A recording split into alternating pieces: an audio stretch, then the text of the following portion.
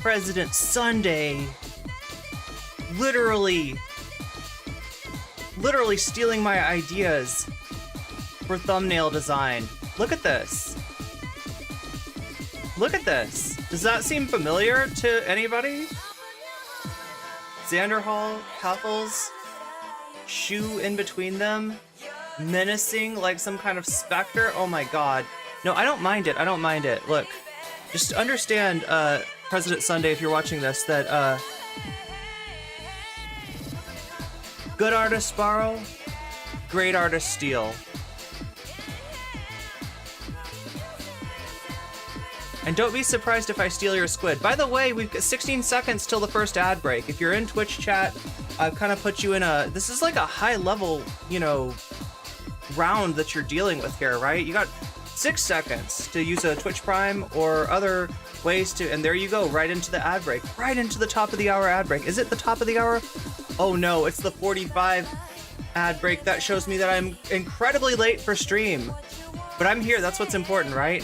And it's good to have you all here as well. Letterhack, hey, I will get to you after the stream. Free Soul Life, exactly. And also free Poly. So we're gonna talk about here, like, I didn't even see this until I went on stream, right? The fact that it's not really like it's not really that much of a theft. But yeah, it's just like the composition. The composition's a little bit similar, President Sunday. The composition is a little bit similar. It's okay. So yeah, this is another thing that happened just before I came on stream today, right? Artistic, oh, I can't say that word. Artistic nudity is now allowed. Yeah, so do you remember? Oh my god, wow! What is even happening? Brandy Nuance, thank you for becoming a member. Becoming a member twice, which tells me that that might just be a gift membership from Zara. Zara, thank you for the gift membership to Brandy Nuance. Brandy Nuance has become a member thanks to the generosity of Zara. All right, let me pop out this chat. But yeah, we've seen this. Yo, I feel like I'm competing with 90s deep. This isn't deep house. What kind of house is this?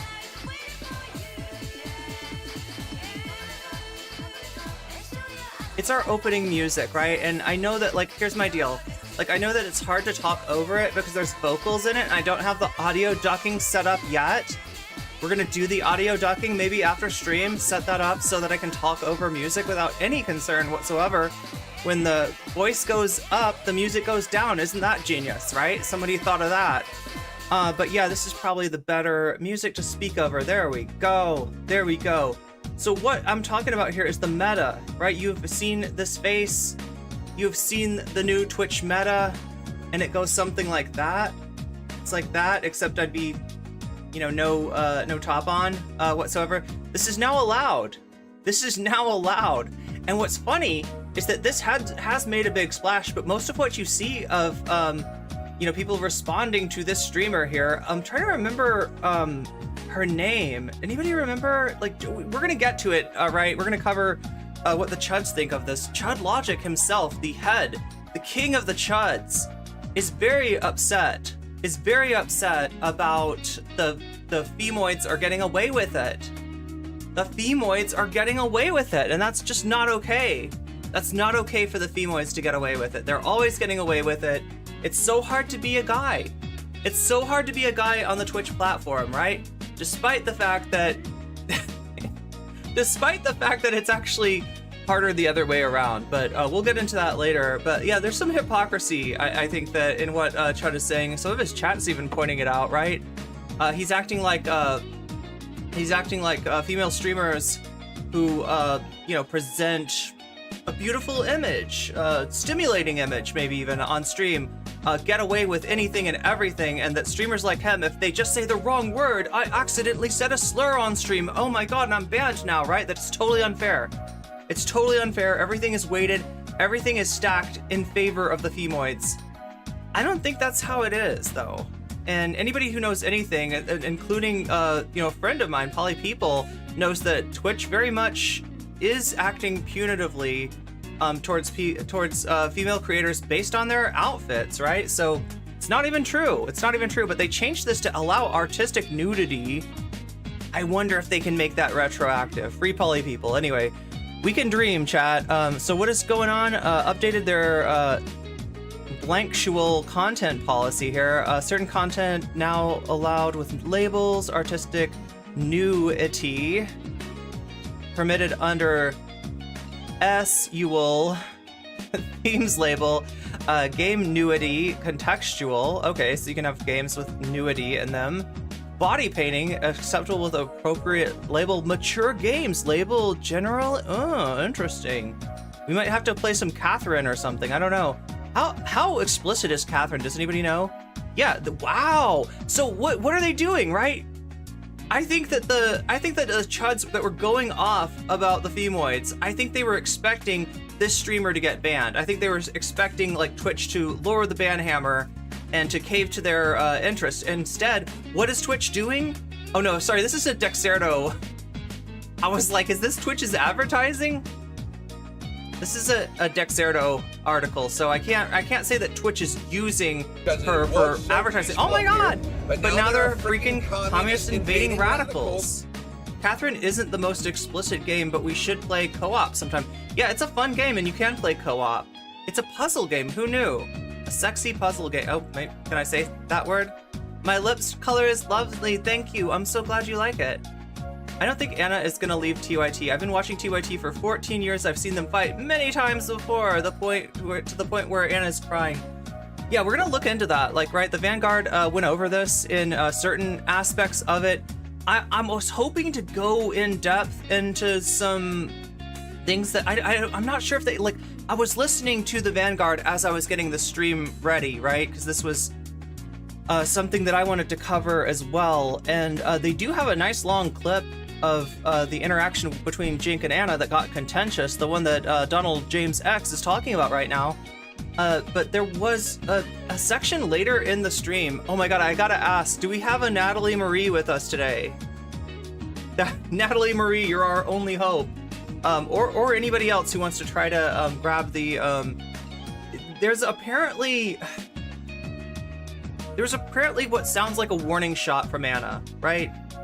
So it's after the argument, after they go to break and all that stuff, right? Anna says something about having been offered 4 or 5 corporate gigs that would have paid more than TYT, right? That sounds like a warning shot. That sounds like a warning shot, and you know, she did get talked over. I definitely agree more with Jink than with her on this matter, but she wasn't exactly able to get out whatever chud take she was trying to say. We're gonna go more into that later, and thank you to the Vanguard also. There are some aspects of this matter between Anna and Jink that I really was not aware of until watching the Vanguard. So we love Zach and Gavin. Morgpie, thank you. Yeah, it's Morgpie. That's the creator. That's who this is. And then we've also got I mean, it's been a while, but people have been begging me to watch this stream. Vosch debating Loserbox, right? This is probably... Usually when I'm reacting to Vosch doesn't look very good, right? I think that people are aware of, you know, the things that Vosch says that I might agree with. It's generally more exciting if I'm reacting to something that I disagree with. But however, you know, in this debate, I'm guessing that Vosch is going to be more on point. I hope that Vosch is going to be more on point because, like, yeah, Loserbox is... Loserbox seems to be like the best friend to denial, right? In terms of the discourse that came up earlier this year, and in terms of what's going on right now, right? Loserbox is definitely helping that case, and kind of painting him, you know, kind of painting it both sides on one level. But if you look at his Twitter, like, you know, who's he dunking on? Mostly people supporting Palestine. So, and that's not surprising. We knew that Loserbox was a close personal friend Lauren Southern's editor. We knew that Loserbox was was friendly with Aristocracy, our very own apartheid anime girl, Aristocracy. Yeah, so it's not that surprising. But yeah, we got a lot to cover today. I'm trying to decide. So I was wondering, yeah, when I decided that I'm gonna cover like the Boba streamers, and we're just gonna call them the Boba streamers, chat. You know what I mean when I say Boba?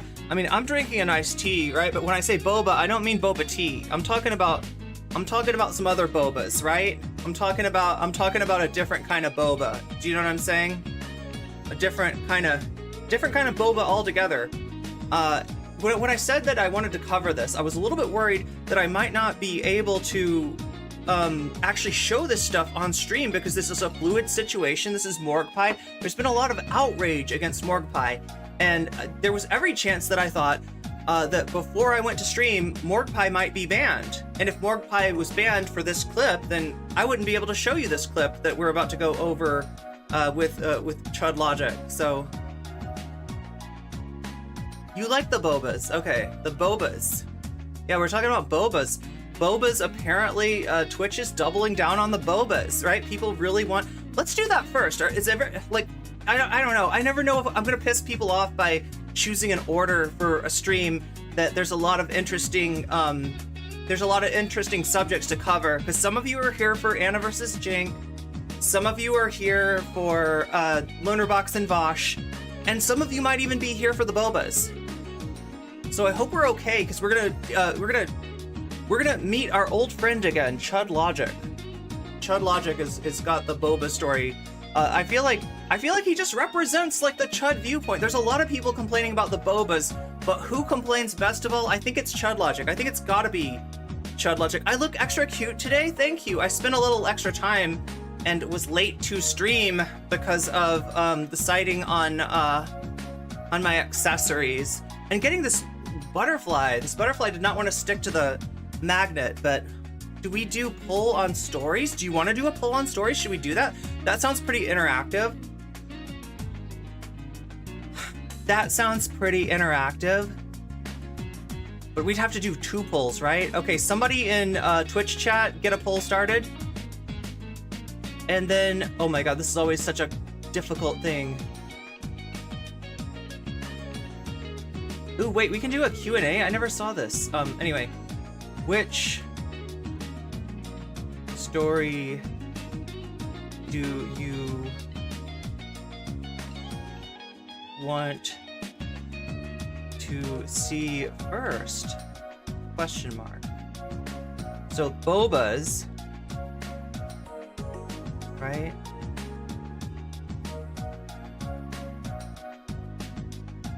How about Chud hates the Bobas? And then second option is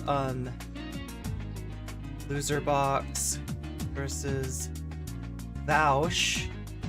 And then third option is TYT drama. All right, there you go. I put it in. I made a poll on YouTube. Maybe somebody can make a poll.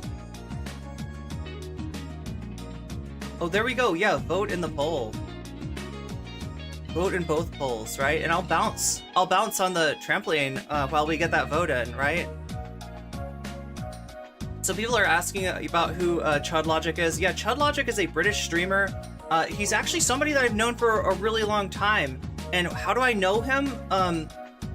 Polly, myself, a bunch of my friends know him because he was kind of like in the same Twitch community starting off. Like, so starting off, Chud Logic's name was ironic, right? The idea behind Chud Logic was when a Chud says something ridiculous, you know, and you don't want to respond to it specifically, you can kind of say like, that's some Chud logic there, right? That's not very good logic. That's the logic that you would expect from a Chud. And if you have to ask what a Chud is, it's a cannibalistic, humanoid, underground dweller. That's what a Chud is. No, it's not really. A Chud is just a shorthand for a fan of Donald Trump.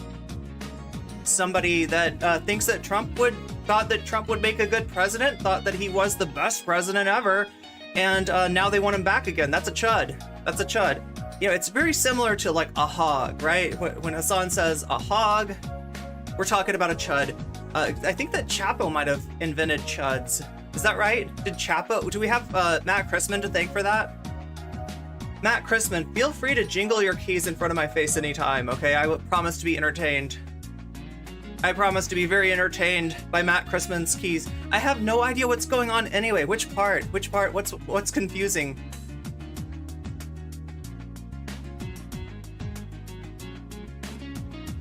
Boba haters in chat? No way. There's no Boba haters in my chat. Oh, geez. Well, Twitch is voting for leaving TYT. What are you voting for, YouTube? Judd has been around since the 80s. Chud is what we're talking about. The most recent application. Yeah, it comes from a film called Cannibalistic Humanoid Underground Dwellers, which is a horror classic of the 80s, of the wet puppet variety for any of my Scaredy Cat fans out. Any Scaredy Cat fans in chat? Any fans of the channel Scaredy Cat? Listening to the earlier episodes of Chapo Trap House, Tim's dad, they kind of coined the term. Yeah, I think you're right, FTW. I think it was them.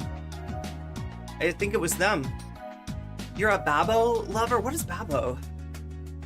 What exactly are Bobas? Well, I mean, you would be able to see them, but I've got a top on right now. That's what Bobas are, right? You know, if you look at this image of Morgue Pie here, you can imagine what happens, like what's below the cut, right? On Morgue Pie, it's Bobas. And there's a meta of streaming on Twitch. You're not allowed to show certain parts of Bobas, but people find interesting ways of getting around that. And those interesting ways they find of getting around that are being called softcore corn. Softcore corn by some of the chuds out there, right? So yeah, like I said, Chud Logic, his name was ironic when he started out, right? He was like a left-wing streamer, some kind of a trade unionist or something, somebody on the left, and he found this thing called the attention economy. It's all about the attention economy, and he decided that it would work better for him if he left the left. So he left the left quite a while ago. I mean, he's not exactly a right-winger. He's just like an edgelord, right? But he's very much, you know, he knows where his bread is buttered, and it's buttered on the side of the people that are mad about the fact that some Twitch streamers might be making some money by virtue of their Bobas. Streamers that don't have Bobas, maybe they're a little bit jealous. Maybe they think their own streams would do better if the Boba streamers were not allowed. And also, I mean, like, you know, we're talking about chuds here, right? So they're a little bit against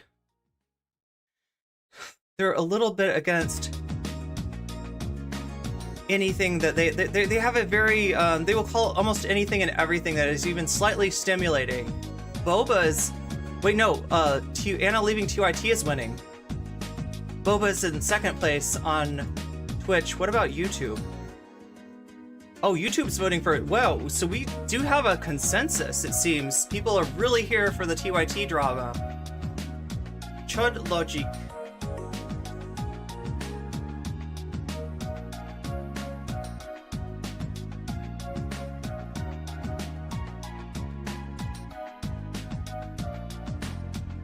Oh wow, for once the Vosch debate is losing. Vosch, you're losing your touch, you're losing your relevance. Nobody cares about your debate with Loserbox. They probably care more about your weird video. Did you all hear about this? So like, I was aware of the fact that Michael Knowles responded to Vosch's video on Lady Ballers and Keppel's response to Lady Ballers as well, but I didn't really know why. And I've been told, maybe some of you have seen this, maybe some of you can... Oh my god, here we go! Here we go, we are starting off hot. Looks like... Wait, Yosiel got a 7 stream watch streak. Buffy Geek gifting Yosiel. Whoa, Buffy, how did you know that? How did you know that Yosiel was on a streak? Right, because like I'm seeing the order of things, and Buffy gifted Yosiel a gift sub right before Yosiel got credit for that watch streak. So it's almost like Buffy knew. It's almost like Buffy was able to psychically see that. Yeah, it's the twins would be peeking out, exactly. He was super transphobic to Keffels about it, though. Wait, who was super... Michael Knowles was super transphobic? Oh, of course he was. Of course he was. Right? There's gonna be a little bit of transphobia from Chud, too. Right? Considering, like, how many, you know... It's ironic, though. It's ironic that somebody whose name was meant ironically, meant to make fun of right-wingers, has become himself somebody who at least plays to that right-wing audience. I don't know what's in Chud's heart of hearts. There's a good chance he's grifting. He is a self-described grifter, but we're gonna have to get to him later because it looks like people are voting for Anna Kasparian and Cenk Uygur to figure out if they're actually leaving the show. So here, let me make this post.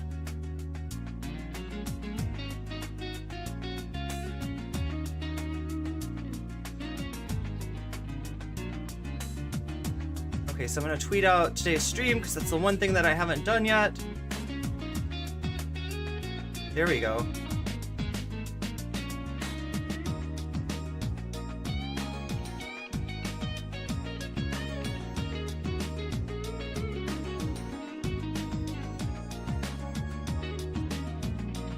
Not a GIF? Why do I want a GIF? What one of these?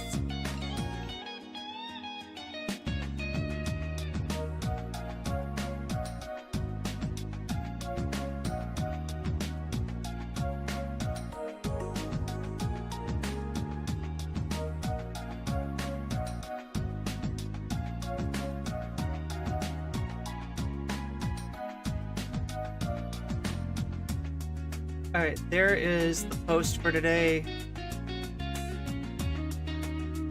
I'm gonna link it in chat, both in YouTube chat. Yeah, TYT drama is kicking ass. Taking names and taking ass. One of those is true. Here it is. For YouTube, and here it is for Twitch. There we go. There we go. Okay, so if you could give me some help on this, getting this tweet out to as many people as possible, you liking, you retweeting, even maybe even commenting on this thread will help its reach greatly. So once again, I am asking for your engagement.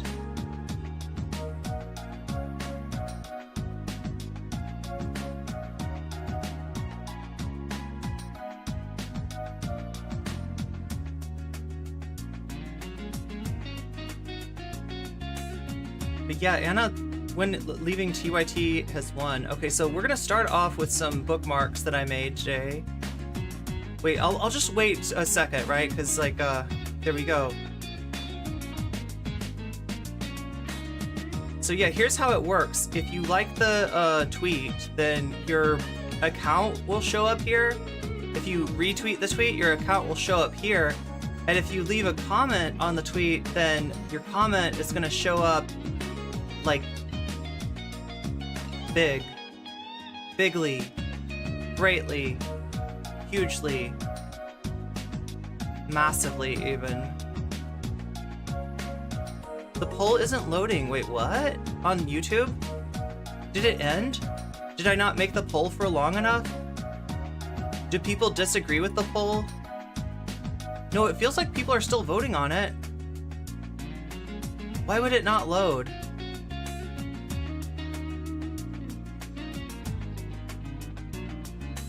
I mean, like, yeah, it's not ended. It's not ended. People are still voting on it. So if you don't want the TYT drama and you want something else instead, it looks like Chud hates the Bobas and Loserbox versus Vaush are running about even on YouTube. Welcome, everybody. Welcome. I'm just giving everybody their chance to appear on... Oh, like, this is what I'm talking about. This is what I'm talking about, right?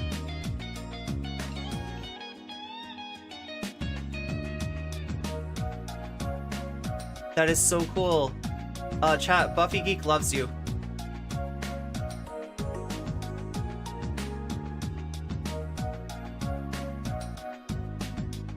I never know whether I should, like, shout out people's names. Because, like, I never know if you want your name shouted out or not.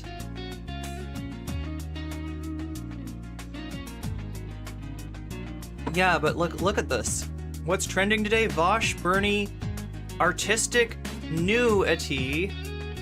Remember, I can't pronounce the D on that word. And Twitch, right? So there's 2 hashtags here that are about Twitch's decision. I love this new, look, this says good things about the site. This says really good things. You don't see the poll. The poll on Twitch is over, unfortunately.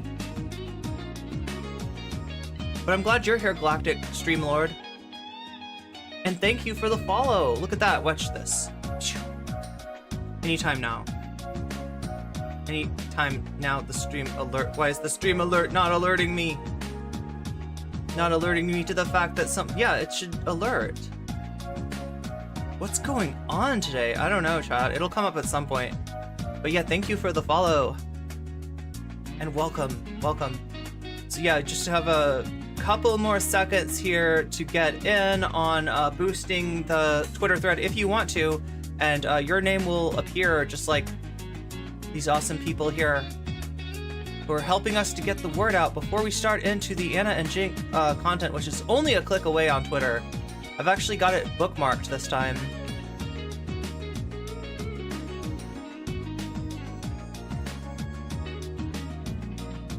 But let's look and see if anything's happening with the YouTube poll. Like, I thought it was a consensus. Okay, Chud hates the Bobas, coming in hot second.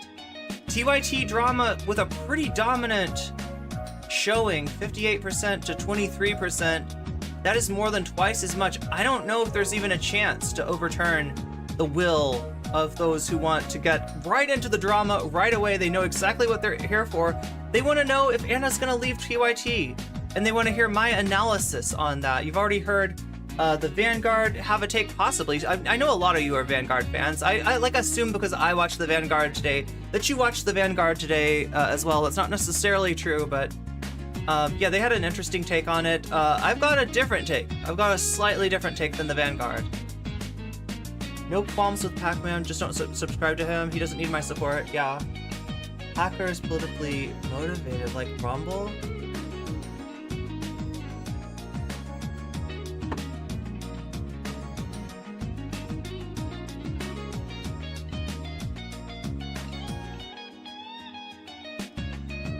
You're watching on 2 screens. Oh, you're also on YouTube. Nice. Can I guess who you are by your name alone?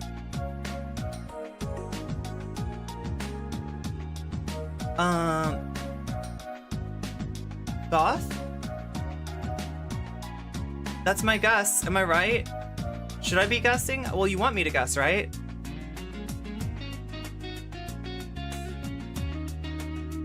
Some people did not catch the Vanguard. That's fortunate. Yeah, they always go to stream before I do. So on a day when they're covering the same thing that I am, I'm always a little bit worried that people will be like, I've already seen this. But I mean, we're different enough, the Vanguard, and I appreciate them. They appreciate me. They actually put my my comment up, like right in chat. They pulled my comment to show everybody. They were massively entertained that I still remembered that they morphed Jimmy Dore into BoJack Horseman back in the day. All right, going once, going twice, going 3 times. We're gonna answer the question here. Is Anna Kasparian leaving TYT?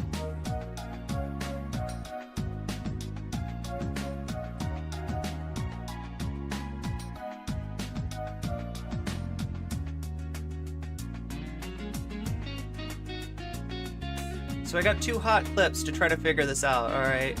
2 chances. And then I think I will actually look at what the Vanguard's Oh, that's right. They put this. Wait, did the Vanguard just watch the TYT video?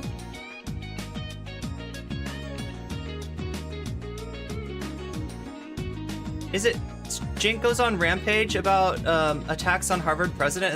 Is that what the Vanguard watched?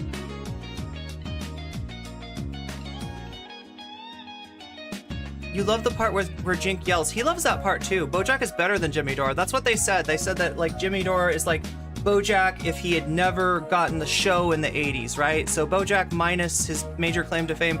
All Jimmy Dore really had was the aggressive progressive. Robert is right? Wait, what is Robert right about? Okay, we're gonna end the poll. If anybody else wants to vote, this is your chance. This is your chance. Going once. Going, oh, about Bojack being better, yeah. Going once. Going twice. Your chance to vote on the poll on YouTube if you so choose. Boom, okay, it's over. Doesn't Jink always yell? Yeah, he's been yelling since 2005, right? If you've seen the old stuff, the old clips of Jink Uger, he's yelling about USA Today and how they are a terrible publication, and he's absolutely right about that. He was popping off in 240p on YouTube back in like 2006, right? Popping off about USA Today, you know, yelling in Michael Schur's ear. And something tells me that Jink, there's a part of Jink that longs for the old days. There's a part of Jink that hasn't really moved on from there. There's a part of Jink that has not figured out a new content meta. And that's the part that we're gonna see today. That's the part that's gonna be very much in action. Now, like, the funny thing is, though, I think he's absolutely right on his take, right? His opinion about the Harvard plagiarism, quote unquote plagiarism scandal, which is not really a scandal.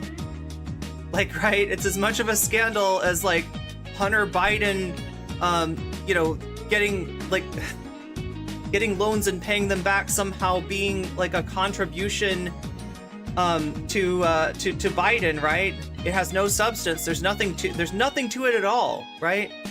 But Anna, that's not what Anna thinks, right? Get so little of that since you've unsubscribed from TYT. I mean, that's a base decision. That is a base decision.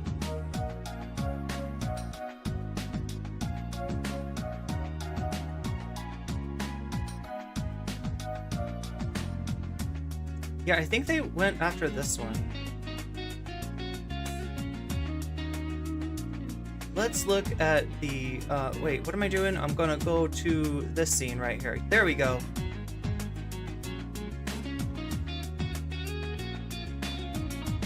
They should make the show called Fight Club. I think you're right. Yeah, NCC over TYT. I mean, yeah, people are saying.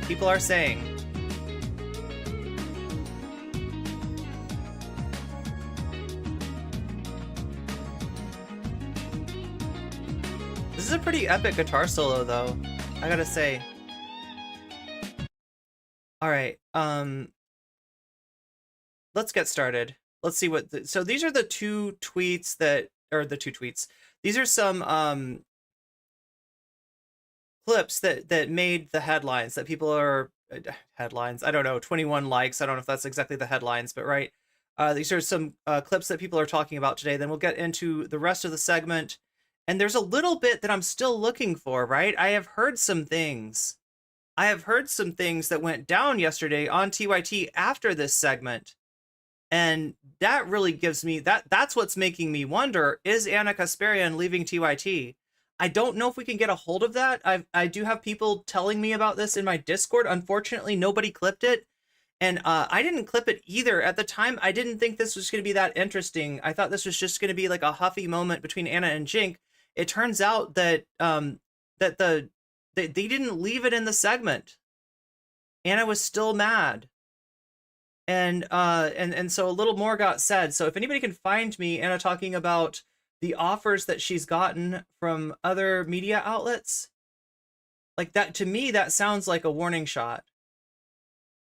But post it in stream suggestions.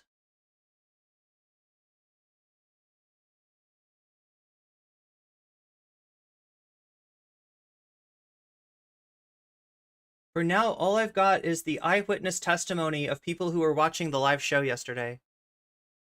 Even if they found it and they're like, oh, this one doesn't have any citation at all. Oh, this one doesn't have any context at all. All right, okay. I'm done. We're wrapping this story up. We're taking a break. We'll come back and hopefully we'll calm down a little bit, so we can actually do our jobs appropriately. The job appropriately is this story has zero validity. Right. And do not fire that poor woman because some donor who's rich says, no, I'm gonna run Harvard. No one's allowed to disagree with my political opinions. Okay, if that's what Harvard is, which apparently that's what Penn is, I'm humiliated that I went to Penn. So yeah, the background on this that you're not seeing here is that there was a Congress member, Congresswoman Stefanik, who brought 3 college presidents in front of her to testify and asked them questions like, intifada, does that mean, is that like a dog whistle for genocide, right? And she said yes. And then she said, there's students on your campus talking about intifada, so what are you going to do with that? Is that not harassment by your own rules? Should you not kick them off the campus, right? So basically asking her to, like, kick out all the students who are participating in the Palestinian in the protest over Palestine, right? And she just like went back to some kind of corporate speak, some kind of PR speak, right? And so it looked really bad. It made a great clip for the right wing, people fear mongering about students on college campuses, right? But you've got Harvard, Yale, and Penn are the main ones that they're talking about. I think those are the people that got interviewed by Congresswoman Stefanik, and Jink went to Penn. Jink is a Penn alum, so that's what he's talking about when he says he's disappointed, he's shamed by having gone to Penn. They fired her over that? They fired her over that because the donors didn't want her to be honest and tell what the actual policy of the school was on a hypothetical chance that didn't even happen. And those same donors, by the way, very, very likely donating to the politicians who voted for genocide of the Palestinian people because their lives don't matter. But we're discussing citations as 18,000 people have been butchered in Gaza. That's a weapon of mass distraction. All right, it's more than citations. I'm sorry that I couldn't give you guys the information, but please read the entirety. But go to Substack, I'm sure they have a lot of it. Read the Harvard Crimson, please, so you'll understand where the real allegations lie. Okay, so that's the moment. That's the moment that it happened. We're going to go back here and try to get a little bit more of the context. I want to note that it's unclear what Harvard's code of conduct on plagiarism was at the time that she put this work out. So here's her. Okay, before you do that, let me just explain. After she's done with this, these are all hatchet jobs. It is a hatchet job. Horse crap. It's all politically motivated. I'm going to explain why this is all garbage, a burning pile of total garbage. Go ahead. Okay, but let me also say this, okay? It's clearly politically motivated, okay? The hatchet job is clear to me as well. But if there are... Okay, so for the record, Anna's not, as far as I can tell, and we'll watch the clip and see if, this changes our opinion of this, right? But Anna's not saying that the students should be dismissed from campus, right? Anna's not disagreeing with Jink on that. What she is saying is that just because this accusation, and we're going to find out later, it's from who's behind it, who's backing it, it's Rufo. Wait, what's his name? Mark Ruffo? I can't remember. There's a Chud backing this, right? So that for Jink, that's like kind of enough, and that's like, okay, this is BS, right? For Anna, she's like, no, we gotta take this seriously. Just because it's this right winger, we don't necessarily want to disbelieve it. And turns out Ruffo is somebody who Anna had been on his show. He's got some kind of a social media thing going. Anna was a guest, right? Anna is preserving access by refusing to take a side or refusing to dismiss what is obviously a trumped up, politicized accusation against President Claudine Gay of Harvard. And so far, Harvard's sticking behind their president. They're not firing her. Penn, on the other hand, did fire their president. Yale, maybe the jury is still out. specific, and hold on, Jake, listen to me for a second. If there are substantial examples of her engaging in plagiarism, it is a problem if she's the president of a university. Yeah, I'll explain later. Just get through the BS first. Okay, no, you go ahead, Jake. Go ahead and get it. Engage. Zero validity. So, Jake, the reason why I get frustrated with you is because you're itching to engage in your rant so desperately that you don't even give me an opportunity to lay out all the facts before you engage in your rant, in which you undermine and minimize the evidence that I'm gonna show that shows that it's more than just the lack of citations 4 separate times. Yeah, I'm not gonna engage in their hatchet jobs. Look, listen. No, that has no validity. Okay, all right, fine, it has no validity. There it is. Yeah, and I have such mixed feelings because, of course, Jink is right on the substance, right? Of course, Anna is, her take is all about preserving access, preserving essentially an escape chute from the left, right? Which, the left doesn't have a lot of interest in Anna Kasparian these days, but that's okay. She'll grift on the right for a while, right? And Mark Ruffo is part of somebody that she's cross-pollinated audiences with, right? So she doesn't want to give that up. It does feel like she's being talked over, though. I have to say, like, I don't buy what she's selling. I think she's full of shit. But if this is the Jink and Anna show, like, it sure doesn't feel like it right now. So yeah, I don't know what to say about that. Like I said, mixed feelings. Of course, I agree more with Jink, but the other even if they found it, Jink, it's like this shit popped in 2005. In 24p, this was the shit, right? But Jink, you're HD now, you're 4K, and you gotta do your content a little bit differently.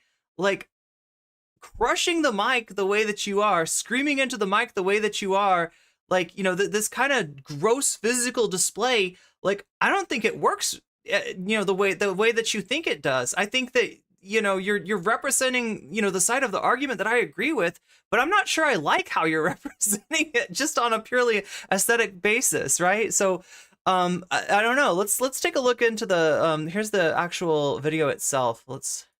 Despite fierce calls for her ouster, the Harvard Corporation, along with hundreds of faculty members at the Ivy League school, have decided to stand behind their president, Claudine Gay. Now, even a politically motivated attempt at getting her fired due to oh my God, Natalie Marie, I gotta ask you. Have you? So I'm looking at my Discord right now. Now I'm getting ahead of myself, but I gotta see, because Natalie can sometimes find this stuff, right? And Zara, you can sometimes find this stuff too. If anybody can find the somebody in my Discord in stream suggestion is saying that later on in the stream, Anna goes on a rant about how she had offers to do mainstream media and she would be doing 4 to 5 times more, maybe making 4 to 5 times more money. I guess that means instead of staying on TYT for 17 years, it's maybe 30 minutes later. So it's 30 minutes after, this segment of the show. And then another 30 minutes later, she was like, serious guy, Mike Johnson is right. And he should be demanding that Biden show an exit strategy on Ukraine. Okay, so there's some more, that first thing about Anna talking about she could be doing better. She's had offers. She stayed on TYT for 17 years now. That is relevant to this, right? That is relevant to the question that I'm asking is Anna leaving TYT? Is TYT splitting up? I have therapy. Oh, so you might be a little hard pressed. Well, if you can find it, I will entertain that clip. If not, no big deal, because you've found a lot of cool things. So, allegation. But if anybody else comes up with it either, the problem we're having with this is the way that TYT works is that they stream live, but then their live stream gets members only, and so that means that we can't count on, for instance, this is a segment. We can't count on this being the entire segment, right? They have every interest in if this really was a, unplanned moment, let's just say, between Anna and Jink, they have every interest in cutting it out of the clip or making it look like less contentious than it was, right? So we don't know for sure, but yeah, that's the difficulty with TYT. Of plagiarism didn't seem to work. And we'll give you the details on that in just a moment. But before we do, I think it's important to just refresh our memories in regard to why there are calls for Claudine Gay, the president of Harvard University, to step down. It all really began last week when the House Committee on Education and the Workforce held a hearing with university presidents. You'll wait for a legal eagle to decide if it was plagiarism or not? Coming from Harvard, from Penn, and also from MIT. They asked about student protests and about the notion that some of these protesters are engaging in anti-Semitic. Yeah, I'm not sure if this is going to be a big enough story for Legal Eagle to cover, but I would love to see what he has to say about it. Rhetoric that makes Jewish students at these institutions feel unsafe. And really what got the most attention was an exchange featuring Republican Congresswoman Elise Stefanik, who has never— Lindsey Robb thinks this is ratings. This is mommy and daddy fighting. Uttered a word against right-wingers who spew, put her back on 2 times speed. Yeah, to get to the anti-Jewish part, conspiracy theories like the Great Replacement theory or anything like that. But she did use this hearing as an opportunity to really make a name for herself. And so here's the moment that got a lot of attention, featuring Claudine Gay. So the takeaway is that Stefanik is somebody that was not a MAGA person out the gate, was not known for her extreme right-wing takes, but because the environment is a very Trumpy environment, right? Especially since, look, the Republicans had a chance to get rid of Trump, right? And I know some of them want to. There's a lot of Republicans that hate Trump's guts, and that's just they think he's harming their politics. They think it's making it hard for them to move on. They're embarrassed by him constantly. Now I'm talking about elected Republicans. I'm not necessarily talking about like Republican voters, right? So after January 6th, they had every chance to just kind of wash that man right out of their hair, right? Just get rid of him. No, move on, right? And of course, Kevin McCarthy went down to Mar-a-Lago and took a photo with him and brought him back into the fold, right? That could have been a moment. Now, I don't know if it will work for sure, right? Because there's always, the Republican Party, the voters tend to like Donald Trump better than almost anybody out there, right? But if they wanted to just kind of, leave Trump on a desert island somewhere, that was the time to do it. They didn't make that choice, though. In the end, they re-embraced Trump and they brought him back in, and now we're still dealing with him a year later. But this is in this environment with Trump having so much control over the party, it's not the Republican Party anymore. It's the Trump Party. It's 100% the Trump Party. All the juice, all the energy, all the trust in the Republican Party voters is in Donald Trump first and foremost, and secondly with anybody that kisses Donald Trump's ass, the Vivek Ramaswamis of the world, right? And so in that environment, people like Stefanik, they're going to read the room, and they read the room and they decide that it's, we gotta back Trump. We gotta go as hard right as we possibly can. So that's what's got. And Dr. Gay at Harvard, does calling for the genocide of Jews violate Harvard's rules of bullying and harassment? Yes or no? It can be, depending on the context. What's the context? So do you see what President Gay is trying to do? Right? President Gay, first and foremost, does not want to confront Stefanik, does not want to alienate or antagonize the right-wing voters. President Gay is trying to be boring. President Gay is trying to do PR speak, right? And Stefanik wants a clip. But President Gay just walks right into her trap. Text. Targeted as an individual, at an individual. It's targeted at Jewish students, Jewish individuals. Do you understand your testimony is dehumanizing them? Do you understand that dehumanization is part of anti-Semitism? I will ask you one more time. Individual, targeted at an individual. It's targeted at Jewish students, Jewish individuals. Violate Harvard's rules of bullying and harassment, yes? Replacement theory or anything.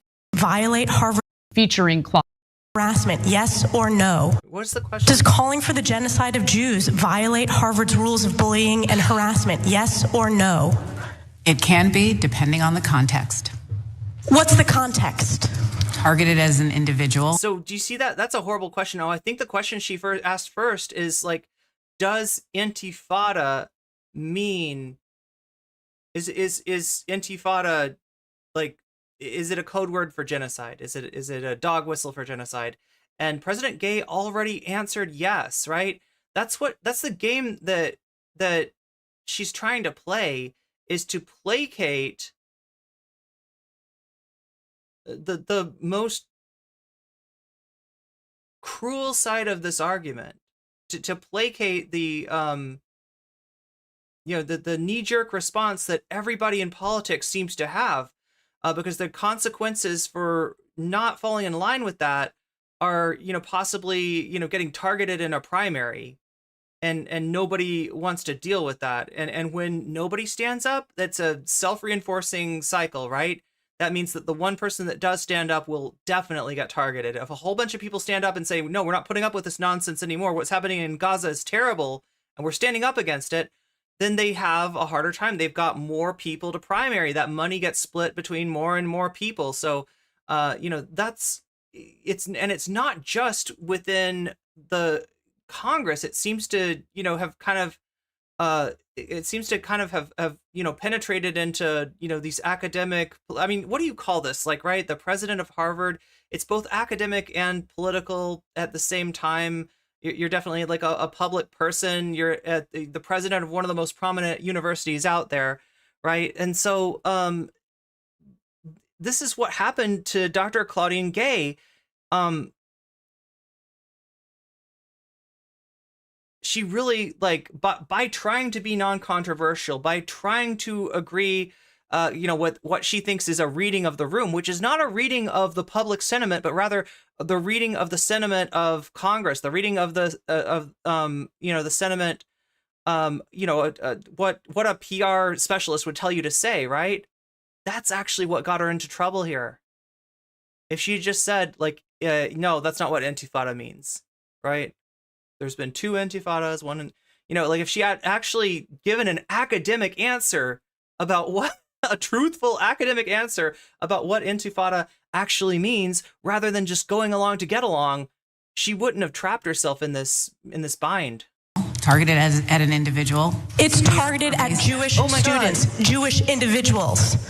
Do you understand your testimony is dehumanizing? Natalie's got me a link. It's like Zach said, she should have just said, I reject the premise of your question, ma'am. That's a great answer. That's a great answer, yeah. Humanizing them? Do you understand that dehumanization is part of anti-Semitism? I will ask you one more time. Does calling for the genocide of Jews violate Harvard's rules of bullying and harassment? Yes or no?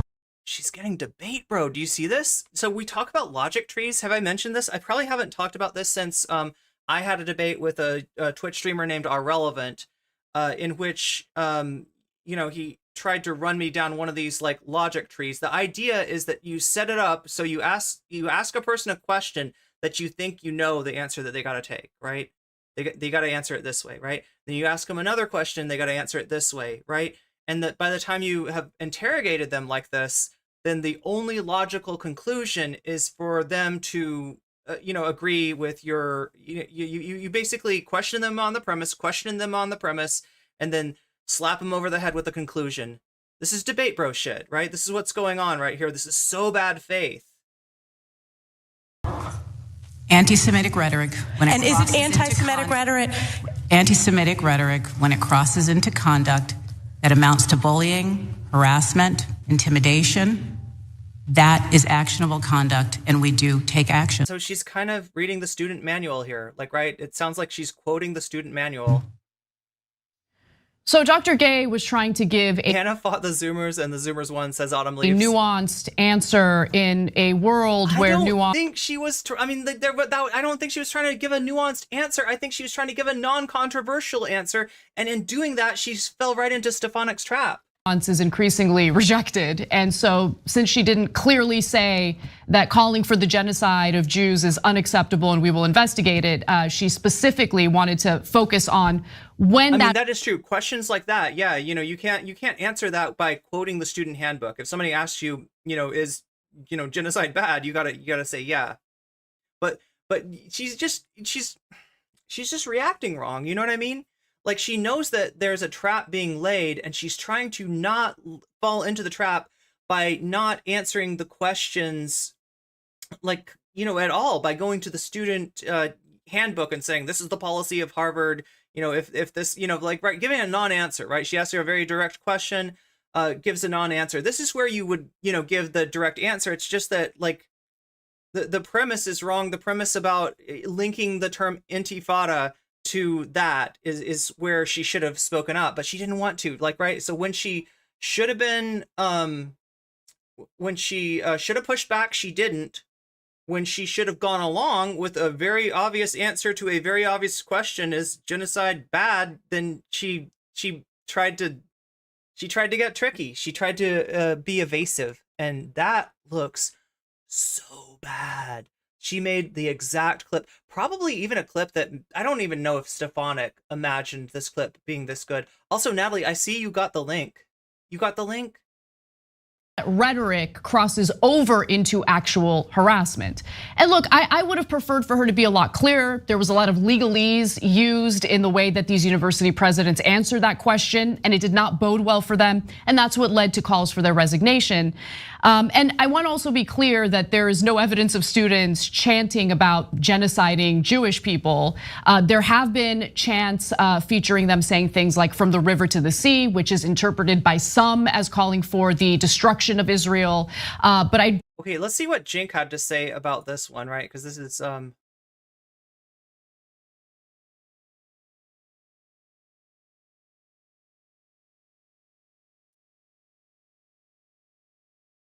this ties into something that Jink tweeted not so long ago.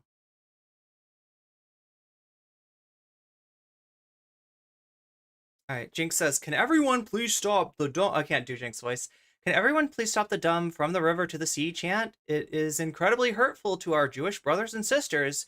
It's also incredibly counterproductive to protecting Palestinians. Do not chant something that the majority thinks is a call for genocide." Jink, the reason the majority thinks that that's a call for genocide, and like, understand, right? This is not a phrase that is exclusive to the Free Palestine movement, right?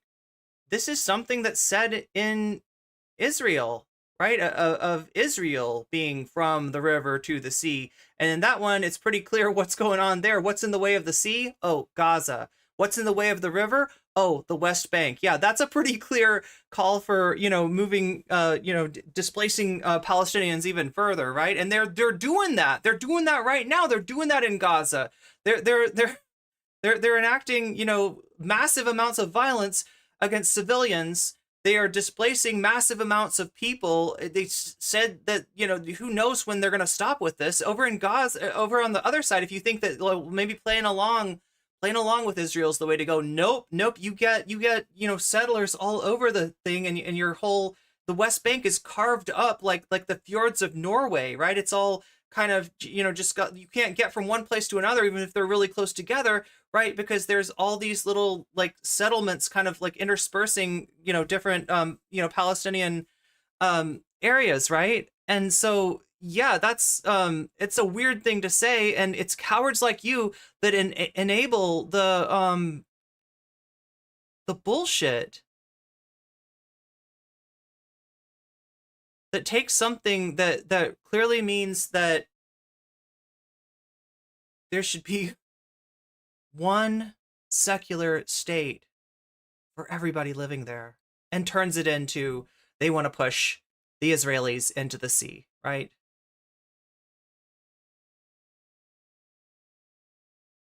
So Jink's not really helping himself, despite that rant that he went on. He's really not, helping his own side. Definitely, President Gay of Harvard is not, helping herself, not helping, not taking enough of a stand to not get trapped into Stefanik's debate broing. And here comes Anna. Let's see. Don't think that most students who engage in that rhetoric think that they're calling for the destruction of Israel or the elimination of Israel. They think that they're fighting for the rights of Palestinians who are currently being crushed in the Gaza Strip. So that's the background. Before I get to the latest details of what's occurred in this story, I wanted to give you an opportunity, Cenk, to weigh in. Yeah. So now that they've launched this weapon of mass distraction, whoever they're— That's the other thing, is he's like living in the Iraq war, mentality, right? Weapons of mass distraction was something that I'm pretty sure people said, during the the Iraq War. I don't remember exactly what it was germane to. Maybe like that concentrating on Iraq and Saddam Hussein when the hijackers came from Saudi Arabia, and the Iraq had nothing to do with it. Maybe that was the weapons of mass distraction. But this is like something that you'd see if you found a liberal and you looked on the back of their car. They might have something like "What don't believe in weapons of mass distraction" on their car, right? It's like an old slogan, and he's trying to resurrect it like that. It slaps so bad we got to bring it back. And I don't know, Jink, 2005 is calling, and it wants its bumper sticker back. Their target has to be eliminated. So they got the president of Penn to resign. Tremendous pressure from the alumni saying that they're going to pull hundreds of millions of dollars. How dare you? We love cancel culture. We hate free speech. Make sure you cancel anyone who disagrees with Israel, etc. And it worked. I feel like Jink's never met a slogan he doesn't love. They eliminated her. The president of MIT is Jewish, so calling her anti-Semitic hasn't worked as well. That's why you're not seeing her name in the news at all. That's why they're focusing on the presidents of Penn and Harvard, because they're not Jewish. So that's how this hatchet job is executed. And later, when we give you the details of the so-called made-up plagiarism, I hate that we're even using that word because it's nothing but a lie. And so we'll explain that in a second. And I want to explain the phenomenon in a second. But in terms of this first part here, you have to understand Stefanik used to be what was considered a moderate Republican, mainly a corporate Republican, switched over to MAGA when she saw Trump's success and switched a lot of her positions. So she's a standard slimeball politician, doesn't have any core principles at all. So two can play at her theatrics. Donald Trump had dinner with Nick Fuentes and Kanye West, who were both saying that they were pro-Hitler and that and then the Nazis weren't so bad. Those are quotes they said themselves. And he had dinner with those two Nazis. There were hearings about that, right? Hey, no, at least Stefanik, are you gonna do hearings about that? Donald Trump said there were very good people on the Nazi side in Charlottesville when they said the Jews will not replace us. And Donald Trump used a Hitler quote about poisoning the blood of our nation. There's no hearings because there's no courage. Nobody's willing to stand up to Donald Trump on the Republican side, and nobody's willing to stand up to this bullshit sloganeering, right? Nobody's willing to fight for language, right? They always want to just surrender and try to, I don't know, obfuscate, right? Here's another example that Sarah just pointed out. Let me pick up on what Stacey Abrams just said, and I'm guessing it's something about like, defund the police is a bad look. Defund the police slogan is being used to divide us. She called for transformation of the police that's much stronger than just reform, but not distracting like defunding.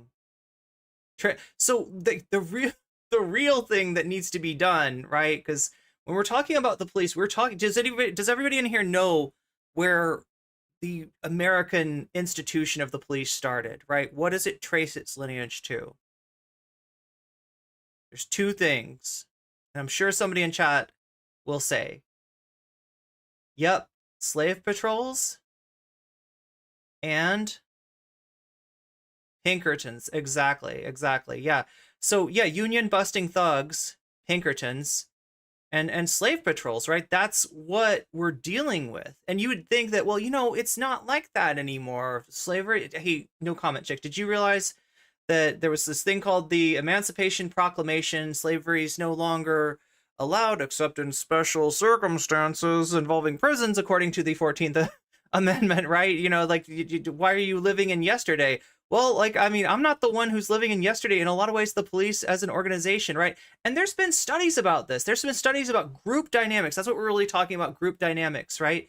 If you take a group of people and you switch out one person at a time, until the people in the group there's no longer anybody that was in that group originally. Like what happens with the police, right? The police don't get changed they don't get dumped out and then replaced with new police every year. It's one cop retires, one cop gets hired, right? It's like that, right? But the social dynamic the culture, as we say, of law enforcement in the United States is it has had this like unbroken succession from the Pinkertons, from the slave patrols, and it has a lot of those characteristics. That's where a lot of the problems that people have with the cops come from, right? So defund the police, transform the police. Okay, you're weak tea at this point, Jink, right? Defund the police, not quite. The word is abolish. All right. Now that's a heavy sip of some very strong tea right there. It sounds like, right? So a lot of people would be like, "Whoa, no comment check. I can't believe you just said that," right? But in its current form, the current institution is going to keep reproducing these same results. You cannot train them out of it. You cannot reform them out of it. You've got to replace them so that the people that culture gets broken up. We don't want to keep the group dynamic going on. We don't want to keep the culture of law enforcement in this country going on. That's not justice. So yeah, this is the result of backing off on something like that, of bowing down to that pressure. And for all of Jink's bluster, look at how easily he bows down to the right wing on language.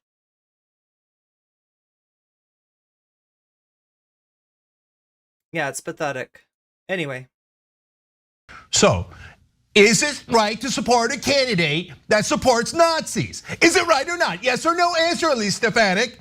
Do you support Nazis? Because a guy that you support had dinner with Nazis, said Nazis were very good people, and used Nazi quotes. Yes or no, at least, Stefanik? Yes or no? And that part is actually true.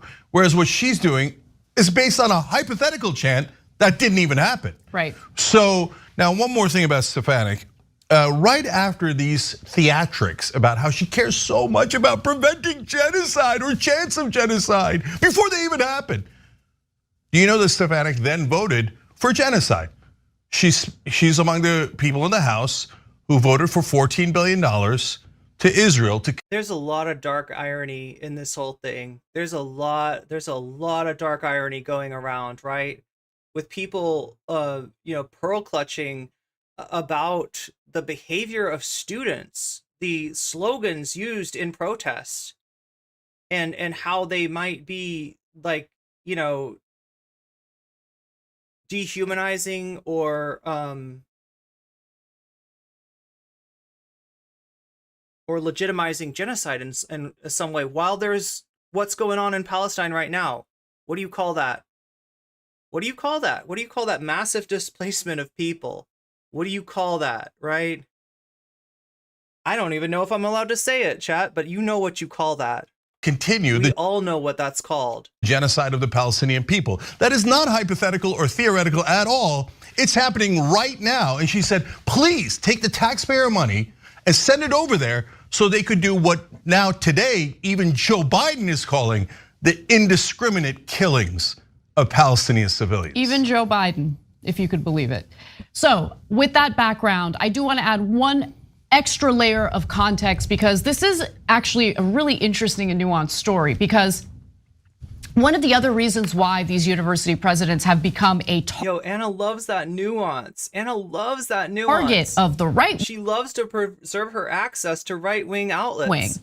Is because of their implementation of diversity, equity, and inclusion. And that really began to be implemented in these institutions following the 2020 protests that happened in the summer, following George Floyd's murder by Derek Chauvin. And so I give you that context because the climate at these universities became a little more hostile toward free speech.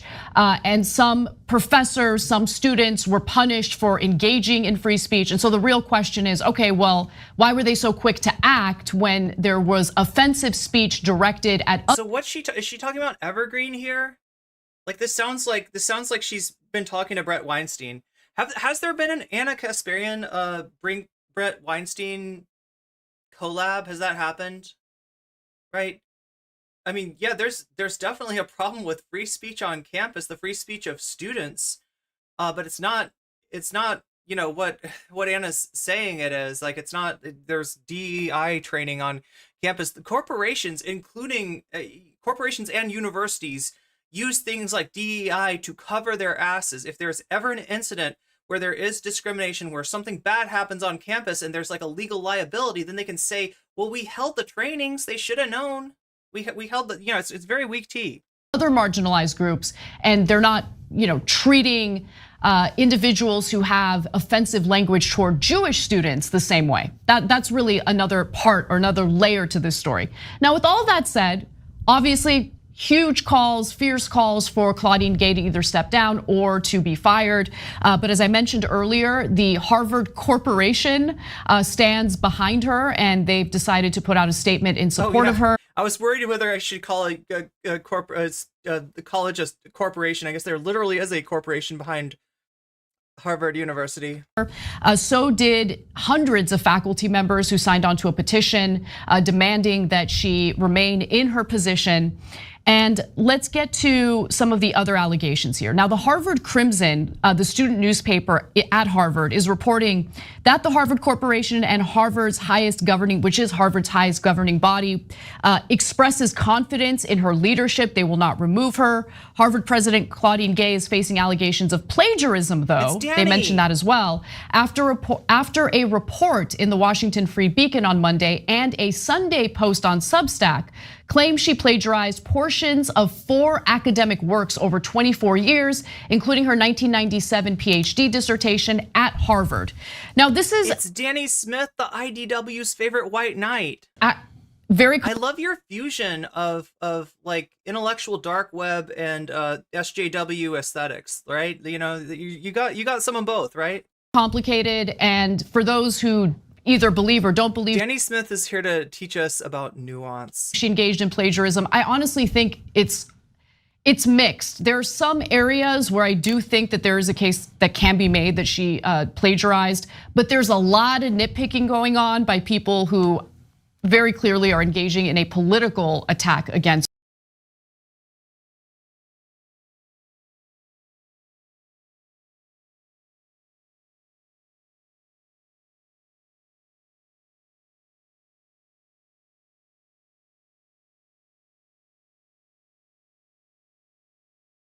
Their support for Claudine Gay. The Harvard Corporation wrote that the university became aware in late October of allegations regarding 3 articles. So apparently there were some claims that she had plagiarized earlier, prior to this whole drama unfolding. Your internet did not just die, my computer almost died. At President Gay's request, the fellows promptly initiated an independent review by distinguished political scientists and conducted a review of her published work. On December 9th, Nope, not stream lagging, computer lagging. That was my computer. If you want to help me out with that, support me on Patreon, right? I'm gonna need money to replace that. So yeah, if you're worried about that and you don't want that to happen anymore, the only thing I can say is donate and help me get something a little bit more stable. Fellows reviewed the results, which revealed a few instances of inadequate citation. Ooh. While the analysis found no violation of Harvard's standards for research misconduct, President Gay is proactively requesting 4 corrections in 2 articles to insert citations and quotation marks that were omitted from the original publication. So that is a direct statement from the Harvard Corporation. Now, they did not specify which articles were found to contain improperly cited material, which they're now going to correct, I guess. But the allegations were further publicized, and this is where the political component comes in. They were further politicized by right-wing anti-woke activist Christopher Rufo. Now, in a post on X on Sunday night, he made it abundantly clear that him drawing attention to the plagiarism claims is politically motivated. I'm gonna read you exactly what he wrote. Real Chris Brunette, that's the reporter that he worked with, and I sat on the Claudine Gay plagiarism materials for the past week, waiting for the precise. Okay, so this is Chris Rufo, right? And you'd think that this is just some random chud here trying to take a shot at Claudine Gay while she's vulnerable, trying to bring up anything and everything, right? It's kind of like she's next to the cliff, right? She's almost over the cliff. They push, and Harvard doesn't fire her. What do we do? Oh, let's push some more. Let's find some more stuff. Oh yeah, plagiarism. Yeah, like let's talk about Claudine Gay's plagiarism and how it isn't appropriate for the head of a university to engage in plagiarism when you're asking your students not to plagiarize, when you're potentially kicking your students out of school for plagiarism. How can you yourself engage in the same thing? If your career is built on plagiarism, well, should you really be the president of a major university? It's bullshit. It's bullshit. Moment of maximum impact. The Harvard board is meeting tonight. And I think that Anna would recognize it as the bullshit it is, except for that she's in bed with this chud. Not literally, chat, not literally. I'm not saying that Anna's cheating on her husband or anything like that, right? But figuratively, she's in bed with these, shitheads.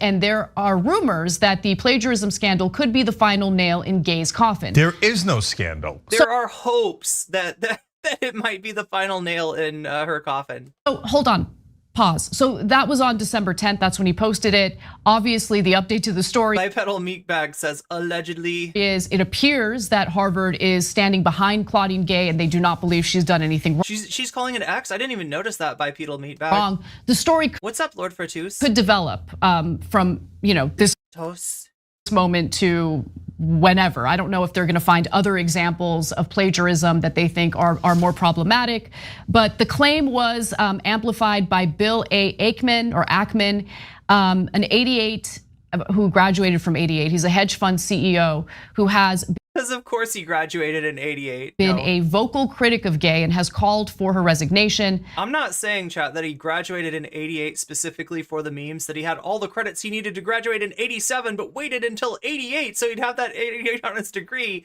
No, I'm actually not saying that. That would be some yeah. I don't think they were. I don't think that meme was alive in 88. Ackman posted on X that he sent the allegations to a senior member of the Harvard faculty who found them to be credible. He did not identify a specific faculty member by name. And so the Free Beacon article mentions 4 specific works from Claudine Gay that they believe give examples of her engaging in plagiarism. A 1993 essay in Origins, a shared publication between the Ohio State University and Miami University, her 1997 PhD dissertation from her time as a graduate student at Harvard. That particular example I think is kind of funny because they claim that she lifted quotes or work from the very person who was her dissertation advisor. Yeah, it's nonsense, 100% garbage, but I'm okay, keep going. And also 2 papers that she wrote while she was a professor at Harvard in 2012 and in 2017. So the Crimson, according to their reporting, independently reviewed the published allegations, though some are minor, consisting of passages that are similar or identical to Gay's sources, lacking quotation marks but including citations. Others are more substantial, including some paragraphs and sentences nearly identical to other work and lacking citations. Some appear to violate Harvard's current policies around plagiarism and academic integrity. So let me tell you what this is, right? This is like if you wanted to go after somebody that drives a lot. And you were like, yeah, does she have any moving violations? Does she have any speeding tickets? Are there any parking tickets, right? This is, an academic. And look, plagiarism, there's a lot of room within that of what plagiarism is and isn't, right? It can be anything from an improper citation to, lifting, to pulling an Alan Dershowitz and lifting like whole passages, ellipses and all, in a very brazen, theft of somebody else's work, right? There's a lot of space within there, right? But when you say plagiarism to people, they think like, oh shit, she's passing off, somebody else's work as her own. Like, you imagine like, oh, it's late at night and the paper's due tomorrow and I'm Claudine Gay. How do I pass the class? Oh, let me just grab this and just copy and paste. Boom, copy, paste, copy, paste, copy, paste, right? Yeah, that's the picture that you're painting. But so I'm going to give you one example, but I also want to note that it's unclear what Harvard's code of conduct on plagiarism was at the time that she put this work out. So here's her. Okay, before you do that, let me just explain. After she's done with this, these are all hatchet jobs. It is a hatchet job. Horse crap. It's all politically motivated. I'm going to explain why this is all garbage, a burning pile of total. So anyway, chat, I'm sorry about the little kerfuffle that we had earlier. Some people were like, "Is the stream going down? Is the stream dying?" No, it's not. It's literally my computer. It's literally my computer that was like just froze, right? So I don't know what I'm gonna have to do about that. I closed down as many tabs as I possibly could. Hopefully it behaves through the rest of the but yeah, like as always, if you don't want me to disappear, support your streamer. I need that support more than you can imagine. Garbage. Go ahead. Okay, so, but let me also say this, okay? It's clearly politically motivated, okay? The hatchet job is clear to me as well. But if there are specific, and hold on, Jake, listen to me for a second. If there are substantial examples of her engaging in plagiarism, it is a problem if she's the president of a university. Yeah, I'll explain later. Just get through the BS first. Okay, no, you go ahead, Jake. Go ahead and engage in your rant. It's garbage. Okay, so guys, here's what happens. Okay, it's like going through somebody's like record of like traffic violations and calling them a criminal, right? Criminal, that's bad. You don't want a criminal, but like, it depends on what law you're breaking, right? That's causing you to call them a criminal. All of us are criminals if we're going to include the law against speeding, improper parking, etc., etc. There's probably nobody in here that is, unless you don't drive at all, and even me, chat, even if you don't drive at all, even when I was riding my bike everywhere, I got a moving violation. Yeah, the cops set a freaking speed trap for bikes, right? Like, yeah, like, so I don't think there's anybody in here that can like pass through that like eye of the needle, right? That's just like that's just bullshit is what that is. But this is in effect, what they're doing with Claudine Gay.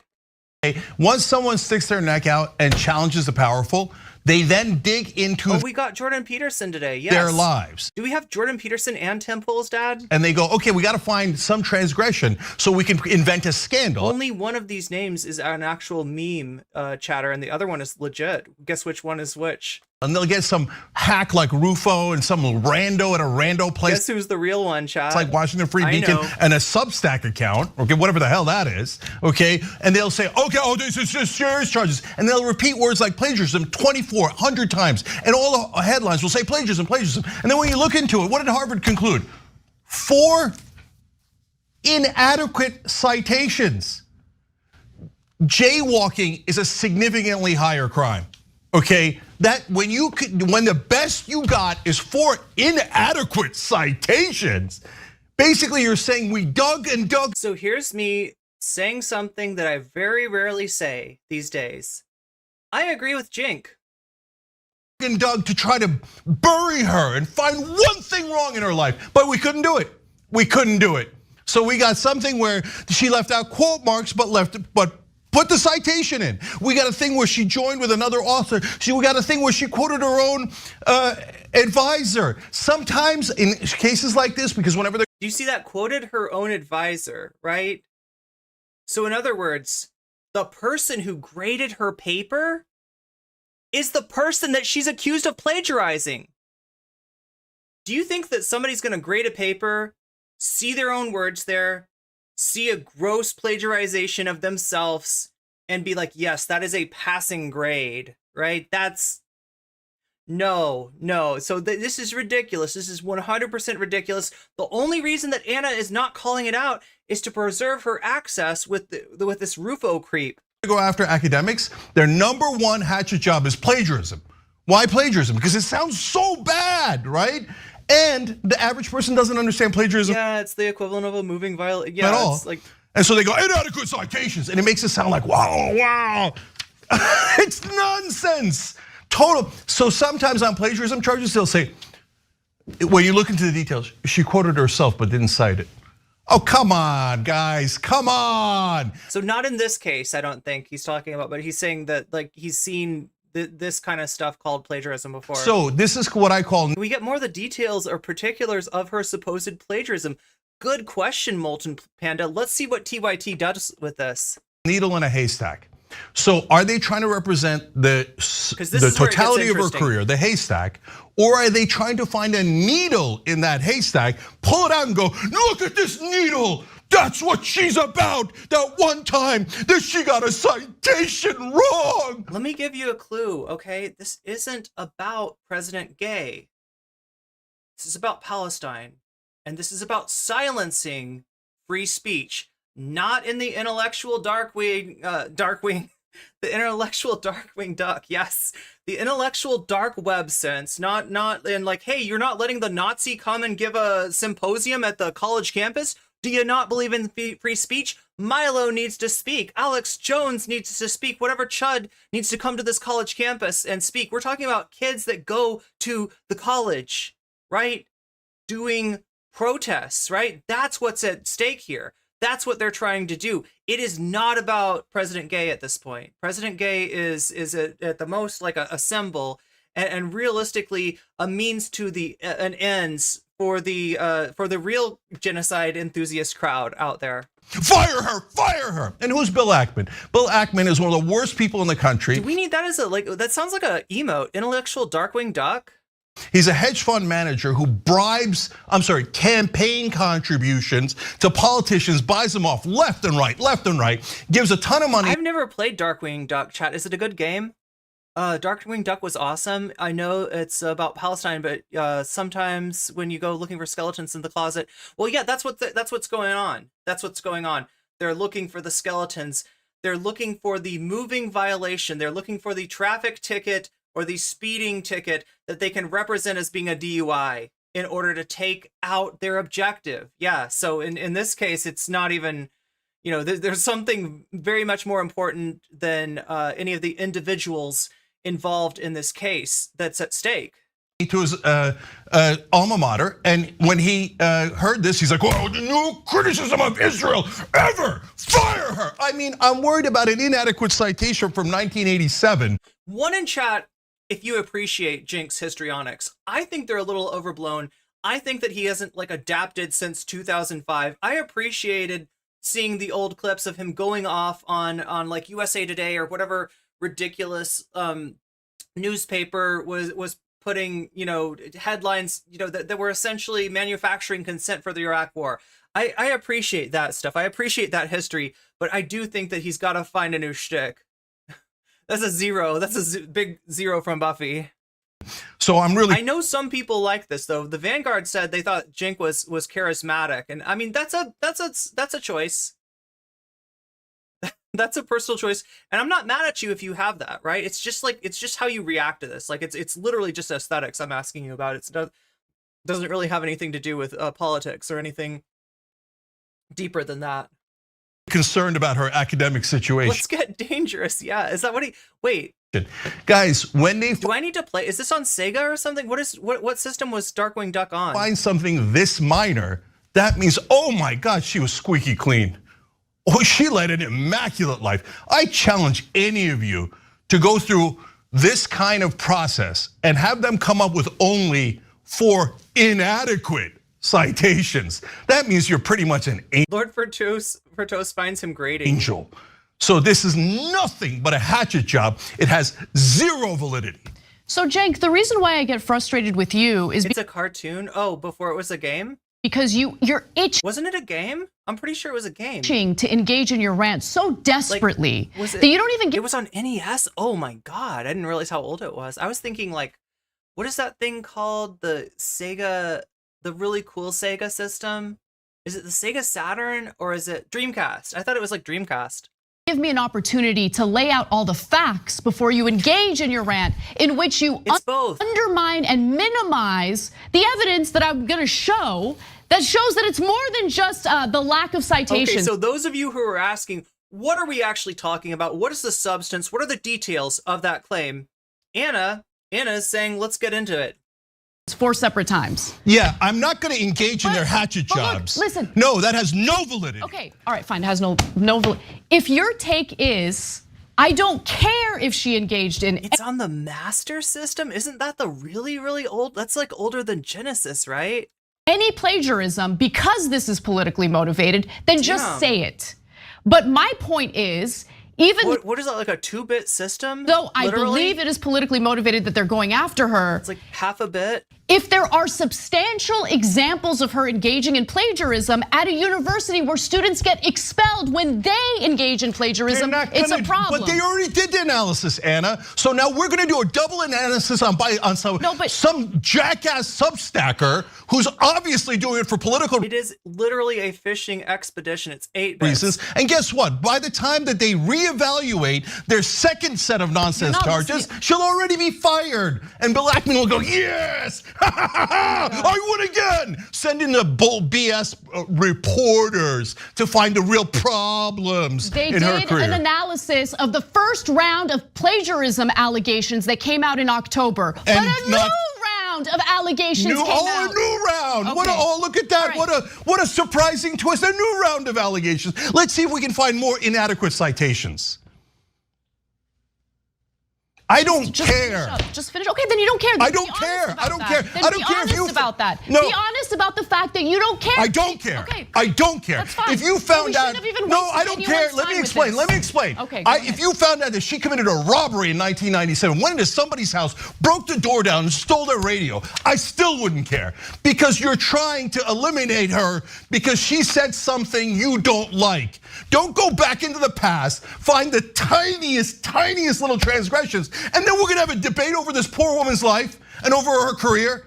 No, I'm not going to engage with bad faith actors who have shown 1,000 times over that they're full of crap and they're looking to destroy people's lives. So no, Look, if this is really an issue with President Gay and her entire career is built on a lie, then that needs to be interrogated separately, not in this hyper-politicized environment, right? If Anna's got, receipts and there was real, egregious, plagiarism that violates like whatever Harvard standards were at the time or whatever, if they can make that determination, they gotta make it away from this highly charged political atmosphere, right? Because right now, like this is a witch trial. She's not gonna get a fair hearing right now, right? There is too much of a chance of, the real reason for her being fired being political, and the excuse being used being being some sort of charge of plagiarism. If this is real, conduct that inquiry separate. Right now, Anna said it started in October. That's a while ago, right? They weren't going to fire her for whatever was going on then? Why would they fire her now unless what we really are after is a chilling effect on our college campuses? Yeah, this needs to be separated from the political atmosphere that it's gotten mixed into. So be very clear. I have no interest in a debate about plagiarism from 20, 30 years ago. So-called. When the first round of plagiarism came up with no plagiarism, none. They were lying, and they're always lying. Okay, do you see what I mean? Do you see what I mean? I agree with Jink, but he's actually not representing my point of view very well. He sounds like he's made up his mind without even looking at the facts, and I don't think he's helping. I don't think he's helping, right? But should we look into whether she jaywalked? I bet she did. Let's have a debate whether she jaywalked or not. I bet she crossed several streets without getting proper. I agree with him, but he's heated and he's not making his case. Permission.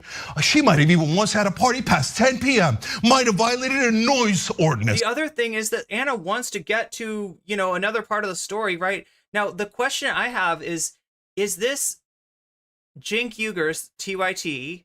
Is this, is that how it runs? Or is this the Jink and Anna show? Because I feel like for a long time, it has been put forward as the Jink and Anna show. And if it's going to continue to be the Jink and Anna show, then you need to let Anna say her piece. And that's what's really rubbing me the wrong way, is that like I massively disagree with her. I think that she's being really what's the word for it, craven, right? She's trying to preserve her access to Mark Ruffalo and the rest of these right-wing creeps, right? That's what Anna's motivation is. I think she's wrong. I think she's bad faith. I don't like what Anna's saying at all. But Jinx steamrolling her like this, I don't think is really helping. Let's engage in, is she guilty of the noise ordinance? I might be guilty of a noise ordinance now. No. Is she leaving? That's what we're trying to find out. I did get some more clips from some of you, so we'll be looking into this. It's an ongoing investigation, JG. Hatchet jobs. I still don't know. No interest. You're right, Anna. Even if they found it and they're like, this one doesn't have any citation at all. Oh. All right, okay. I'm done. We're wrapping this story up. We're taking a break. We'll come back and hopefully we'll calm down a little bit so we can actually do our jobs appropriately. The problem is that Jinx, like I don't even have like, look, I know Jink's gonna be Jink. He's gonna have that bluster. He's gonna give these kind of rants. That's fine, right? Like it's not to my liking. It might be to some of your liking. It might be it's probably to the liking of his audience. The people that are still there, they probably appreciate the Jink rants. However, like you can't use the rant to just bulldoze to road roller somebody like that. Like Jink's just rolling over Anna here. Appropriately is this story has zero validity. Right. And do not fire that poor woman because some donor who's rich says, no, I'm gonna run Harvard. No one's allowed to disagree with my political opinions. Okay, if that's what Harvard is, which apparently that's what Penn is, I'm humiliated that I went to Penn. They fired her over that? They fired her over that because the donors didn't want her to be honest and tell what the actual policy of the school was. The camaraderie at TYT is so heartwarming. On a hypothetical chant that didn't even happen. And those same donors, by the way, very, very likely donating to the politicians who voted for genocide of the Palestinian people because their lives don't matter. But we're discussing citations as 18,000 people have been butchered in Gaza. That's a weapon of mass distraction. All right, it's more than citations. I'm sorry that I couldn't give you guys the information, but please read. But go to Substack. I'm sure whoever's telling you that Jink Uygur won this exchange, I really got some questions for them because to me it looks like, and I'm trying to look at it from an outside as an outside viewer, right? I don't agree with Anna. I don't believe what she's saying. I mean, I guess I would like to look at what she's got in terms of receipts, what she was going to go over.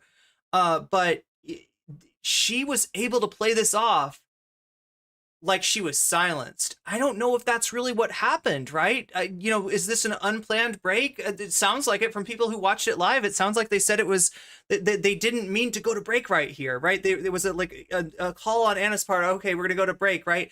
What this ends up looking like is that Jink is afraid to look at the information that Anna has.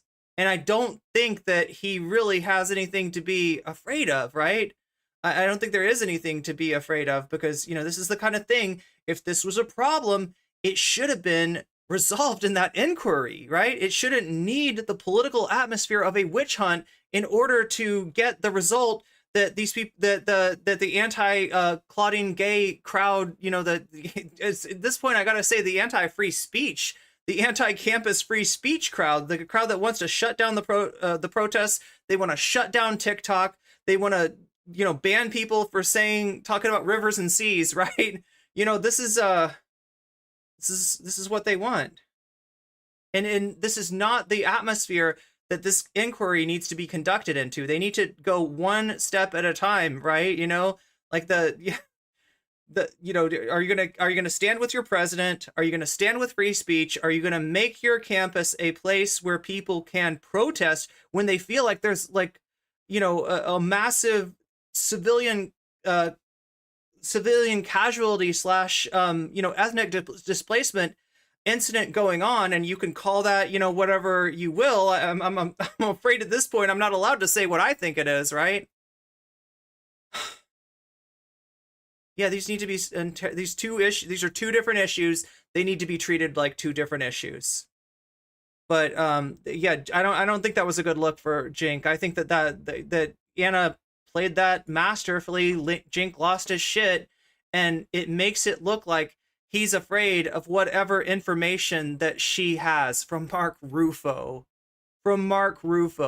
Given that she's clearly trying to preserve access, given that she's trying to maintain access with a conservative platform, I don't think she's got anything. I think you gotta let her make her case, right? If this is gonna continue to be the Jink and Anna show, you know, like you gotta let Anna get to her point. And I think that Jink was willing to do that. I think that he wanted to preface what she had to say with his rant, but because she calls, you know, let's go to break, you know, she cuts it off, right? It makes it look like she's being censored. And this is Anna Kasparian we're talking about. Come on. I don't trust her. I mean, Jink is a clown, but you know, he seems more or less honest about what he feels. It's just that, like, he doesn't realize when that, look, the rant, the bluster, the bombacity that he has is a tool in his tool belt, Batman. You got your batarang, and your batarang can help you out when you got to climb up a building, right? You throw that batarang, it catches on the building, you use it as a grappling hook. It can help, you know, for things but you can't use the batarang for everything, right? And that's his problem, is he's using this as his trump card, and it's not a trump card. We're not playing, you know, what is it that has trump cards? What game has trump cards? God damn, I don't even know. Is it Hearts or something? I don't know, chat. We're not playing that game. We're playing a game that's like more like it's more like rock, paper, scissors, right? And so you can't just be like, the rock is strong, the rock is undefeatable, I will play the rock and I will win. Some people are gonna notice that you play the rock all the time, and they're gonna hit you with that paper. And they're gonna wrap your rock. Your rock gets wrapped up. It can't do much when it's wrapped up in paper, okay? You're expecting the scissors. You're not always gonna get the scissors. You can't go with rock 100% of the time. That's his problem there. He's got one mode and one mode only, and it really let Anna, I think she won this argument, and it sucks because I don't think she's right. Anyway, let's see what else we got in the way of tweets. There's the from the river to the sea thing. And again, there's a little bit of hypocrisy and the kind of cowardice he's showing here with, you know, the from the river to the sea thing, and yet the same kind of cowardice that got President Gay in trouble, right? And in terms of not saying, you know, not giving a real academic answer that you would expect the president of Harvard to know what intifada means, like what the history of that word is, and you know, what is implied by it and what is not implied by it. That's all she had to do, was tell the truth there, but she was too scared. She thought it would be less contentious if she just like agreed. And yes, that's definitely a dog whistle for genocide.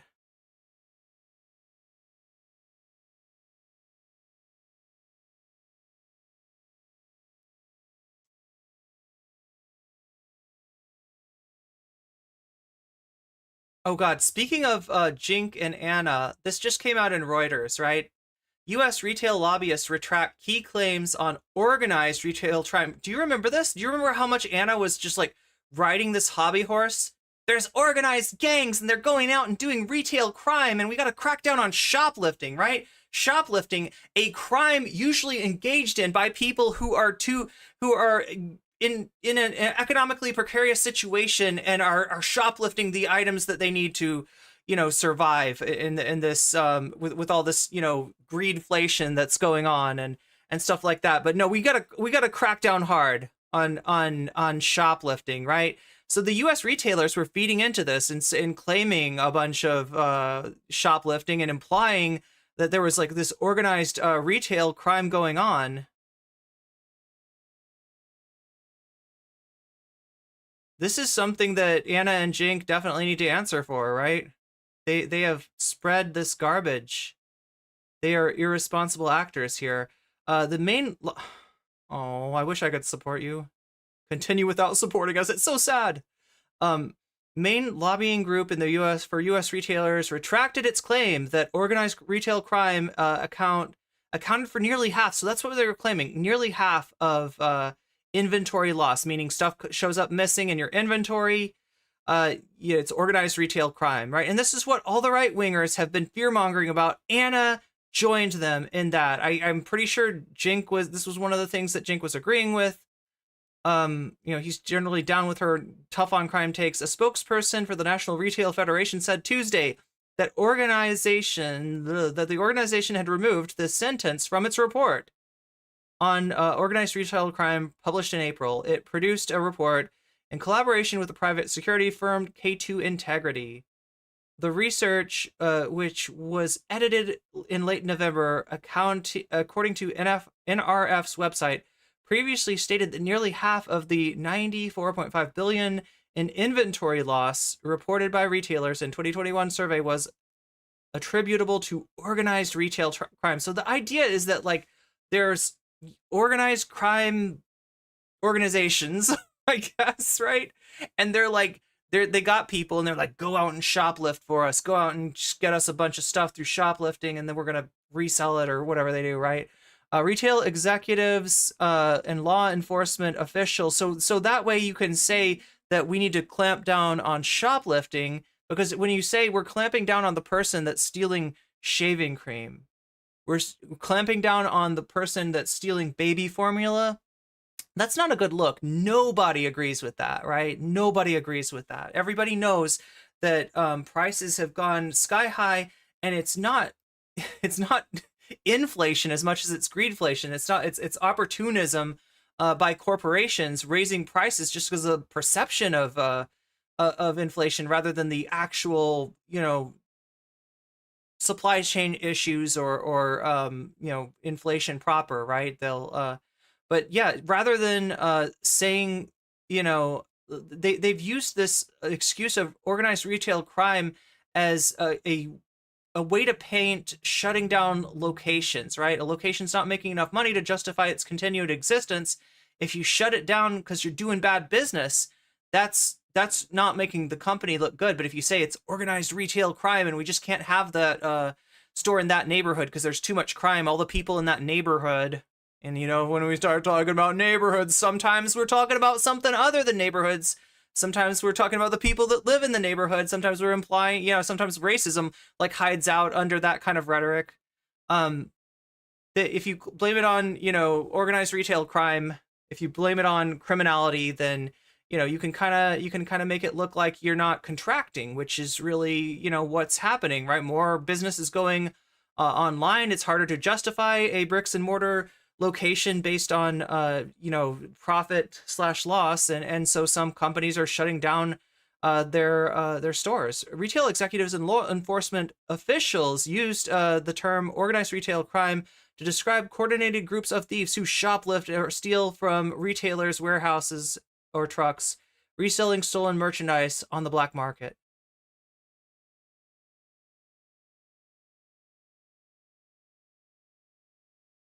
The NRF has cited growing rates of crime in calls for Congress to pass new laws, including proposed legislation that would broaden the scope of offenses considered organized crime and increase potential penalties, right? So they've recanted those claims. The question is, when will Jink and Anna recant their claims? How will they report on this? Because it seems to me like they owe an apology.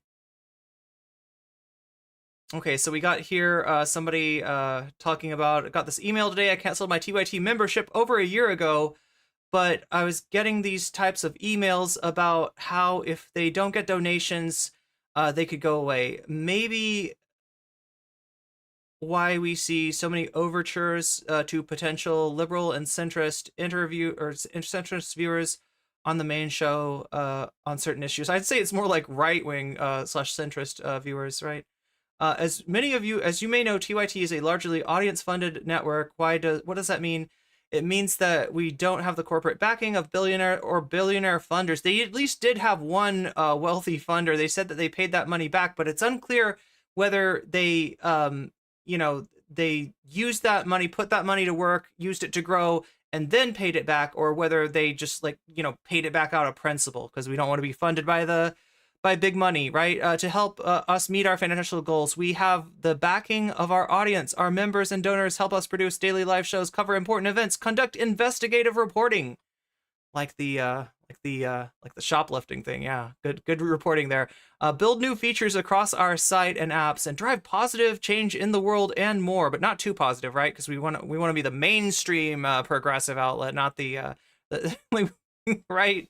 Not actually the home of the progressives like they used to be. But it's not enough. At the start of November, we set a goal for at least 6,000 new members in order to hit our goals for the year.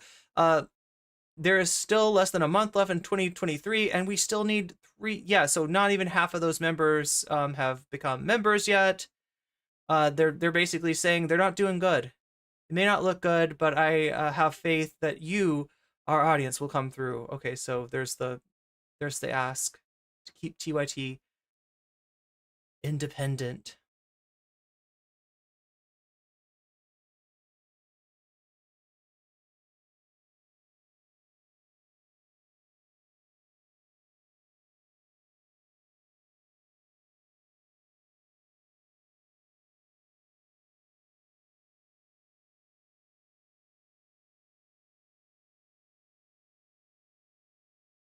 So yeah, I did get something else sent to me by chat on the...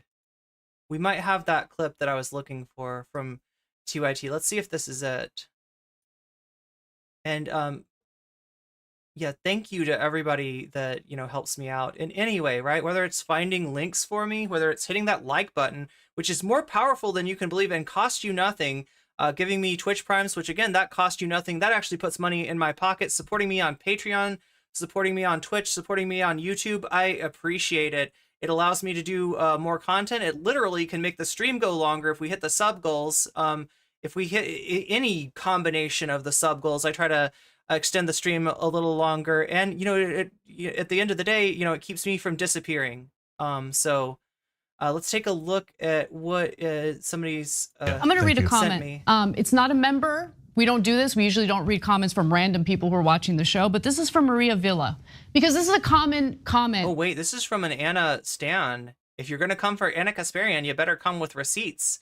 Lamau, homegirl, got dragged. Fuck the haters. Love ya, Anna. That I see in our chat that I need to address. So this is what she writes. Anna is auditioning for a mainstream media outlet job. Do you know that I've been offered mainstream media outlet? Here it is. Jobs making 3, 4, 5 times more money than I'm making here. If I were a grifter, I wouldn't be working at TYT for 17 years straight. What matters to me is that you guys leave the show every day knowing all the details, as many facts of the story, so you can make up your mind about how you feel about it. I didn't even share my perspective on that story. I wanted to lay out the story. So what do you think, chat? What do you think, right? I mean, if you take her literally out of her words, she's like giving us the reason. Emote unlocked? Wait, how did the emote get unlocked?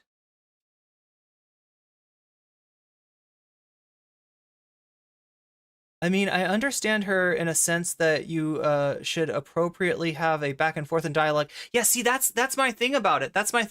I disagree with her massively, but I really don't like how Jink was, just dominating her, in order to make the point that I agree with. I agree with Jink, right?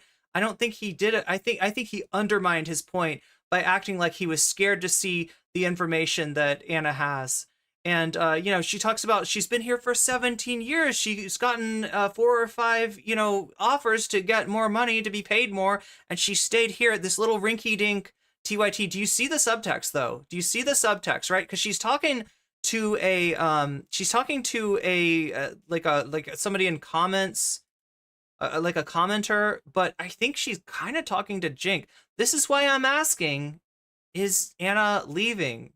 And then share my... Or is Anna firing a warning shot? This is how I interpret it, right? So if you want my answer, is Anna Kasparian leaving TYT. Not yet, but I think she wants to make sure that Jink knows that, you know, he can't do this to her anymore. And I mean, like, she's right that she should be able to, you know, if she's a co-host, right? If they're, you know, co-host on equal terms, she should be able to say her piece.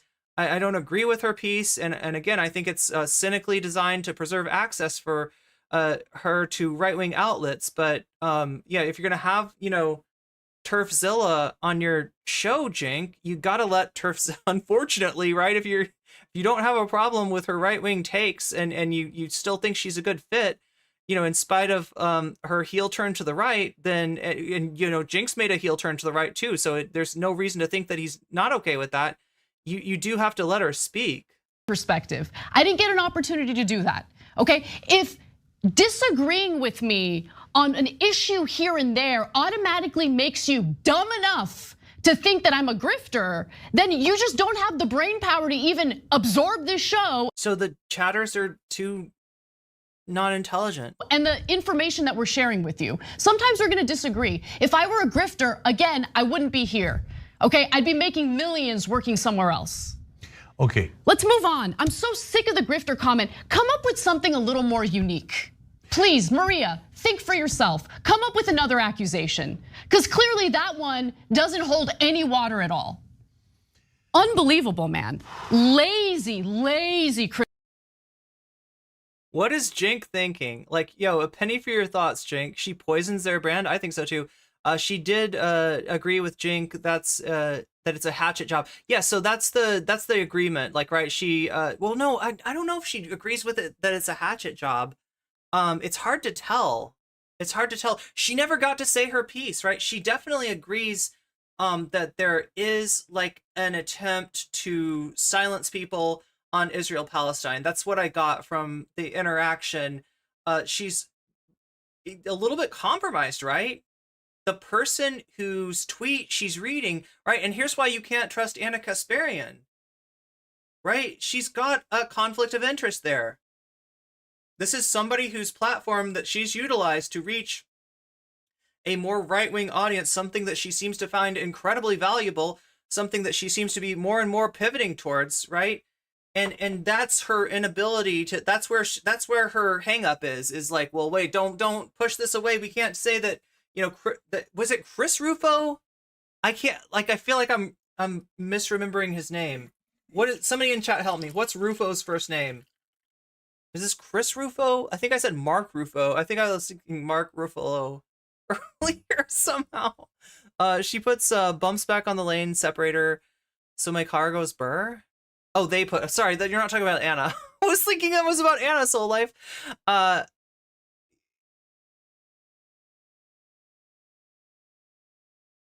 Oh my God, they're talking to Anna. They're talking, not, you're talking to Anna, not, Anna's a, okay, disingenuous switch. Yeah, so she's just calling her audience dumb. You're not kicking those high level ideas like me and Dave Rubin. Just means that she's a shitty grifter, true. She's mad at her audience because they can see the writing on the wall. Chris Rufo. Okay, thank you. I thought I got that wrong. I apologize for saying the wrong name. I was thinking about somebody completely different. Were you the commentator, LT9K? Says Robert G.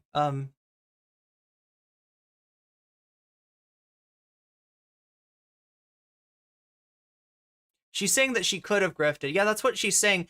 So, like, I mean, look, this holds up for the old Anna, right? If she got offers back in the day to get more money, you know, she's been there for 17 years, like, that holds up, right? However, you know, this actually puts her in a conundrum, because on one hand, she is obviously bothered by the grifter accusations, right? She wants to maintain some semblance for whatever progressive or centrist, center left audience she has left. She wants to maintain, you know, a veneer of being good faith and honest and not, you know, making moves for craven reasons. But Jink actually gave her reasons today to want to leave the show. In fact, here's what I'm getting, right? Either she's got to have a talk with Jink right here and now, and maybe that power move that she is making by mentioning the other offers is part of that, right? She's got to have a conversation and say, like, Jink, you are going to give me 15 minutes to make my point on that issue uninterrupted, or else I'm leaving. She's in Jink's shadow right now, or at least that's how it appears, right? Now on Jink's behalf, right? Maybe he was willing to let her say her piece after his rant, but he wasn't sharing equal time with her. He wasn't giving her, like, she had something prepared and he derailed that for quite some time. Right now, maybe in his mind it's okay because he was going to let her say her piece. He just wanted to make sure that he's on the record saying, this is bullshit. I disagree with Anna. I am not with Anna. I am not, beholden to Chris Rufo of all people, and I think this is bullshit, right? And I agree with him on that. But I just don't think that the way that he presented it, especially the way that he just bulldozed over Anna, I think that that's a really bad look. Like, I gotta say,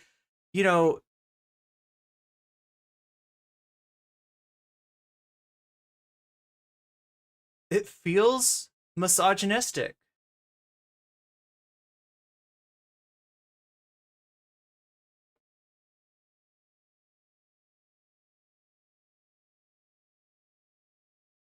It feels like he's so up his own ass that he's unwilling to share the stage, on this issue. He's so in his own, rant that he's unwilling to, like, let the co-host speak, right? That I don't know, right? What Jink was saying was they only looked for something. Well, I agree with Jink. For the record, okay? This is my nuanced view, okay? I agree with Jink. I have the same opinion as Jink, all right?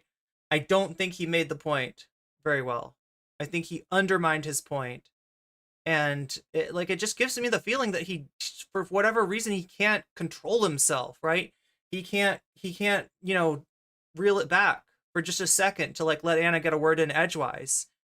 And like I said, in his mind, he was probably going to let Anna speak after he got done with his rant. But I mean, you got to share the stage, right? If you're really going to do this thing, which is how TYT presents itself as a partnership. Now, I don't know what the business arrangement is. I thought the business, yeah, it is a political witch hunt. I agree. Lynn, this is,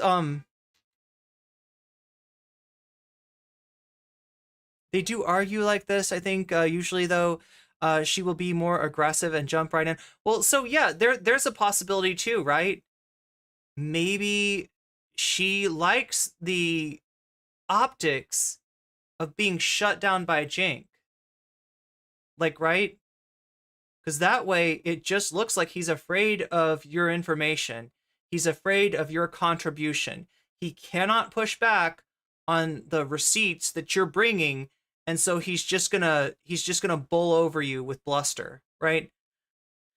So like I said, she's the one who said let's go to break, which is why I'm willing to maybe agree with whoever said that. Wait, who did say that? Let me give you credit for challenging my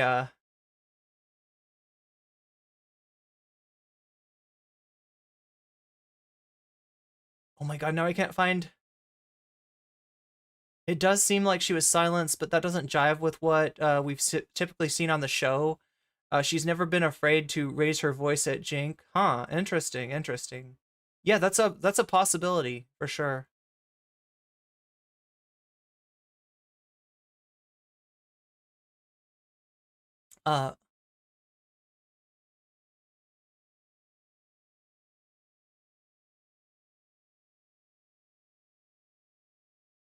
He's in presidential campaign mode. I don't know. I don't think even Donald Trump does, like, runs as hot as Jink does.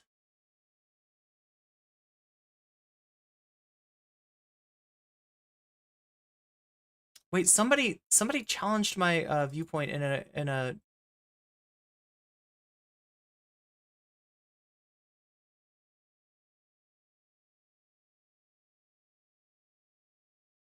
Wouldn't they discuss this before the show, like a pre-show meeting?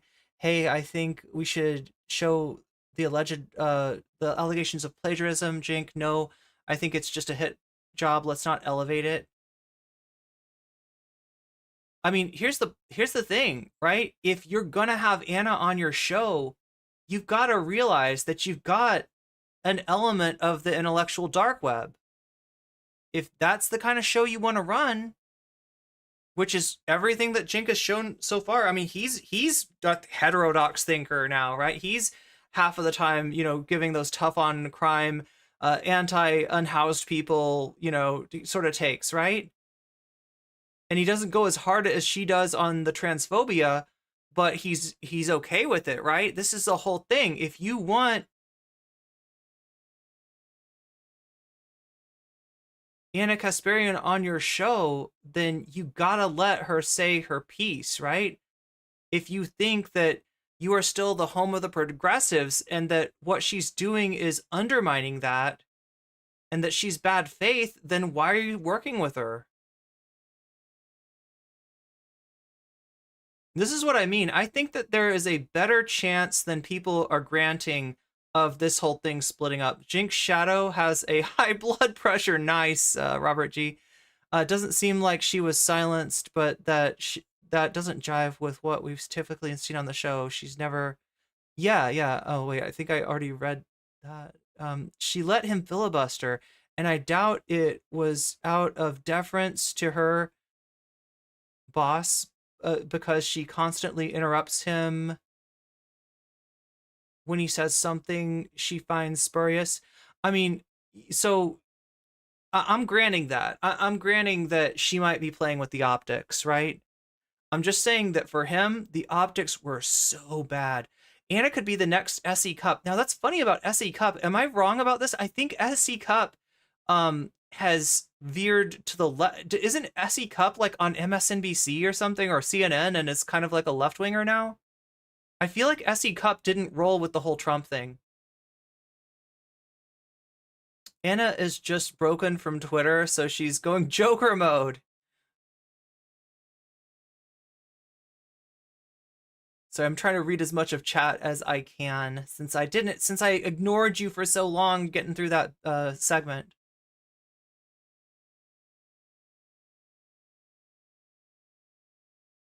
I don't mean to ignore you, chat. I appreciate you. Where will she end up? Fox, Daily Wire, Tucker Carlson Network? A lot of people are saying Daily Wire, right? There is obviously that relationship with Ben Shapiro that she's definitely defended. Tucker Carlson Network, interesting. Possibilities are...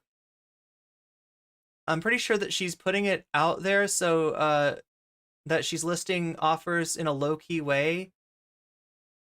Wait, do you think she's like soliciting offers, or like, hoping for more offers? Or do you mean like that she, because I think it's like a warning shot across Jink's bow, but I think she was, think she was both like irritated with the chatter, right, and wanted to push back, and she's tired of being called a grifter, so she was legitimately mad about that. But her response, part of it was letting Jink know that she's not stuck there. She's not like wedded to TYT, and there are other options on the table, and almost like, holding the fact that she's worked with Jink for 17 years, maybe at a making less money than she could have otherwise. She's sort of, reminding him of that. Anna isn't going anywhere, says Donald James X. Maybe. I mean, this, like I said, they will probably have a conversation either after they had a conversation after this stream, or they had a conversation the next day, right? There's going to be some kind of negotiation. She's positioning herself, says BCatK. Soul Life is canceling Robert. This just in. Soul Life cancels Robert. You can sell anything to a crypto bro if you know what you're doing. That's true. It's not hard. Donald Trump's doing that right now. Did you see that? Trump's back with his limited edition Trump cards. Like, they started off as NFTs. And at this point, I don't even know if it's NFTs. Are they? Is it still NFTs, or is he selling like I feel like his crowd is not young enough to really understand what an NFT is, and that like didn't he kind of go to like baseball cards, but they're made with AI. They're like AI super sexy buff Trump cards. What Jink was saying was that they only looked for something. Yeah, I agree. Yeah, exactly. That's what I'm saying, Soul Life, when I said that this inquiry, any sort of inquiry into the plagiarism thing needs to take place outside of this witch hunt environment that we're in right now, because otherwise a decision is going to be rendered based on the politics of of wanting to silence people on what's up, Crystal, wanting to silence people on Palestine, right, rather than on anything on any with any she has zero chance of getting a fair trial. That's what I'm saying. Does that make sense?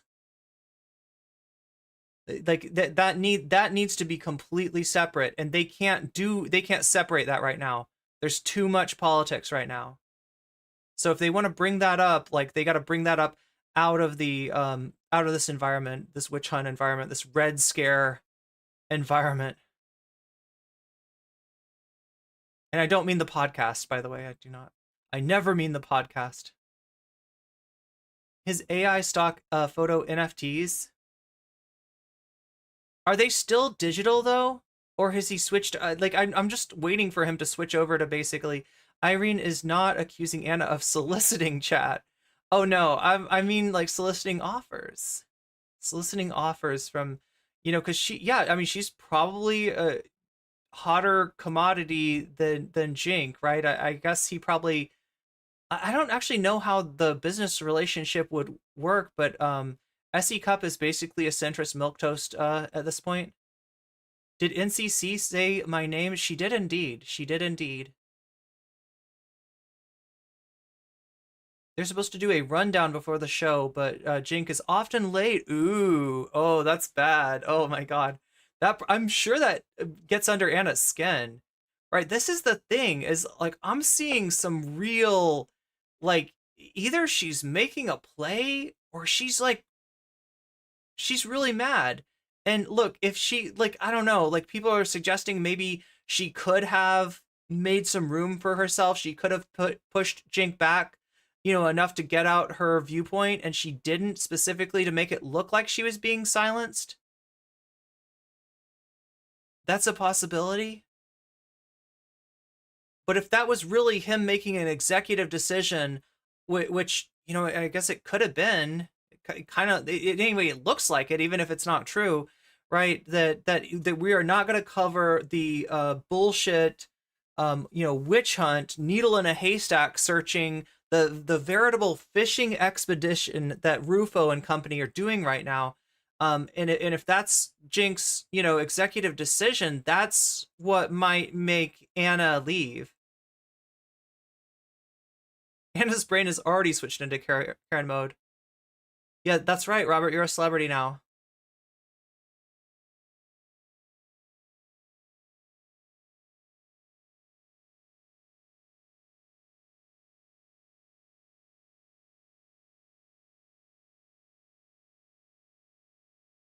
Never underestimate. Oh, that's what Autumn is right about. Never underestimate the gullibility of crypto bros. True.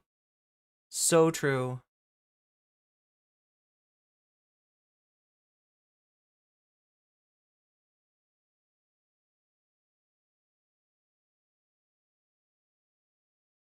Free Anna. Well, I mean, she may be free. She may fly like a free bird. Do you think Anna's gonna free bird this? Dr. Rashad. Oh no, did people get banned? Are people getting banned by the other TYT hosts?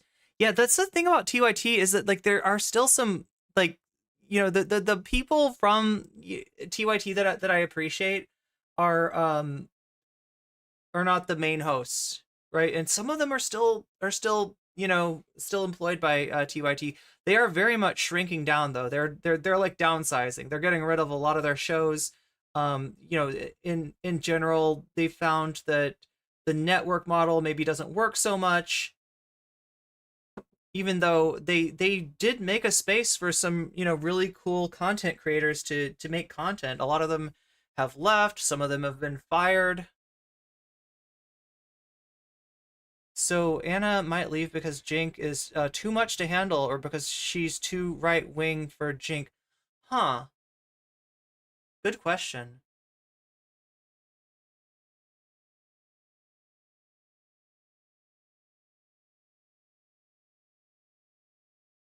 If Jink refuses to let Anna make her intellectual dark web case, right? To make her right-wing case, right?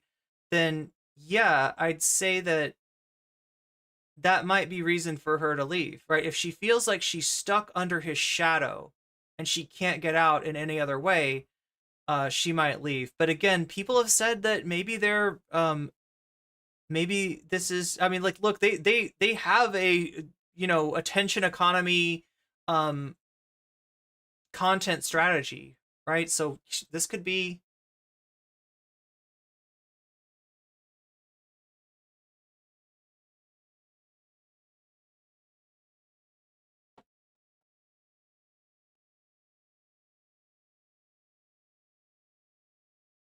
I'm not saying for sure that Anna's gonna leave the program, but I'm saying that there is a lot more chance of that than at any other time that I've seen. Like I don't think I've ever, and you know, like I'm not super close to the show, right? I'm not somebody that watches the live show every day, not by any means, right? So maybe other people, you know, have seen this before, and this is just something that they do.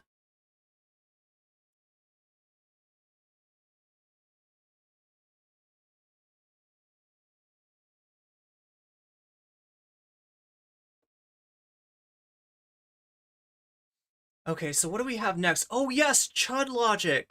Are you ready for this? Unless anybody else, do people have more to say on the Anna Kasparian thing? Because otherwise we got to roll through. We are 2 hours. We're making decent time. Chud Logic and Vosch and Loserbox. So I gotta kind of keep this going just in case we don't hit the Oh god, this was good though. Ugh. I want to go after the. I want to go over the majority report's take. Oh wow, I want to go over the majority report's take on the Nikki Haley TikTok thing, because I think that was really good.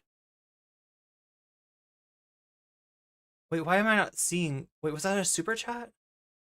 No, the super chats go.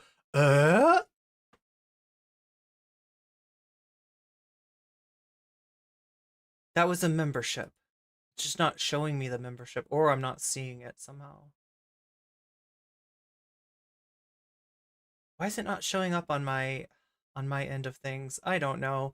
Whoever became a member, thank you so much. Thank you very much. Oh yeah, it's T2 Baby. T2 Baby became a member. There we go. Thank you. Your memberships feed me. They allow me to keep this show going. They allow me to keep body and soul together. You know, if I were to get enough to fix my computer, to pay for like a slightly better. I think I need more RAM is what I need. I think that's why it hicks up like that. I don't know if you know. Oh yeah, people did notice earlier. People were like, "Is the stream dead? Is the stream dead?" No, it's my computer. It was not catching up with just the basic stuff that I'm doing. I don't know. I mean, I do have a lot of tabs open, so I shut some of those down. But yeah, if you want to help me out with those, I do have a Patreon that you can support. I think that, yeah, we were trying to figure out like what of all the donation platforms, like what takes the smallest cut from that. And we determined that right now, probably it's Patreon. I don't have a Ko-fi, is that what it's called? Yet that, I think that takes slightly less than Patreon.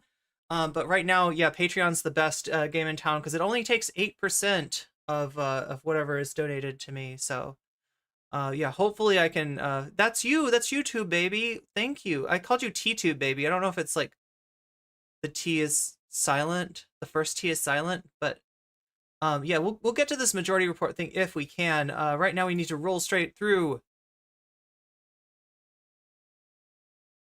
to Chud Logic.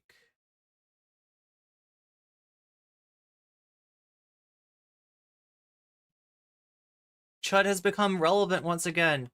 Not for any reason like particular to him, but more of like what he represents. And what he represents is the reaction of all the little chuds out there to a viral new woman trend. It's Twitch and Free Fall. Free Fall? Free Fall. Chud enraged over there's a viral new woman trend. There's a viral new woman trend. And yes, he is talking about the Bobas. He is mad about the Bobas. And this is going to be Twitch's downfall. Well, I mean, like, I don't know, Chud. They've doubled down on this, so there's something, they're getting something out of this, right? Let's see what he has to say about this, because I feel like he represents, look, Chud, as much as I disagree with you, and, like, I disagree with you on a lot, on almost everything, especially in this video, I'm going to disagree a lot with Chud on it, but I do think that you represent a certain viewpoint, and I think that you represent it well, almost like you know where your bread is buttered, almost like you're more in touch with your audience than probably I am. I mean, Chad, I listen to what you say, but I don't do the whole thing where I turn you into an avatar and I try to imagine what your hopes and fears are, and I do my content based on appealing to those hopes and fears in order to maximize engagement and maximize, you know, resonance. I'm not thinking that deep when I'm doing my content. I'm just giving you my opinion. But Chud Logic a long time ago figured out that his opinion stinks, right? His leftist politics were soy, and he had to change to being Chad. And you know, the Chads have gotta voice the opinion of the lonely men out there that both enjoy looking at Bobas but are threatened by them, and threatened by the fact that somebody might be able to get more followers than they can on stream by virtue of those Bobas. And let's take a look. Are so, but then a woman. Look at this too. Look at what he's doing. Right? It's a VHS tape, right?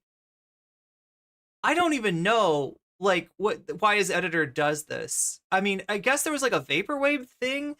Chat, is vaporwave still possible? Is vaporwave still possible? Is it possible? Is it popular? Is what I meant to say. Is vaporwave still popular? Is vaporwave still popping off? Because that's the aesthetic that he's kicking right here. And I don't know if he like grew up with VHS tapes and he just really likes the look of it, or what. It seems like, wouldn't that be like a little bit before his time? I don't really know how old he is, so he's definitely older than his viewers though. Is on stream. And if you're older than your viewers, then why are you, I don't know, I don't get it. Slapping her f***ing breasts around as people throw money at her. I'm all up for some memes, okay? Morpie isn't trans though. Morpie is a cisgendered woman. But more on that later. Oh wait, chat, does anybody know about this? Morpie, right? These people can go and they can just flagrantly like broadcast and no one does anything. Bro!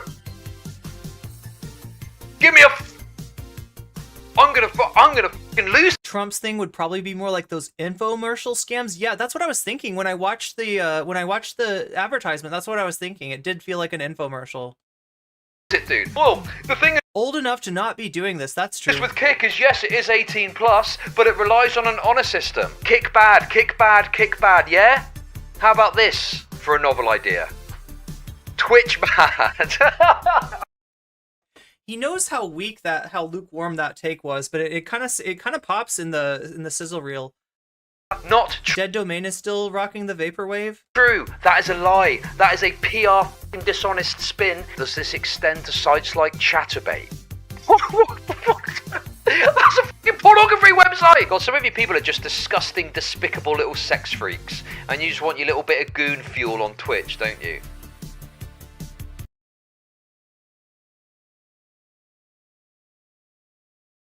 Spoken like a true coomer. I have to pee. You know, it's funny. I remember I was looking at stuff the other day, and even I think was kind of trapped within this kind of dynamic, because I was looking at stuff on Twitch and it was obviously pornographic. It was obviously pornographic. And I was being like, So it was TOS? What would I think if I was a Twitch mod looking at this? Isn't it weird for him to say that? What does that mean? What does pornographic mean to you, chat? Because to me, like, it means that there's not just going to be some Boba slapping. There's going to be some cheeks slapping, right? That's what cornographic, that's what corn means to me, right? If you're going to call something corn, there better be somebody getting laid. Some might think this about it. But then it's like, Twitch mods are cucked. Twitch mods are totally and utterly cucked. Of course. Now, he's talking about not Twitch mods like you mods in chat right now, who I appreciate very much for hanging around and modding for me. That means a lot. And it's very much needed, right? I could be in some big trouble if mods aren't doing their job. So I hope they are doing. Anyway, I don't know what's going on Twitch, right? But yeah, they're not talking about you mods. They're talking about mods like people who decide, like, this is TOS. This streamer is doing something that's not allowed. Like, you know, whoever made the decision about poly people was ostensibly a mod, a Twitch mod, right? That's who he's saying this to. And not because they're banning poly people off of the platform. No, because they're not banning MorgPie. And if they are banning, you know, any of the Boba streamers at all, it's for like 1 day or 2 days, or, I mean, like, that's what he's presenting to me. And yet I know somebody who got permanently permabanned. Yeah, permanently permabanned off the platform. And for something that that doesn't look like it was against terms of service at the time, definitely is not against terms of service now. So I wonder what he's got to say about that, because I think that her name might actually come up in this video. Course, they're going to look. It ain't corn if you can't goon to it. That's what I think too, or else ellipsis. A woman doing something and take a very fucking soft view of it, right? Meanwhile, this is okay. Now I'm not as tired. I've managed to formulate it in a better way, okay? And I've thought about it a bit more, right? My problem is Twitch are so anal and so hardcore and so hard. So I agree. Hardline on. They are hardline. They are. I can't say that word, but everything else, they crack down super hard, right? To the no. They're not everything else. Everything, right? There's a lot of people that get banned off of Twitch. There's a lot of people that never really understand why or get a good explanation. It seems arbitrary, and way too often it's permanent. I agree with that, but he's saying everything but the Bobas. He thinks the Bobas are getting special treatment. Point where... And that literally does not comport with what I've seen Twitch do to friends of mine. If you say a word that is wrong and they mishear it and they think it's a slur, but it's just your accent or something like that, they will ban you for 30 days for that. They will ban you for 30 days because they mishear you and assume you're saying a... But Chud, you didn't get banned for 30 days. You appealed and you got it reduced to 14 days. So...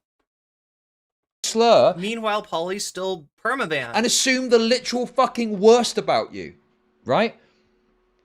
I'm sorry, Chud. I don't know these Boba streamers, but I do know you and I know Polly, and I know there was a big difference between how the two of you got treated.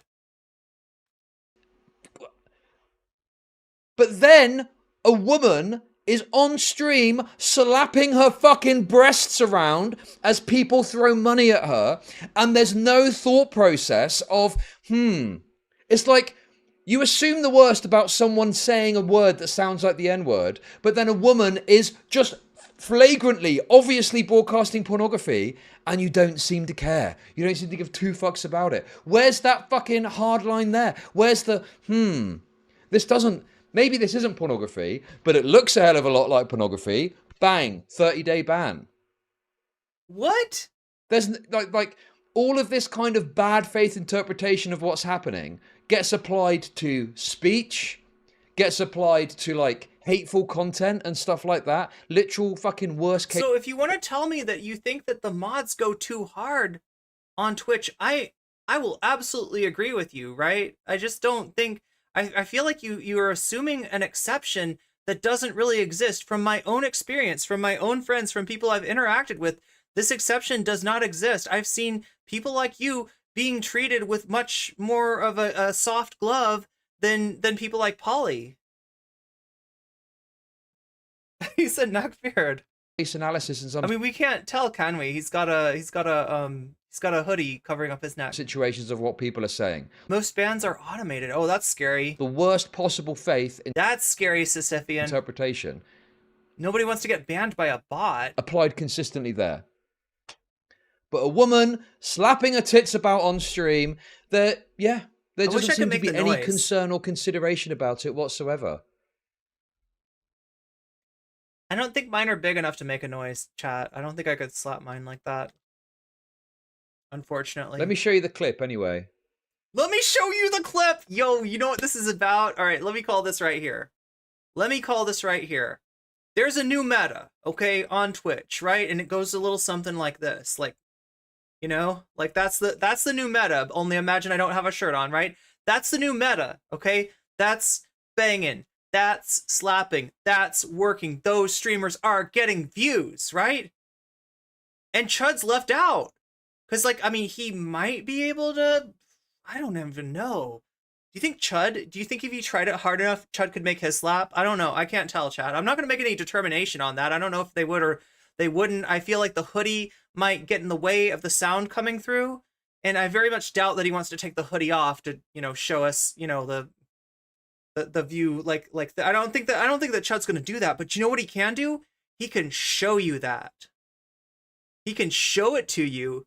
He can have it on his screen. And chat, if you know how Twitch works, right? It's a little different than YouTube.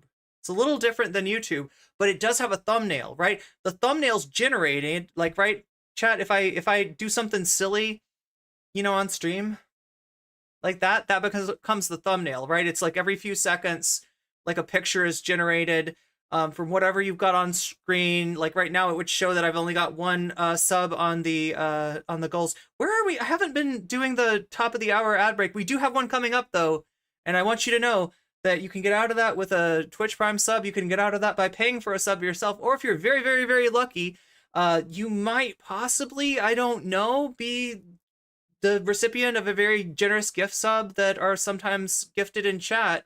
But you're more likely to do that if you're actually active in the chat, right? So I gotta mention that. But yeah, they'd see like what's on screen right now, right? They see the lightning, they see me, and they would see, you know, so like, right, if I thought that Chud Logic was gonna get more views on Twitch and I was just worried about Twitch, I'd show you this. If I thought that I was gonna get you more views, I'd show you this. It's a very visual medium, right? In terms of when people see the thumbnail, right? So if Chud wants to present a thumbnail that is competing with the Boba streamers, right? Then what is let's show you what he does to do that, right? How does he harness the Boba meta without being himself a Boba streamer?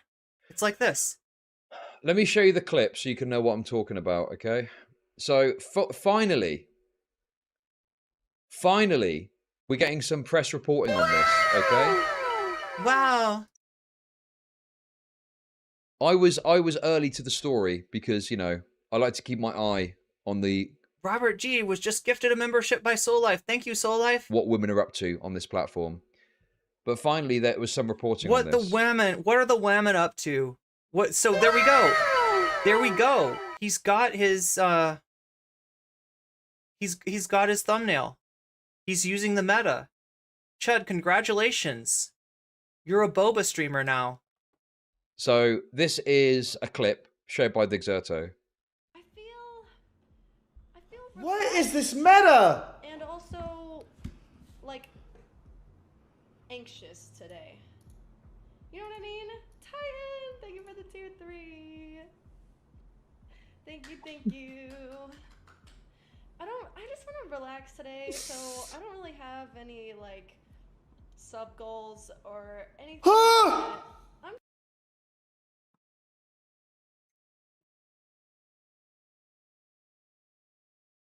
Isn't that insane? Isn't that totally and utterly insane? Wait, it was just Not Yeah, really. I've got the denims thing tweet to look at. Don't worry, we've got that. Don't you worry. Okay, so do you see what the rules are there? The rules are like, so from what I can tell, you can show this, right? This and up, right? You can't show down there. Like, I mean, I can show it because I got a shirt on, right? I'm okay with that, right? But for somebody like Morg Pie who doesn't have a shirt, maybe can't afford a shirt, maybe somebody needs to buy Morg Pie a shirt on Throne. I don't know why Morg Pie's not wearing a shirt, but apparently Morg Pie does not have a top to wear, right? But you can't show the area, the circular, area there, and you maybe you can't show the side area, and you can't show the below area, and maybe based on what happened to Polly, I'm guessing you can't show like the mid area. I don't know. They're not clear about this is the problem, but like, so based on the meta that we're seeing, it's like you can show this and up, and that is okay. What if you have low nipples? Guys, okay, look.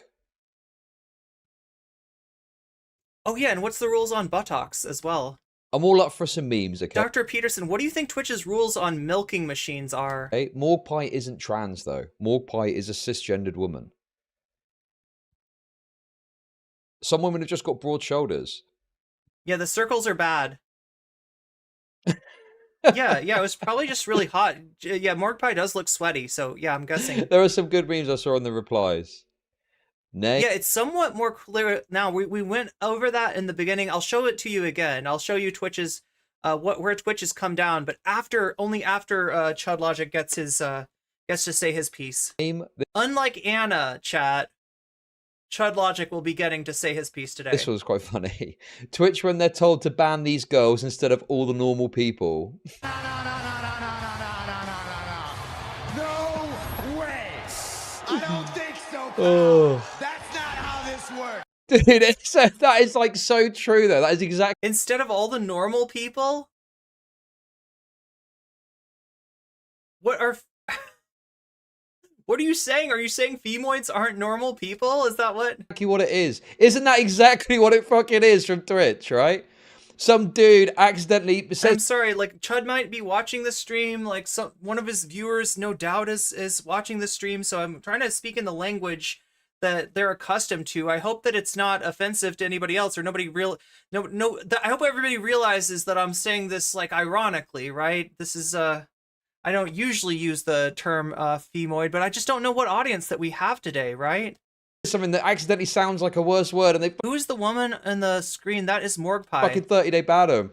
A woman is broadcasting pornography on Twitter. Oh, who could tell? Who could tell? Oh, yeah, we got the attire policy and the whatnot, and the sexual content policy. Who can tell though? Oh, it's up to interpretation what this could mean. I guess we got to let it fly. It's fucking nuts. You gotta let it slap, Chud. You gotta let it slap. Oh.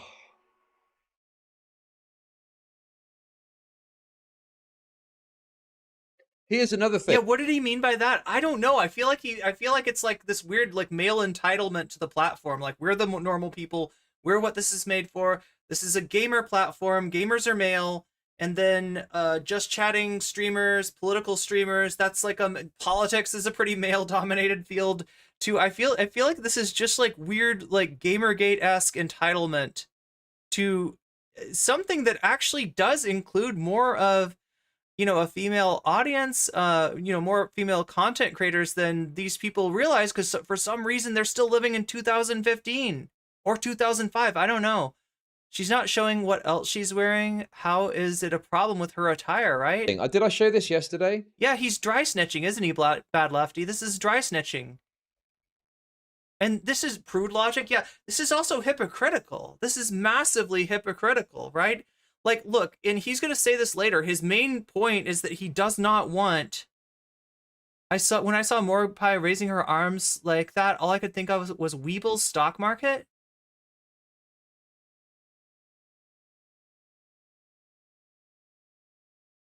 Yeah, it makes us sound like a cool alien, right?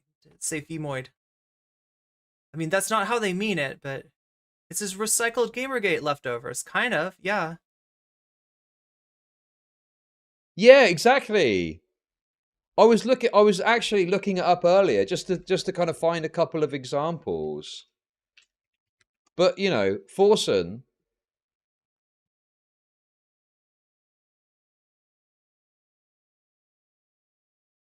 Forsen got banned, didn't he, for apparently saying a bad word because he said "fuck it," and obviously because of his accent, it sounded like a different word, right? And this is exactly the mentality that I'm talking about. Is this okay, so there's an issue where there's a very clear rule. You're not allowed to say certain words that are, considered slurs.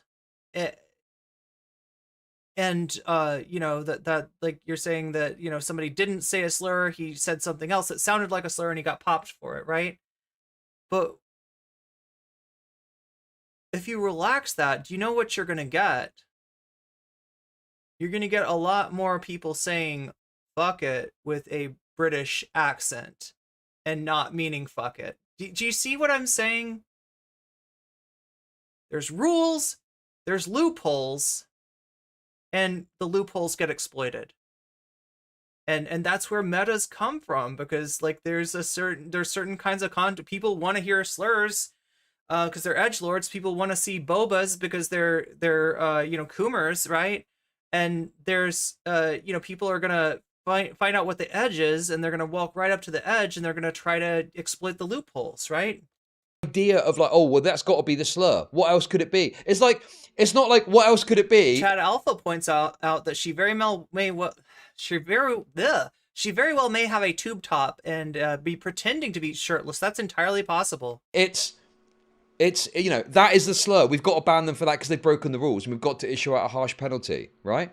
And also on top of that as well, what was the horse thing? What was the horse thing that you mentioned? Wasn't the horse Amaranth? Is she talking about the horse thing? Are we talking about Amaranth and the horse mask? The admins have decided if it's not targeting individuals, it's fine. It's just ideological porn. What was the horse thing? Is he talking about Amaranth with the... Like, I remember this was a long time ago, but Amaranth got banned for wearing a horse mask, being down on all fours, and I think there was just some kind of skin tight, like, leotard. Like, all of Amaranth's skin was, like, covered up, but it was with like a tight, very tight outfit. And I think that if I remember correctly, Amaranth was just horsing around.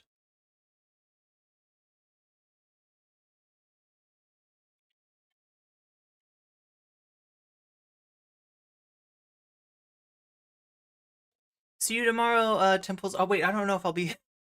Wait, I don't know when. I feel like I'm streaming too much, Chad. I still need to make videos for you. If I'm not doing it. Someone sent them a link of horse. Yeah. Okay. What is the horse? What is he talking? Is he talking about the old Amaranth clip? Okay. That's the other thing as well. And again, this is why Kick are so much better in this respect. It's like you can accidentally show something, right? The reality of live streaming, you can be as careful. Look, is Kick really that much better, Chud? Because I'm looking, it looks like you don't have any Kick subs for today, and you do have like 9 Twitch subs, right? So I mean, like you might like Kick, but it seems like Kick maybe doesn't like you as well. As you want. They're not taking care of you, Chud. The reality is, sometimes you will show something that you maybe even know explicitly. Yeah, people appreciate the puns. Is against TOS, right? And obviously Atrioc found this out the hard way, unfortunately. There's some things that you don't want to be seen that you can accidentally show to everyone, right? Yeah, Amaranth was just wearing a horse mask and doing ASMR. I know, right? But it's like... What's wrong with that? The idea that you accidentally show something and you can get very harsh. The accidental slurs. Well, no, he's talking about, like, I doesn't even know the Forsen situation. He's describing this, that Forsen has a British accent, and he said the phrase "fuck it," and it sounded an awful lot like a homophobic slur. Punished for just showing a clip of something on stream that you shouldn't. But like, then I've heard all this stuff about Kick being great. I mean, look, here's what I think it is, right? If you're XQC, like, Kick will put a lot of money in your pocket just to get you on there and to bring some of the Twitch crowd over there, right? But if you're not, I don't see what like, look at this guy. This guy's perfect for Kick, and yet he's got 0 Kick subs. Nobody on Kick is supporting him. So you can just, and it's the consciousness of it. I am doing a porno stream. I am going to do titillating content that is possible. Oh, we need to clip that. Wait, let's go back and like listen to that clip like uninterrupted. That's music to my ears, Chud. To hear you say that, right? But then you can just, and it's the consciousness of it. I am doing a porno stream. I am going to do titillating content that is possibly against the terms of service because it's going to bring about better viewership and better money and stuff like that. Yes, please. Wait, I thought you said you were gonna do it, right? Where's the titillating content, Chud? Okay, I think he was just lying.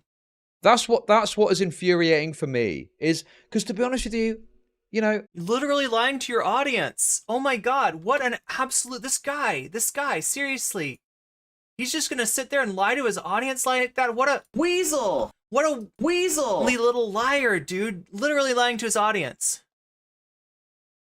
We expect the titillation, Chud. Yeah, it's Twitch's problem.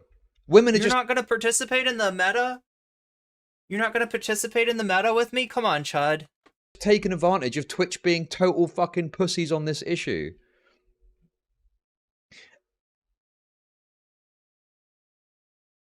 Yeah, that's right. He's edging his audience. Yeah, that's right, Buffy Geek. Weaselly little liars, dude. Weaselly.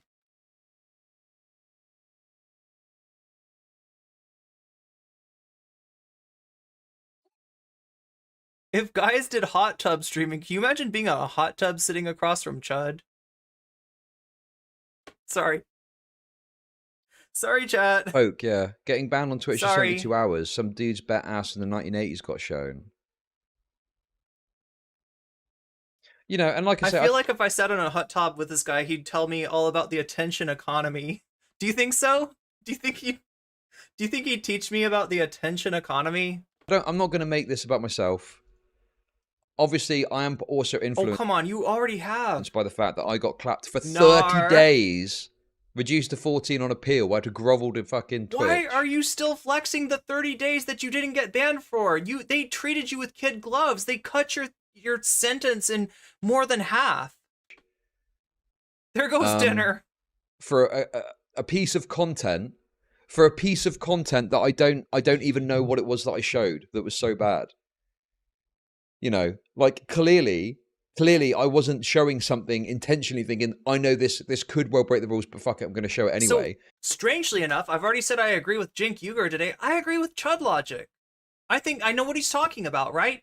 That like you could be looking on Twitter and you're scrolling through and there's something that's against TOS on Twitter and you end up showing it and you get in trouble. You're watching a YouTube video and there's like a hate symbol there, or somebody says a bad word. You're doing a live stream and you're taking callers and somebody says a bad word. There are a lot of things that you can do that break TOS that's not like you trying to break TOS. And these platforms seem to have zero tolerance or zero interest in discerning the person trying to get away with doing the breach of TOS with the person who accidentally did the breach of TOS. I would love it if there was more, room for mistakes on Twitch. I agree with him about that, but he's kind of hypocritical about this. Look at he does it. He wants to see the ban hammer come down on those Bobas, right? He has no love for the Bobas, or maybe he has, I don't know. Flagrantly showing it. It was like obviously a mistake. I'm not knowing exactly what it was. But these people can go and they can just flagrantly like fucking broadcast porn and no one fucking does anything. Like, what's this? I'll watch it off screen then if it's banned, right?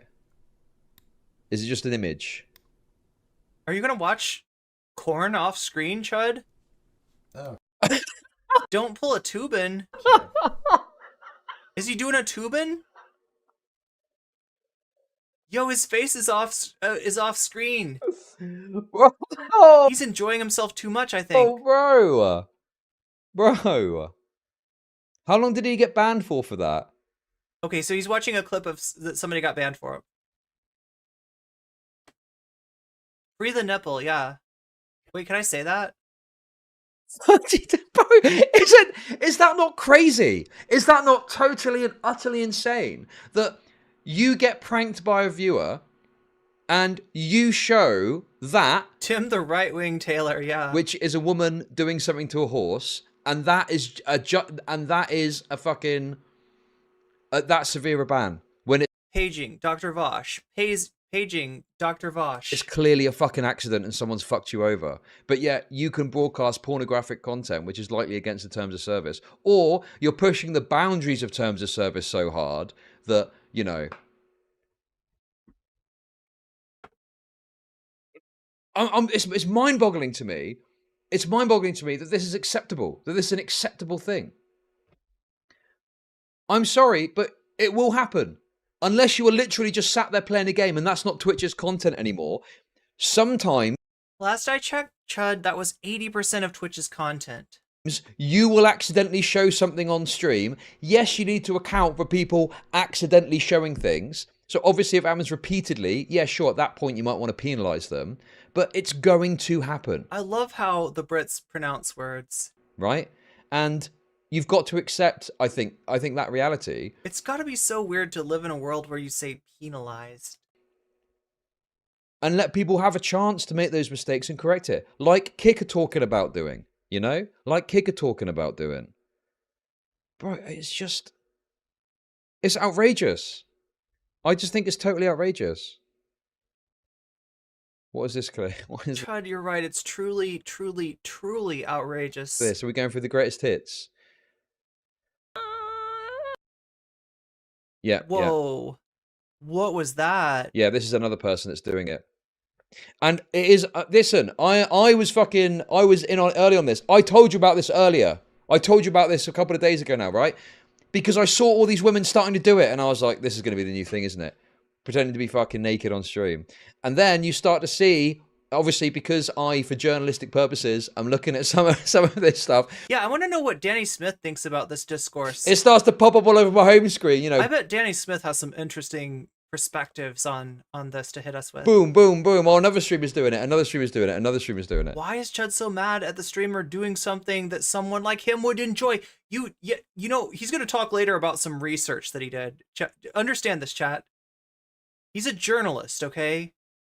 And in his journalism, he's done lots of research so that you don't have to. Of course, we're going to do research on the Boba streamers, on the Boba streamers, right? And just see what's up with this. And Chud is, you know, he doesn't enjoy it. He doesn't like that kind of content. He doesn't approve of that content. He's morally scandalized by this type of content. But that's not going to stop him, chat, of doing his journalistic duty and researching it. He's doing lots of research, right? Some of the research is done with one hand. And it's just, it becomes like a fucking cancer. Okay, now I might skip past this streamer because I'm understanding that this streamer got banned, right? So when I'll tell you what they do. No, okay, so that's the streamer that got banned, and my understanding is that she got like one of those like a mango drink, like one of those little tiny like cans, like those little tiny like, you know, energy drink or soda cans with like a mango drink, and she rests it right here, chat, and she puts a straw in it and she sips out of there's no hands. It's amazing, right? She's able to do that with no hands. But yeah, my understanding is that this caused her, oh my god, we're gonna miss what he says though. Oh, okay, here's Can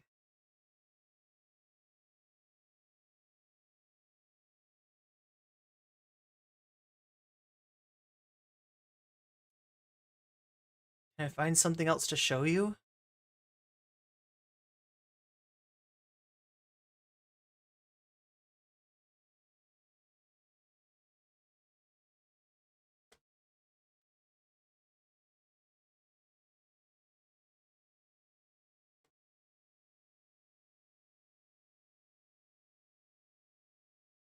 so here we go.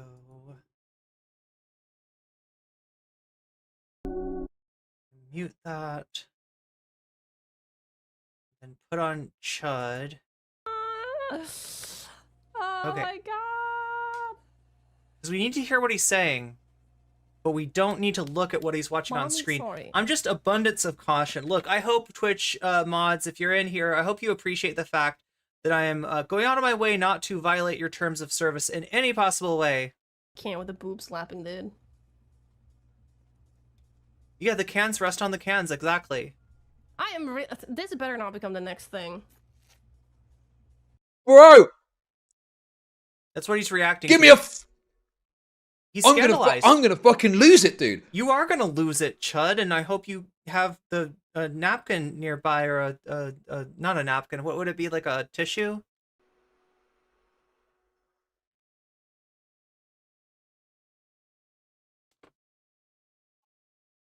He's quiet. I don't know, like He's no comment, Chud. He has nothing to say. nothing. There's no kind of response to this and to it. No kind of like, oh, you know. Yeah, if you flash up a fucking violative image for a second, boom, fucking Twitch will fucking bat straight on you like a ton of bricks. They'll bust on you? You God, accidentally flashed up a pornographic image for half a second. Well, that's a fucking 30-day ban, bitch. Boom. But this, not quite sure on this one. Difficult to say. Is it sexualized content? Isn't it? Does it breach the attire policy? Well, technically not. No, it doesn't, right? Technically, they're not breaching that rule. So I think it's okay. When quite clearly the whole point of this dynamic is to push the rules to broadcast as salacious and pornographic content as you possibly can in order to circumvent the rules that they've fucking got. This is making me want to get And my Stylo's spin. right too. I don't often agree with Stylo, but on this one, I think he's on the money. If I was to speak too negatively about these women and use words that maybe would, you know, it's difficult to know where the line is, but certainly there's a point at which if I was being harshly critical, using certain naughty words, I could feasibly get suspended for that for 7, possibly even 14 days. Right? So me talking about it in a... Chud, when have you ever been harshly critical of a female streamer? Like, when has that ever happened? I don't think you've ever done that. I don't think that you've ever done that, Chud. If you have, I can't remember who it was that you did that to. Like, harshly critical, you know, like directing harassment at, anything like that. I don't think that's not your wheelhouse. This is not Chud. Super negative way of saying never harshly critical to the femoids on Twitch. Bad words is seen as that big a risk that I've got to be suspended. No. Okay, but this is just completely fine, completely acceptable, no issues whatsoever. And the thing is as well, I know what people say and think. It's, oh, well, you know, maybe Twitch don't know about this. Maybe Twitch are going to find out about this and then they'll start to crack down on it because of how crazy this is. They found out about it, Chud, but well, you're going to see. I got some bad news on that front for you, okay? I got some real bad fucking news, right? Morgpie, who has been very flagrantly getting involved in this little seedy business operation, okay,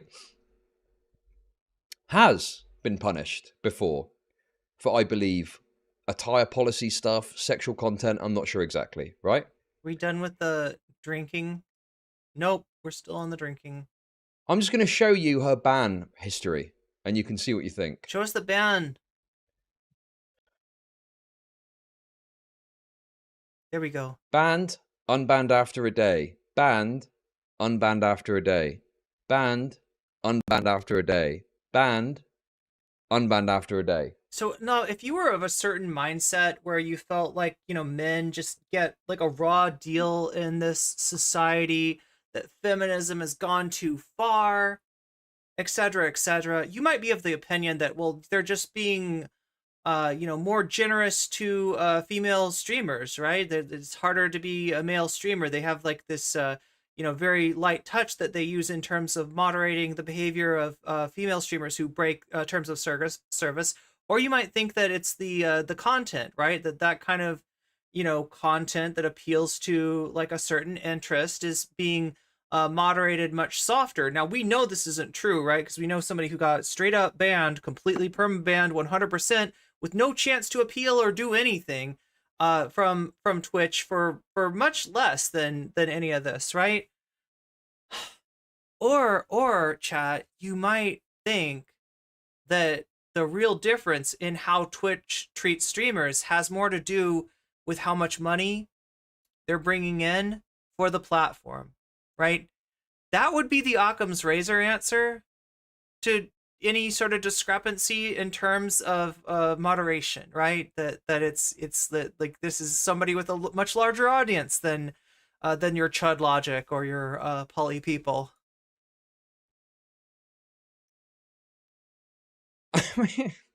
Wow, you're telling me that a few slaps on I the don't know. Can somebody confirm this to me? Like, I'm guessing Morgpie's like a pretty large streamer.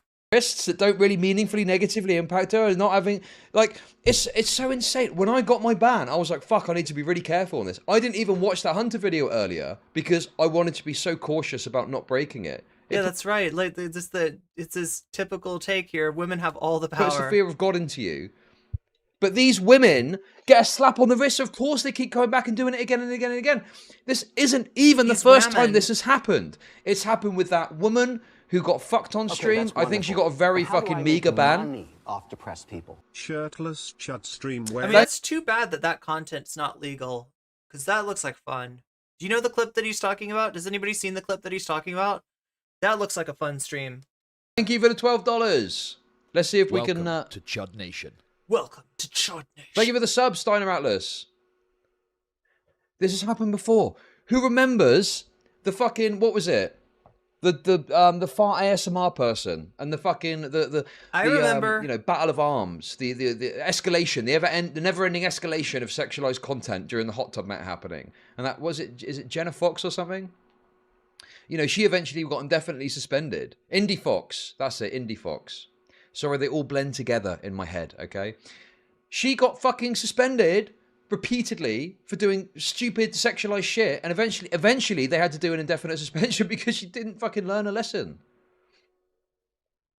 And this is exactly what I've been saying about Kick as well. I've said that Kick probably needs to, not just do slaps on the wrists, not go too far, but you need to give more substantive punishments, because otherwise... So, like, punish me, right? That's what he's asking. That's what he wants, is punishment. People, just don't learn. Because they're going to keep doing the same thing. If you do something that gets you loads of attention and the punishment is a fucking one-day suspension, well, you're going to fucking do it again, aren't you? Because I'm going to do it again so I can be bad, so I can be punished more, yeah. You? Like, all of the incentives are fucked. All of the incentives are set up so that Morgpie just keeps coming back and pushing the line on this content again and again and again, Pushing the line. Sorry. Meanwhile, if you're not a woman... Okay. If you're not a woman, if you're not one of these special, well-treated class of streamers, right? You're not a... If you're not a fucking woman and you're saying bad words, you're going to get absolutely fucking hauled over the coals for that. It's so stupid, man. And the thing is, as much as they try and act like there's not like political decisions being made and they try and be as fair as possible. It's political! He really thinks this is wokeness. Is that what you're saying, Chud? I've got some questions for this guy. I've got some questions, right? Political. I mean, like, what does he mean by political? Is that what he thinks? Is he thinks as wokeness? The wokeness has infected our Twitch moderation? Consistent, right? Why the fuck did Aiden Ross get indefinitely suspended from Twitch? Why did Aiden Ross get suspended? Look, I've got a lot of guesses. There's a lot that Aiden Ross has done. Like, why did Aiden Ross not get suspended for as long as he did? That's the better question, right? Again, a large streamer and literally has to, I don't even know, like, chat, what all, like, Aiden, I don't even remember what all Aiden Ross did. Because he showed his Kick chat on stream and it had bad words in there. How does that constitute an indefinite suspension? right? Yet this is how you tackle people attempting again and again to broadcast pornographic content on the platform, right? All the fucking brouhaha over Aiden Ross broadcasting porn on fucking Kick when he showed the Pornhub screen, right? Which, listen, that was wrong. I said that was wrong, and I think that's wrong. Yeah, this is completely unaddressed. This is completely undiscussed. This is complete. No one fucking cares about this. Now, thankfully, people are fucking talking about it again. But fuck me, it's insufferable.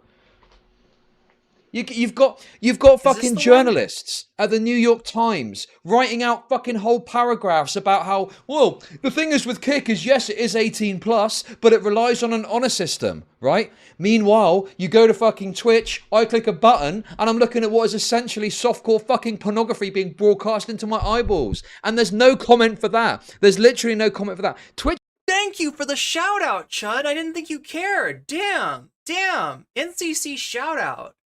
He still cares, chat. He still cares.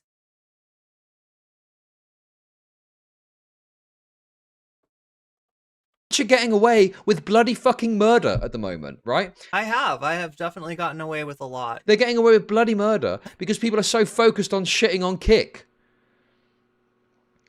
Kick bad, yeah? How about this for a novel idea? He's popping off. Twitch bad. Popping TF off. No, but you know what I'm trying to say? It's just that the focus is all on that. And if you genuinely care about this, if you genuinely care about this issue, you would be all over what Twitch are doing. This guy is a chud. Yeah, I mean, like, look, I would have told you a few years ago that the chud is ironic. However, it's hard to deny now, like, what he is, right? He was telling us the truth right from the start. Just like everybody thought he was kidding. Everybody thought it was a joke, you know, like Chud Logic was supposed to be ironic. And you would be talking about that as well. You would be going, oh my God, yeah, Kick's got some problems, but look at this. Twitch is the biggest live streaming site. Pornography is being broadcast on their platform. He has such a low standard, right? He's talking about this, right? With that's corn for him. That's corn, right? That's considered corn. Just an honor system, But they don't ever fucking do that, do they? All they care about is shitting. I should say Kron. On the latest whipping boy in town, Kick, because Kick has got some fucking edgy, spicy. Whipping boy, like, look at this. Do you see what a victim he is? Chud, I gotta say, this is the most soy I have ever seen you. I thought you were supposed to be a Chud. I thought you were supposed to be a Chad, but you are crying in your soy milk. And I'm supposed to feel bad for you about it? Edges to it. Is that a jellyfish hat? Yeah, I mean, kind of. It's like more of a squid hat. It's a squid. Right? I'm a squid now. And Kick are a new platform. They're trying to fucking moderate. They're trying to move forward. They're a fucking fledgling platform. They're a fledgling. That people want. They're just little baby like you're acting like the platform itself has an age, has like a life cycle, and is too young to know what it's doing, right? That it's like you should host like far right Nazis. You should say slurs. You should watch copyright material on your streaming service when it's young. Like when it's an older streaming service, no excuse for that, right? At that point, right? What? This is so weird. Act like they should have exactly the same fucking. They want to act like Kick should be like Twitch, perfect, well moderated, everything in its place, everything correct, and they've got this super high standards for Kick. But all this shit is happening on Twitch, and no one. He's popping off. Talks about it. It's so insane that they're expecting. Look at this Chud. Kick have got to be held to a higher standard than Twitch when Twitch has been in the business for fucking years, and they've got massive backing, massive money backing them. But yet Kick has got to meet the same standard when Twitch has also got all these fucking problems with it. Dude. It's fucking insane to me that this is all going under the radar. Fortunately, Dexerto have tweeted out about it now, and there's a conversation happening around it, right? Fortunately, Dexerto to the rescue, right? I'm so glad. I'm so happy. I was worried about the Bobas. I was worried that the Bobas would be taking over. And luckily for us, Dexerto is on the case. And I hope that some of these fucking Weasley journalist fucks and these soy freaks on Twitter that want to spend all their time talking about how bad Kick is. Do you remember? Weasel. Just recently, There was the Weasel. stream that happened on Kick where Ice Poseidon and Sam Pepper, as a troll, got that robot Andy guy a hooker, okay? I thought there was some Weasel. valid criticisms there. It was massively overstated, though, and people acted like a fucking rape had happened, and a rape hadn't happened, right? The absolutely insane levels of soying out that happened over that event, right? You had fucking calls Chud, you can't talk about soying out when you're acting like this. Now, I myself enjoy a nice soy beverage. I know that to you, it's almost like an ideological, sin to drink from the straw of soy, right? Like if you were to rest a little juice box of soy on your cans, then and drink it like that on stream, like you would feel dirty. You would feel like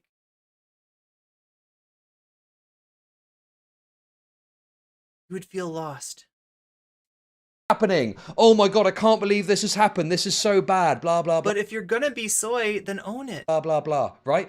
You had these massive fucking calls from these soy fucks whining about how bad Kick is. Right? Where's that fucking energy for this, bro? It's so ridiculous. Edamame are better than pinto beans? Anyway, I need to calm down a bit. Do you? Or is this working? Are you popping off? Sure. Listen, I think that it's bad for, Eddie to do that. But by the same token, right? This is going bad. Do you know what's worse? Is fucking a CEO. This is going bad. Doing the PR game and just putting a fucking blind eye to this shit. I think that's worse, to be honest with you. You know? Dingus Gambit. I think that absolutely it's retarded to go into a chat where very contentious things are happening and participating. I think that's a really fucking bad move, okay? But at least there's there we go. That's how it's supposed to work, right? At least it's there for you to criticize. You can say, oh, okay, I think that was a bad move what Eddie did there. That was that was foolish, that was kind of, a bit naive to think that you can make a good criticism of that if you want to, right? Do I have my Splatoon eyes? But when the CEO is kind of turning the other way and just doing PR shit, not the same. Eddie went on a stream, right? With all the controversy that was happening after the Zerka fight, he went on a stream and said... Yeah, I forgot to say, I should have done a content warning at the beginning of this. This guy likes to use the R-slur. Like, more so than Vaush or Xander Hall. And, Xander is 23 years old, right? Vaush is probably younger than Chud Logic. For a British man to be relying so heavily on what is an American schoolyard taunt, I would say is kind of embarrassing. It's a little bit cringe, I think is the word, right? It's a little bit cringe for somebody to be playing to the audience that appreciates the R-slur just being a reflexive thing that you call people when you don't like what they have to say. It's cringe. And was open and said, we're still learning. This stuff is obviously too much. The violent stuff is no good. He went out of his way to address it and talk about it on a stream. But fucking Dan Clancy is there doing his PR game. And listen, I'm not like an anti-Dan Clancy guy. Don't get me wrong. But it's just insane to me that, again, Kit gets all this stick. Kit gets all this stick. Why am I not getting the stick? Excuse me? And Twitch are just able to effortlessly do all this PR shtick and get away with it again and again and again. And there's no scrutiny, there's no... I want the shtick. Criticism that way. Even in that article from the New York... Give me the shtick. Times. Even that article from the New York Times, there was Twitch PR spin in an article about how bad Kick was. It's because of the wokeness, right? The woke mind virus, yeah. It was the fucking, It's taking over. Oh, well, the thing is with Twitch is they've gotten rid of crypto gambling and they've gotten rid of these sites that are registered outside of the USA. Not true. That is a lie. That is a PR fucking dishonest spin in the service of defending Twitch, okay? Twitch allow you to gamble. Buffy King says, I'll take the carrot. On crypto gambling sites registered outside of the US as long as it isn't on their list of bad sites. The number of sites on that list is 6.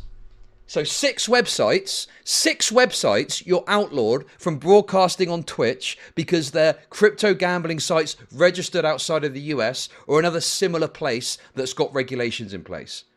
Any other website you can still use on Twitch, yet when it's spoken about, Kick are the bad guys because they're, owned by stake or, not owned by stake, but, they've got ties to stake. Watch out, Irene, you might get shticked down. Right? And the crypto gambling's bad. And then that's one thing, but then you're defending Twitch, acting like they fixed the problem when they haven't fixed the problem. They've still got the problem. It was a PR move all along. It was never about fucking getting rid of gambling on Twitch. There was a PR problem that was solved by doing something very minimal, right? God, it's insane to me. Anyway. It's not a PR problem, it's a brand safety problem. Does this guy not watch Devin Nash? Chud, you know about the attention economy. Do you not watch Devin? It's brand safety, all right? If you want a little clue about what's really going on, right? About why Twitter was run the way it was run under Dorsey, despite the fact that Dorsey has very similar ideas about free speech to Elon Musk, you will find that it is a very corporate, very brand-centric decision to keep things off the platform that are damaging to the brands of advertisers. I don't know if you know this, Chud, but every hour, every half hour on the half hour, there is there's an ad break, right? That's coming up for you in like 15 minutes. And if you don't want to be a part of that ad break, you can use a Twitch Prime sub to get out of it. You can use $5 of your own money to get out of it, or you might even be able to use the generosity of somebody that is nice enough to gift subs or cares about the continuation of the stream or my personal well-being enough to do something like that, right? You might benefit from that, but you're going to be more likely to benefit from that if you're actually active in the chat, right? I watched Devin Nash, so I understand these things. I don't know. Kind of lost it for a bit there. Okay, anyway. Let's get back to Don't you think that Chud is like a walking brand risk? I'm serious about this. He's a walking brand. He's gotten sponsors, and I am not trying to dry snitch. I am not trying to suggest anything to his sponsors that it's not a good look to be, seen on his stream, right? Because I want him to keep on getting that money and be, financially viable, because if not, who's going to speak for the cells? Who's going to speak for the cells if it's not Chud Cell, right?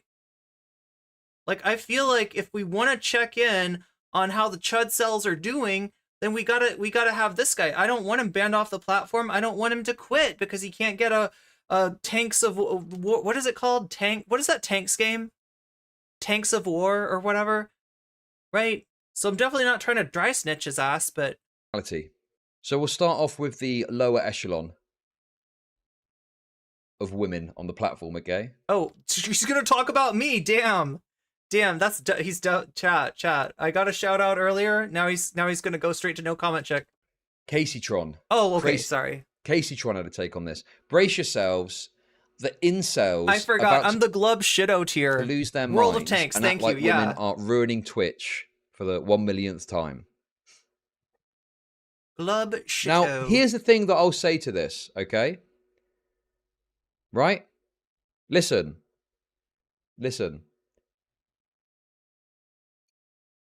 Okay? I do think that just solely being mad at women is not a particularly good way to handle this, because it's Twitch that are at fault. City of Doors just got a gift sub from the real Soul Life. Wait, so what about the Soul Life in YouTube, Chad? Is that not the real Soul Life? Do we have an imposter? More so than the women. The women... Is it actually Danny Smith? That's the thing about Danny Smith. I got distracted. I wanted to say this earlier, right?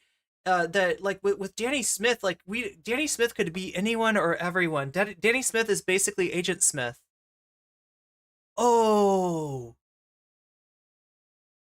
that's it right there. That's Agent Smith's name. I never knew Agent Smith. That's it. That's why Danny Smith can be anywhere and everywhere. That's why it's impossible to ban Danny Smith. It's impossible to get rid of Danny Smith, even if we wanted to. Chat, we couldn't. are just doing what they're doing because they're taking advantage of whatever loophole they can find. Okay? Right? Twitch, for me, are more of the issue.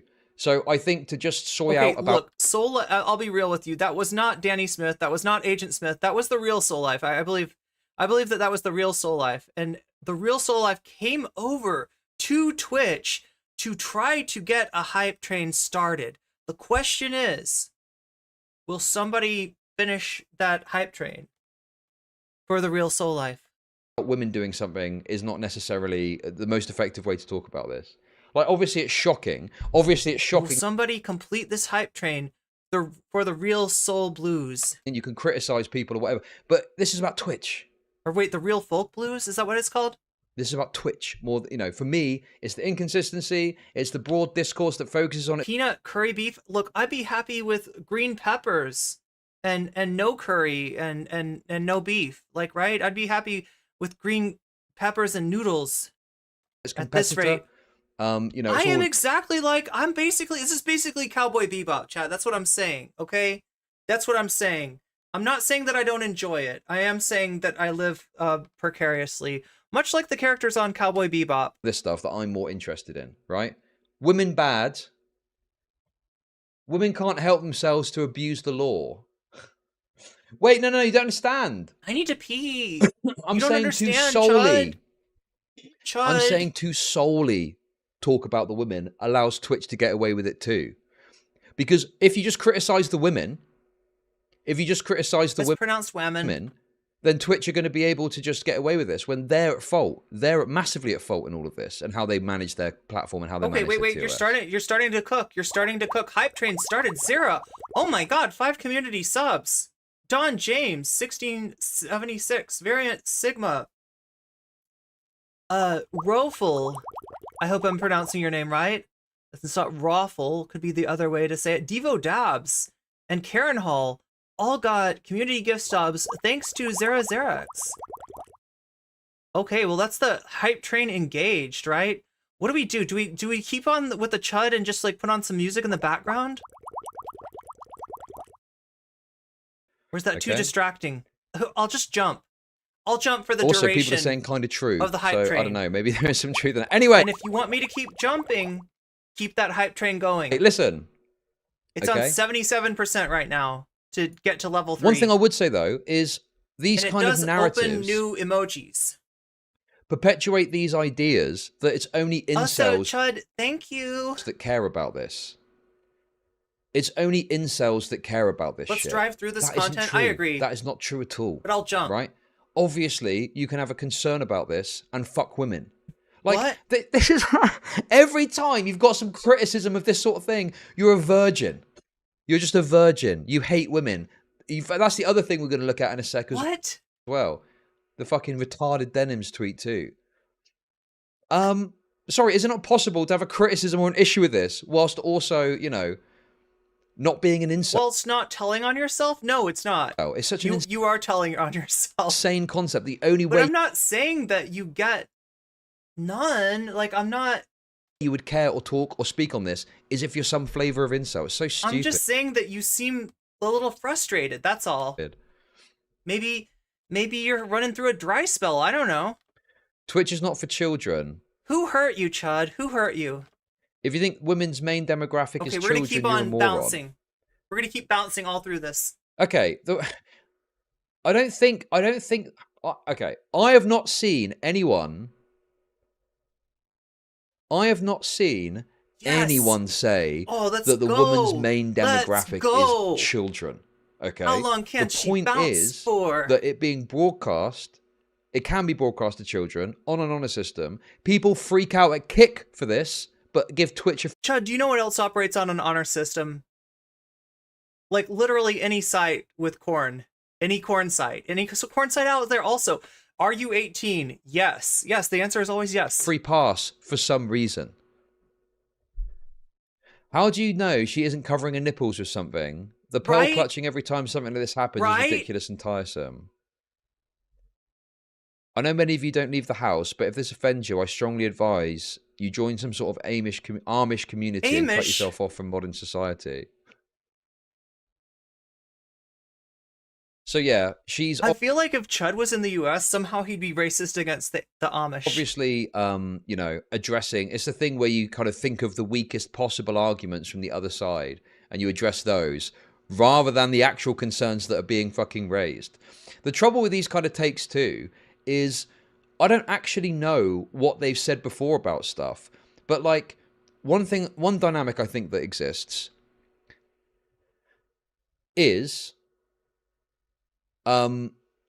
these people will cheer on or think people should be banned for like speech infractions, for breaking the rules about speech and stuff like that, right? And they'll get weird champ, right? You're just like, you know what these people are? These are the woke scolds that want to ban you over free speech. Show us, Chud. Come on. Like he's like saying there's a correlation there. really fucking het up about it, but then won't give two shits about someone who is very possibly breaking the rules, and people saying, "Hey, this seems to break the rules. What's going on?" Do you see what I mean? So here's what it is. Like, right? These people might have a problem with using slurs against people, with using racist slurs, but they don't have a problem with what? People being sexy? What hypocrites! What utter and complete hypocrites! How could you dare? How could you ever? Oh my god.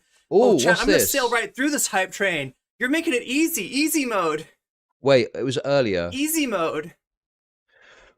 I can Someone do was this with making my a point. hands up like a roller coaster. The same works in like flip reverse as well, right? If you want to make this argument that if you think this is women's main demographic of children, you're a moron, why do you care about train wrecks gambling? Why would you care about that? Because you could make... Because there's a difference between somebody getting off and somebody like losing their money so that they can't support themselves. The same Next argument question. the other direction too. You can Next make exactly the same question. argument that they're not trying to All right, appeal it's to only a children with the gambling 78% content, level 2 and hype children train. just so But happen thank you, to Zara watch. Xerix. And thank you, Soul Life, for This getting us nipples started. thing, I don't really know what relevance that is to this. Clearly, the whole point of it is to, insinuate nudity. Is to insinuate I'm still nudity, bouncing though. right? So that you're trying to circumvent the Insinuate rules. nudity. So what are you talking about? So it is nudity, it's not nudity. What's your problem? It's insinuated. So you're saying that the corn is in your mind. There's no corn on the screen. You're getting high on your own supply of corn, right? You're imagining what's below the screen. You're doing it for yourself, Chud.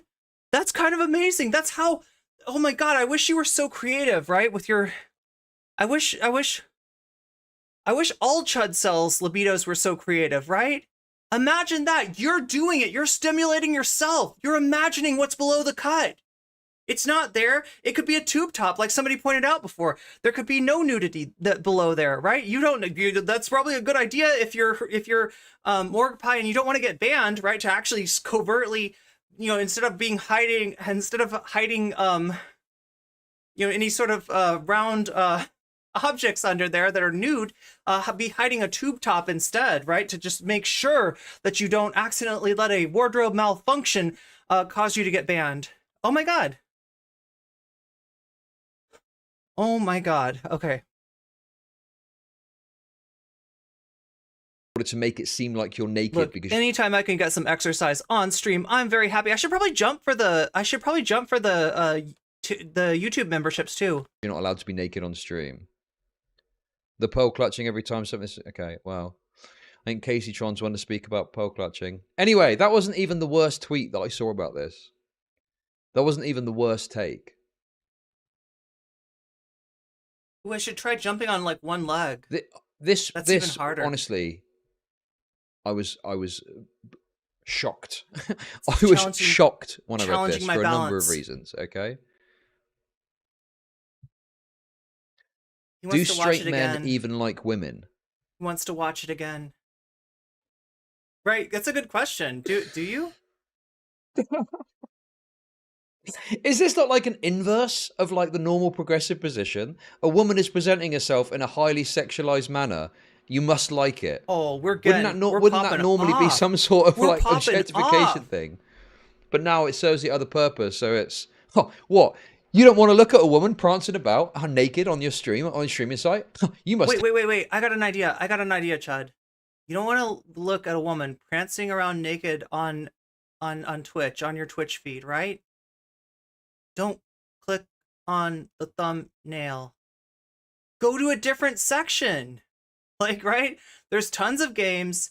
There's politics. There's podcasts and what is it called? Podcast and talk shows, right? There's so many different categories on Twitch, right? Or skip to the next just chatting person, right? What does he think? Like she's not breaking into your house and like forcing the bobas into your face and like opening your eyes, holding your eyes open Clockwork Orange style, Chud. You're not like a prisoner here, right? What lefties, what leftoids care about is consent.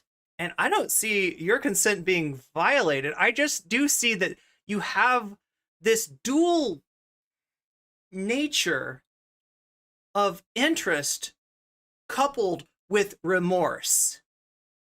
And I don't know what to say about that. That seems like a you problem. Hate women, I guess. And then... I mean, you hate, feel conflicted by, have issues with, take your pick. And then there was even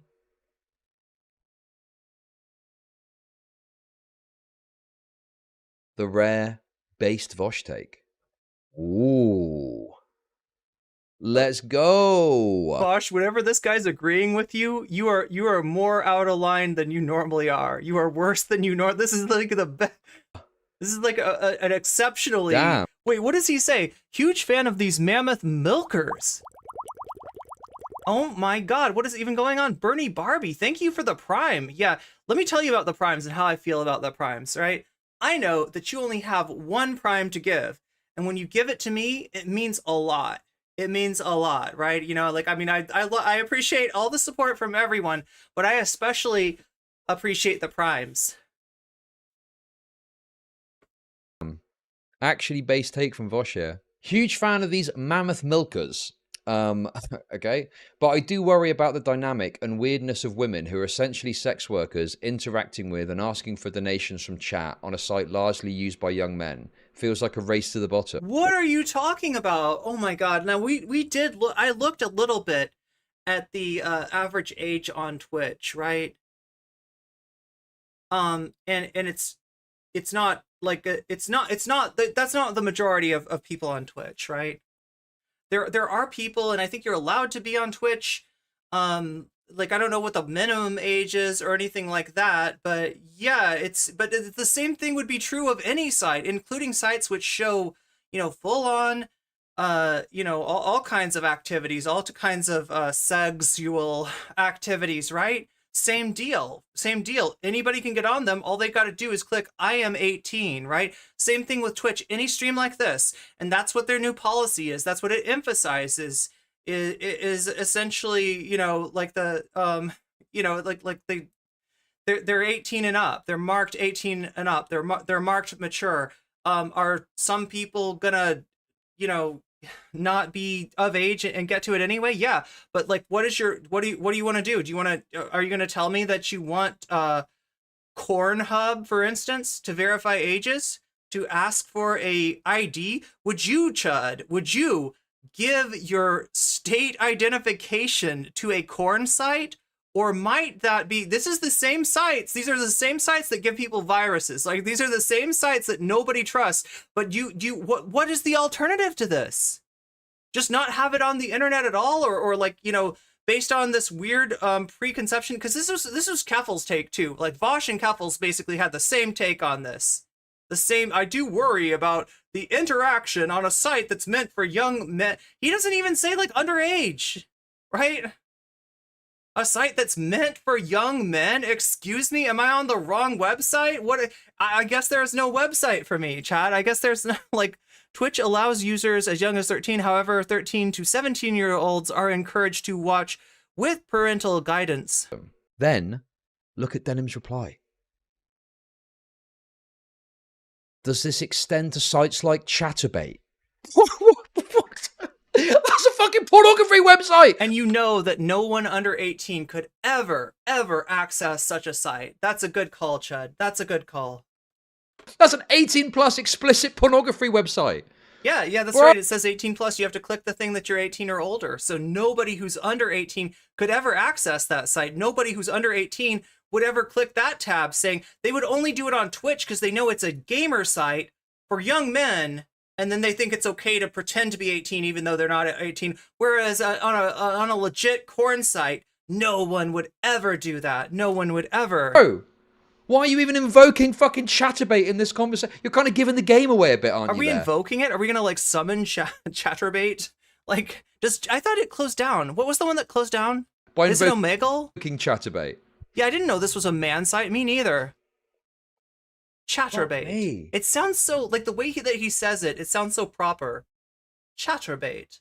Like, right? I don't know. It just sounds like I'm going on a carriage ride and I might chatterbait later.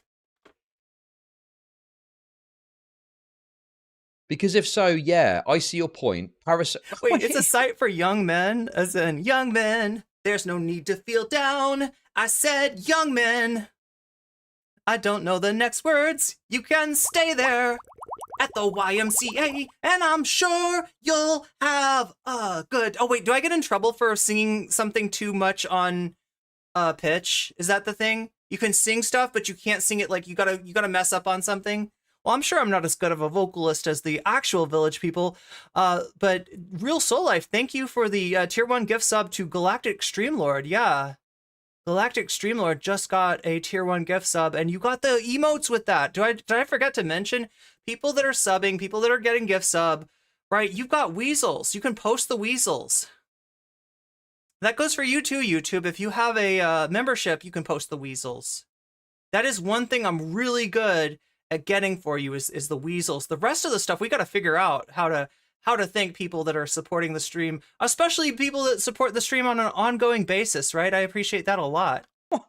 She immediately flips reverse and go, "Oh yeah, I agree with you actually, bro. Your vocals are too strong. The FBI just showed up. What the fuck? Dude. Last time it was Larry David. Dude. This time it's him again, but he's brought the FBI, and he's brought the YMCA, he's brought the Village people, they're gonna come.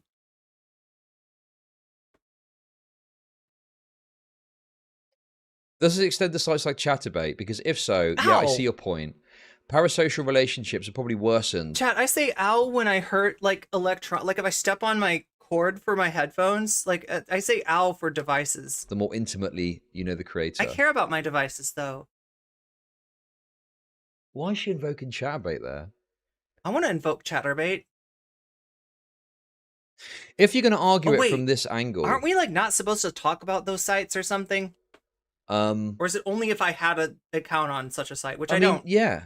I think there are... I do not. This is the... I mean, it's funny because this... I feel like I'm like, yeah, I agree. I agree with Denims in a take here that these parasocial relationships that you engage in can potentially have a negative detriment to men, even on sites like Chatterbait. Who was that fucking... We looked at this the other day. The Ruby Rose situation. What? The Ruby Rose situation, where that... I mean, yeah, he's a creeper, but that guy was driven to insanity because of whatever fucking interaction they're having. Because of a streamer. You know? Like, yeah, obviously, if you're promoting the idea that you can have some sort of connection beyond just content creator and viewer, it could fuck with people's heads. Absolutely. It's the streamer's fault. Of course it can. Why? Like, it feels... Wait, that's what people are paying for on sites like that, though. Like, that's one of the things that people pay for, right?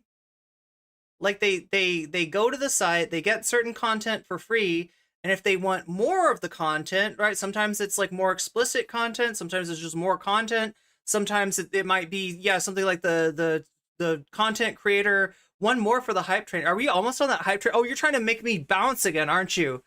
I shouldn't be giving away the... See, if I was an actual content creator on one of these websites, I'd know not to give away the bounces for free. I would know to charge for every single bounce. It's like such an obvious point. I can't help it. But yeah, it's so controversial to state for some reason. If you do these like girlfriend packages and you talk to someone all the time in DMs... What do you know about girlfriend packages, Chud? And you act like you like them when you don't, because... Oh no, who hurt you, Chud? Who hurt you? And was it... They're giving you money. then yes, obviously that can fuck with someone's head. Of course it can. It happens in real life. It happens in real life that way, where you can have like a situation where one party isn't really that interested, but leads them on for one way or another. Does he know? Maybe for sex, maybe for emotional connection, maybe for Maybe they're just bored. Friendship. And then when that comes out, the person that is like been taken advantage of feels very shitty about it. And they're like, oh, I thought you liked me for more than that. Why would that be any different? Why do people think that can be switched off just because it's happening on fucking OnlyFans? I'm sorry, Chud. I'm so sorry. I'm sorry somebody hurt you. And the people are given money. Especially when the people are not necessarily even making it clear that what's going on. You gotta make it clear the lines what's going get on. very fucking blurry. The lines get extremely blurry when you're doing these girlfriend packages. No. And you're doing this, oh, give me money and I'll DM you and I'll DM you back. Why is he making me feel guilty? I think if a simple look, What I'm is not going like on here? What is he hardline even anti-sex work. He okay? feels like he's talking about a real life experience. Oh my god, sub goal is completed. Galactic Streamlord just passed on the good vibes to Kaiputer. Just what is it called? It paid it forward. Galactic Streamlord has paid it forward to Kaiputer. Kaiputer, you just got a gift sub. What are we dealing with, chat, though? I'm starting to feel, like, worried for him. Should I, like... what happened? Who hurt him? I'm not hardline anti-porn, right? But I think... Who made you this way, Chud? That the more you blur those lines and the more you get closer, like Denims is saying here and is admitting to here... Closer? Wait, what's that song? You got me penetration. Help me, the only thing that works for me. Help me become somebody else. I wanna you like an animal. No. I wanna you from the inside. I wanna you like an animal. The worse it is, right? Hurt people, hurt people. I hurt myself today to see if I still feel. Because, look, let's call it what it is. Traditionally, you'd boot up your fucking laptop, Pornhub.com, some fucking whores getting rogered by a bunch of dudes. Brilliant, let's go, okay? You might like... Rogered? He said rogered? Is that illegal? Is that TOS? Are you allowed to talk about Roger on your stream? Chud, I feel like your content is more titillating and explicit verbally than any of these Boba streamers content is visually. Like you're the one who's skirting the line here, right? You're the one who's titillating. You might like the way she looks or some other aspect of her, okay? Right? He's making me feel bad for him, chat, and that's probably like... Mindfuck to give so much money and they were taken advantage of. It feels like a fake phenomenon. Okay, I'm not going to get one guard right now. I disagree with that completely.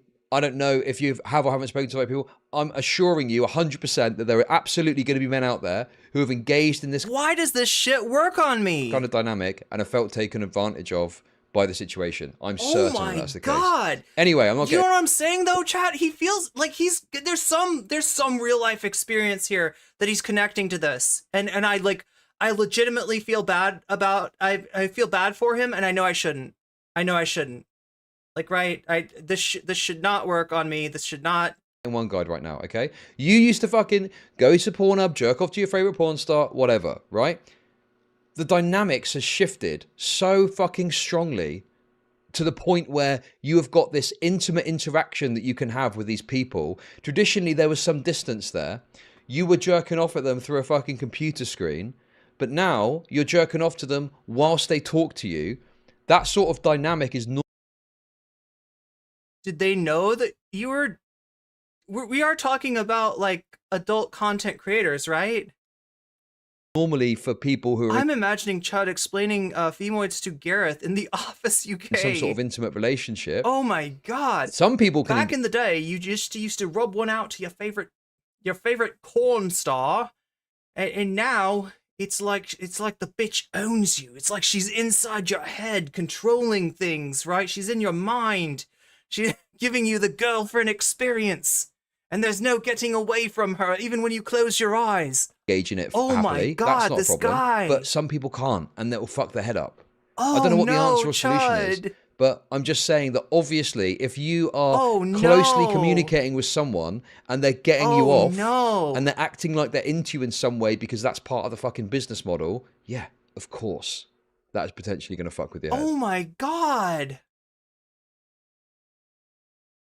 He lives in Europe where people are topless at beaches, and tons of states it's legal to be. Yeah, well, I mean, this is true in the UK. Maybe the UK is a little bit more repressed or something. I don't know. Yeah, exactly. There are stories of, like, you know, there are guys out there who have got a family, they've got kids, they got the lot. Oh no! You'd think they were happy, but for some reason, oh no! But for some reason, they go and he's like describing himself. What the fuck? dish out all their money to some fucking whore online. No!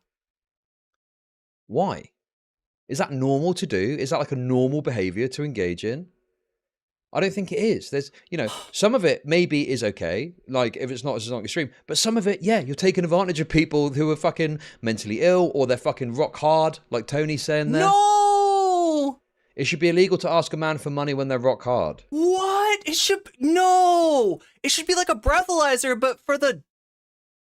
It should be like a dickalizer, and they have to put it in the thing to test if it's rock hard. Then you can't ask them for money. You have to, like, excuse me, I'm gonna have to ask you to take this dickalizer for me, and like I can't in good conscience take money from you until you're at least down to like 70%, right? It needs to be a semi.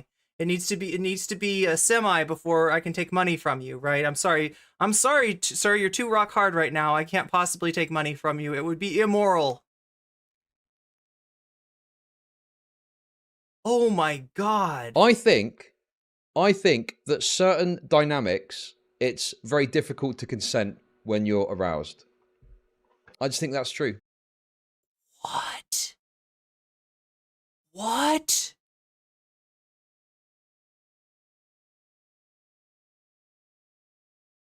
It's impossible to consent while you're aroused. Is this the end of sex? I mean, segs? I'm definitely talking about segs. Is this the end of segs?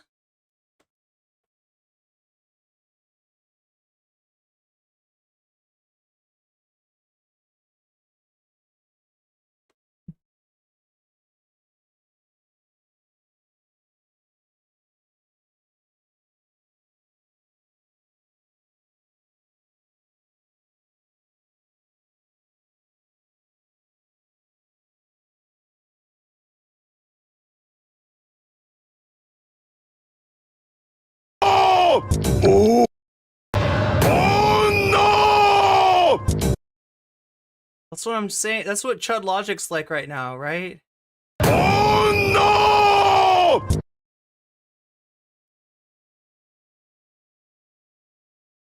It's impossible to consent when you're aroused. Is he telling me he wants me to pack rope?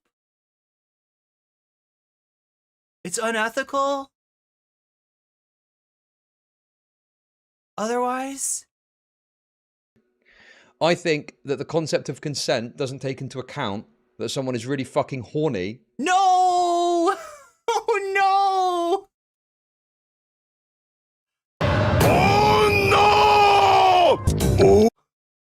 Oh no!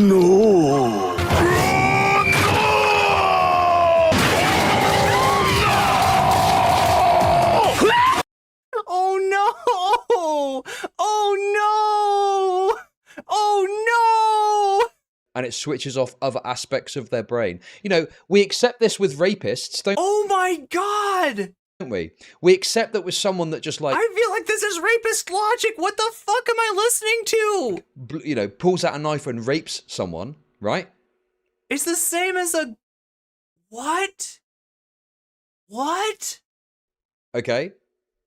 We accept that they're like an unhinged person and they're crazy and something's gone wrong in their brain that leads them to do that. Oh no! By the same token, I think someone can get in that state of mind and they're not violent and they're not aggressive and they're not going to fucking rape someone.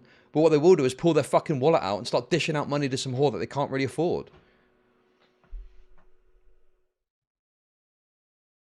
What is this fresh hell that you sent me now?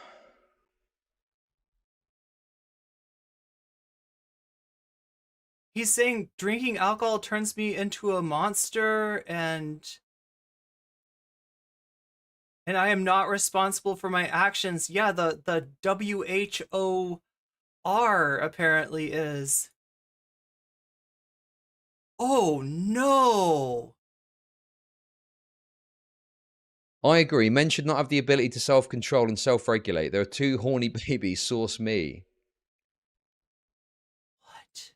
What is this? I was trans male to female. I'm a fucking girl now. I'm a woman. I'm a woman. Hi, Onion. Thank you for the resub. I haven't seen you in forever. You know, I was. Okay, so that's what his chat sent to him. The chat's transvestigating Magpie, or Morpie, sorry.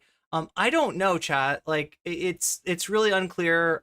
This is a clip. It's got 55 views. I mean, I would guess that if this was like the revelation, like if Morpie was trans and hadn't said anything about it until this moment, like they would get more than 55 views. But I don't know. I can neither confirm nor deny because contrary to conventional wisdom, we do not, in fact, all know each other. Hey, wait, what? Oh, no. Oh, no.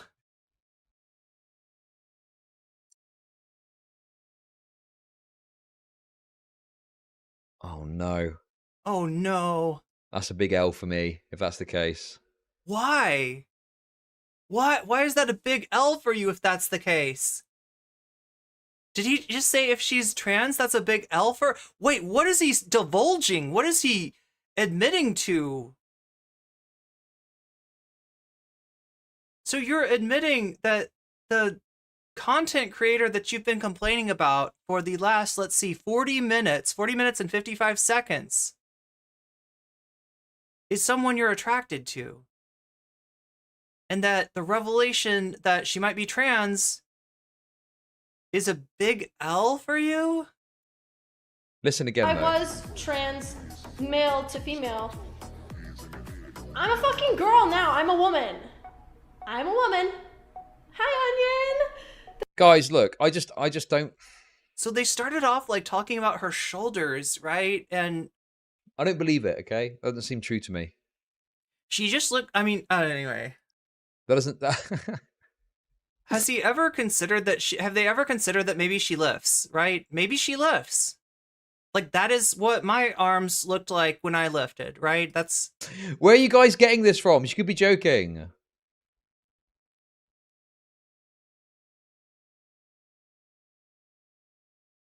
Some women have got broad shoulders. Honestly, I think you. Sure. I think you guys are overstating it. Trans people do not meet in cigar smoke-filled rooms and plot the demise of effing Western culture. I feel so lied to, right? Stalker Chernobyl asks, how would she squirt with vaginoplasty? Why am I top? Oh, what? What? How would you not? Oh my god, they probably don't know, chat. I feel like I'm giving too much away. Well, that raises another question. Does she squirt? I don't know. I don't fucking... Does he think that that's, like, more rare? Anyway, he doesn't know, chat. He's interested. He's a very curious chud. But just not very well informed, I guess. Oh no, Soul Life said he slapped and is so uneasy about it right now.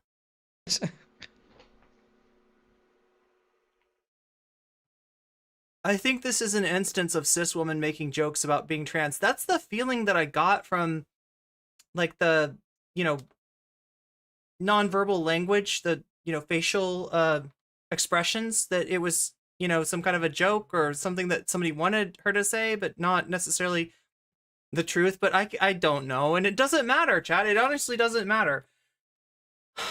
I wish there wasn't this massive social pressure on men who like identify as straight, as far as whether or not they're attracted to like a given trans woman, or like that. The trolls kept asking her.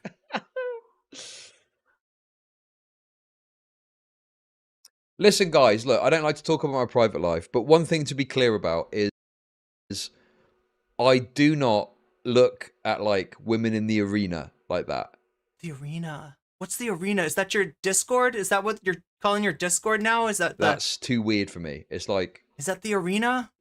I mean, we're not co-workers as such, but it's kind of. Oh no! Oh no! It would be kind of like going home, and Sally from the office is wearing a short skirt today. So you ever look on the old Facebook and you see, oh, let's go! Oh, Sally's got a couple of fucking bikini pics. Lovely. You're not beating the allegations, bucko. Oh no! Watson's current partner is trans MTF. He has a type, as do you. Thank you very much for the 333. Wait, what was that chatter saying? No, I don't think she's trans. But like, trans women are not a type. Trans women are very different. He has a type. Bikini pics. Lovely. You're not beating the allegations, bucko. Remember, Matt Watson's current partner is trans. Matt Watson's current partner is trans. He has a type, and so do you. That's trans woman is not a type. Like I said, we're not all friends. We don't all hang out in the same group chat. MTF. He has a type, as do you. Thank you very much for the 333 styler. No, I don't think she's trans. Maybe, listen. Maybe one day we will do. Yes, I entered a relationship with my boss. That's true, right? But what I'm saying is, what is that relevant? I'm not in the market for a relationship at the moment. Okay, not interested. No, thank you. If I was, which I'm not, but if I was, I might seek out a relationship with someone, you know, a content creator, say, or something, because that's the arena that I'm in. Probably not, though, because I don't want to get accused of rape later. But anyway, there's a difference between that and going and jerking off to someone like that, right? You see that, don't you? Like looking at someone and thinking, oh, they're kind of hot, and then going and jerking off to them is a very weird dynamic to me in this context. Oh, no! Okay, that's wonderful. But how do I make money off depressed people? She looks like Larry Wheels. Get a look at those trapezoid space. The traps. They're talking about the traps. Is that supposed to be a trans joke too? Is that also a trans joke? Like, I don't know, chat. Anyway, I'm not. Listen. Oh, God! Oh, my God! Jerking off. Okay, it's weird. Oh All I'm saying is, the point I'm trying to make is, I do not know if Morgue Pie is a chat. Just so you know, like these right here are trapezoids. They're trapezoid muscles. They're powered by the 11th cranial nerve, and you utilize them with exercises such as shrugs. Like this, when you do a shrug, that's your so if you want a bigger, you know, traps, you do your shrugs, right, to increase the size of those. I've hit the wrong button again. Squirter or not, because I do not consume Morgue Pie's content beyond having an incel. So just so we're clear about, like, you know, what we're looking at here, like, yeah, these are this bulge right here. These are here. I gotta put my hair in a. I had to put my hair up to like show you. Oh my God, chat! You're making me do all this work. Like, I didn't realize I was gonna get exercise, but apparently, yes, I'm gonna get exercise. Wait, let me just like put this back and put this back and then put my hair back. Let's go over the muscles of the upper back and shoulders and oh my god.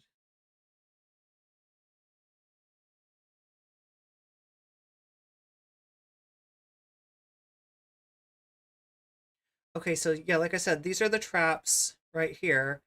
These are the deltoids, right? And you've got your anterior delts, you got your medial delts, and you got your posterior delts right here. And so it's like they're called delts because they're like, you know, like the delta is a triangle.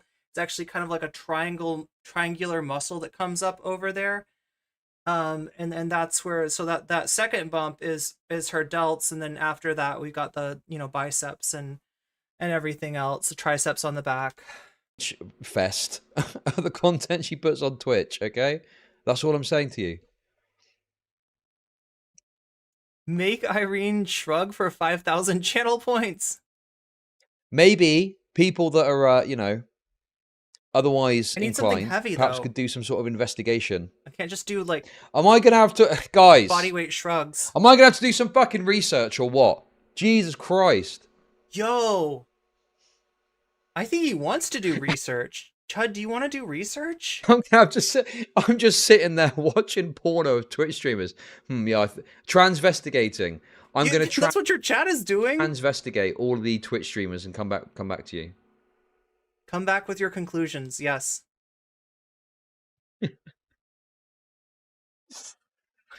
Oh. Toggle cat ears. Oh. Nose to the grindstone. Cat ears? Squirting is just a woman's psyop so they can piss on men. True. I cannot confirm nor deny. Anyway, I don't know, man. Listen, I wonder if he knows, though. I'm just glad this is getting a bit more attention because this has been. It's such a relief. Extremely frustrating. Extremely frustrating to just see this happening, and it's like no one is saying anything. Wait, what if you link me here? Oh God. Oh, okay. I was born a woman. So guys, okay, no, it's not pornographic. Guys, I'm looking for cat ears. I think you're getting trolled. I think you're getting trolled. Welcome to Chud Nation. Yo, Jelly Stars, thanks for the sub. Tier 1 sub to Liquid_Hannah. They have given 18 gift subs in the channel. I was born a woman and I'm still so. But this could be the trans thing of even if you're a trans woman, you were born a woman all along and you just had to realize it later in life. What? Wait, did he just say something non-transphobic? Did I just hear that right? Okay, guys, in life. Channel. I was born a woman and I'm still so. But this could be the trans thing of even if you're a trans woman, you were born a woman all along and you just had to realize it later in life. No, he's speaking for Morgue Pie. So they're literally transvestigating Morgue Pie. That's what's going on here, right? Okay, guys, for the purposes of research, I feel like Chud Nation very much wants Morgue Pie to be trans. Only. He's gonna be like, for purposes of research only, I'm gonna jump into those DMs and find out for you all. You've got a right to know. I mean, it's just like I didn't consent to not knowing whether you're trans or not. This is where he's gonna go from here. Like with what he's been saying, like the idea that like a sex worker asking him for money while he is quote unquote rock hard is a violation of his consent. Like he compared this to the R word. I will do the needful. I will do the needful. The needful? Why are they talking about Brianna Wu? Oh no, come on, don't bring up, oh my god. For you, the audience, I will do the needful, okay? I will do the needful. Welcome to Not right Chud now, Nation. it's weird to do it on stream, but I will have a look. Wait, what are they saying? I hate the porn stars who hide that they aren't trans. It should be explicit if you say you're trans and you do corn. That's a kick chatter. I've announced the Transvestigation Goon Sesh Roundtable. Look, the reality of it is as follows, okay?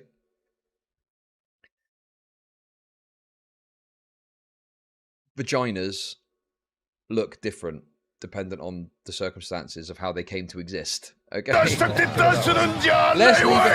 We'll get to the bottom of the plot.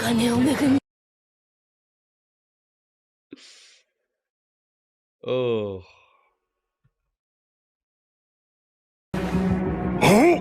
Oh shit!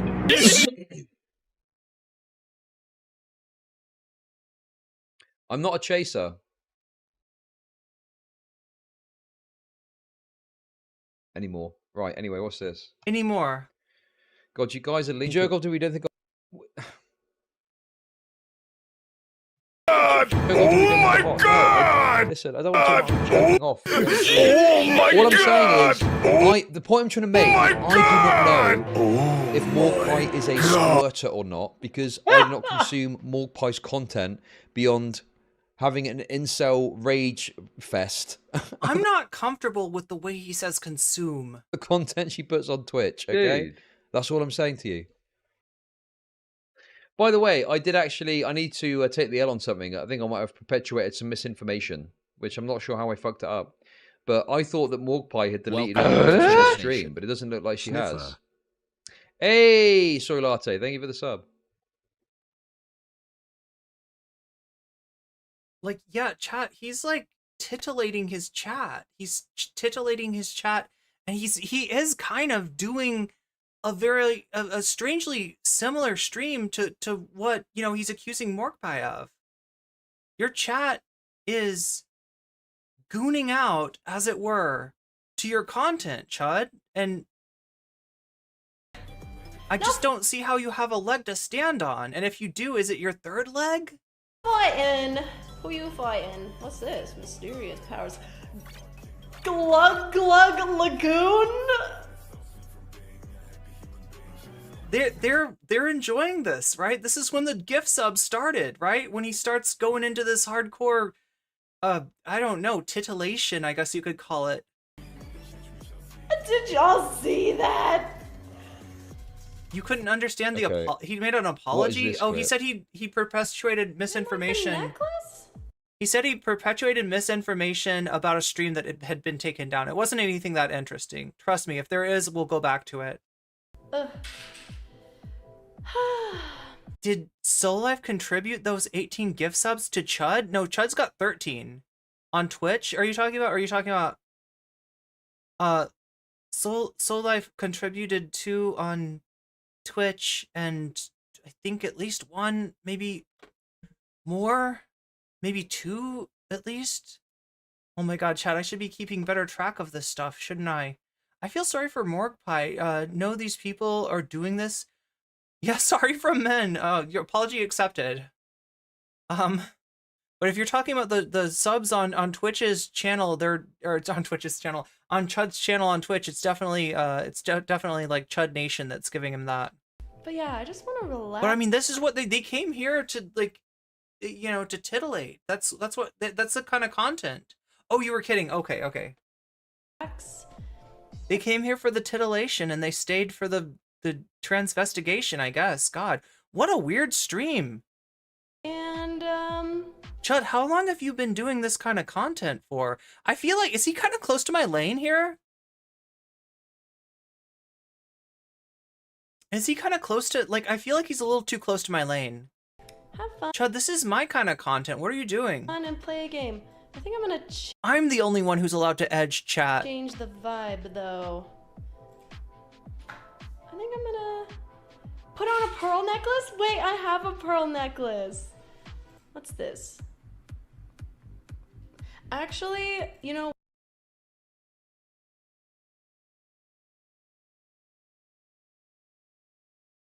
See, I would speed this up, but we'd miss something. We would literally miss something if I speed this up. Anyway, right, let's He's gone quiet. I wonder why. No, he can't. Let me just check something quickly. Let me just check something. Let me do some research here. I actually, funnily enough, did this the other day. do you not do this normally? I feel like you do this, like, you probably do this every day. And it came out quite good. And it came out quite good. Oh my god. We don't need to do exactly the same thing, necessarily. I just want to just quickly check the rules and make sure that what I'm thinking is happening. So confirmed, right? If you were ever wondering, what is the hate against the Boba streamers really about? And is it thirst? The answer is yes, 100% it's thirst. What are you thinking of? Yes, of course. Yes, it's thirst. It's thirst. It's happening. Bro, it is wild. Yo, the chat's like gooning in my goon cave. Just scrolling through. They're all along for the ride. What a strange stream, considering they all probably know what they're doing right now. And they're comfortable. I mean, I guess, you know, it's at a distance. They can't see it. They can't hear it, you know, but I mean, this is what they came for. This is what they came for. Let me just give you a few examples here. Like, I thought that straight guys couldn't do this kind of content, right? I thought that straight guys could not do possibly my kind of content. It turns out I'm wrong. They don't need us, chat. They don't need us at all. They just need our streams, apparently.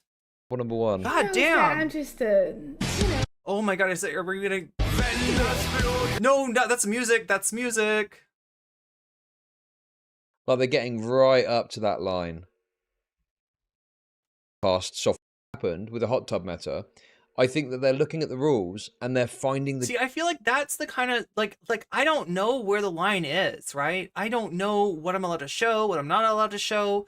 You know, I see people doing things, but just like that doesn't mean that I could get away with it. I don't, you know, have as many subs as some of these other creators. Like, I don't really know where the line is, so I don't even mess with it. Like, I stay well away from the line and just keep it to double entendres, really, I feel like, are safe. Gaps that they can squeeze through. Gaps that they can squeeze through, yo! In order to do the content that they want to do. Said like a true guy who squeezed through a few gaps himself. God damn. And broadcast softcore pornography on Twitch. I feel like you're broadcasting softcore corn on Twitch. Your audience is reacting like that. Like, they're getting right up to that line. He's literally like edging his audience. I thought only I could do this. So user from broadcast. Why are you so jealous though? Why are you so jealous? You're doing this content. You're doing the content. How could you still be jealous of these streamers when you yourself can do this content just by a little investigation? We're just gonna do a little bit of investigation. Uploading, soliciting, offering, or linking to... Okay, so now this was the community guideline. Now this is this has changed a little bit. Pornographic or sexually explicit content. It's pronounced corn. It's pronounced corn. Explicit, simulated, or implied oral, anal, and vaginal sex. No moaning and grunting.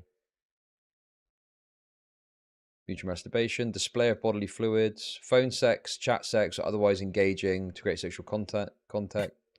He legit might bust, yeah. Advertisement or solicitation of sexual services. A naked ankle is softcore. When he goons this hard, yes.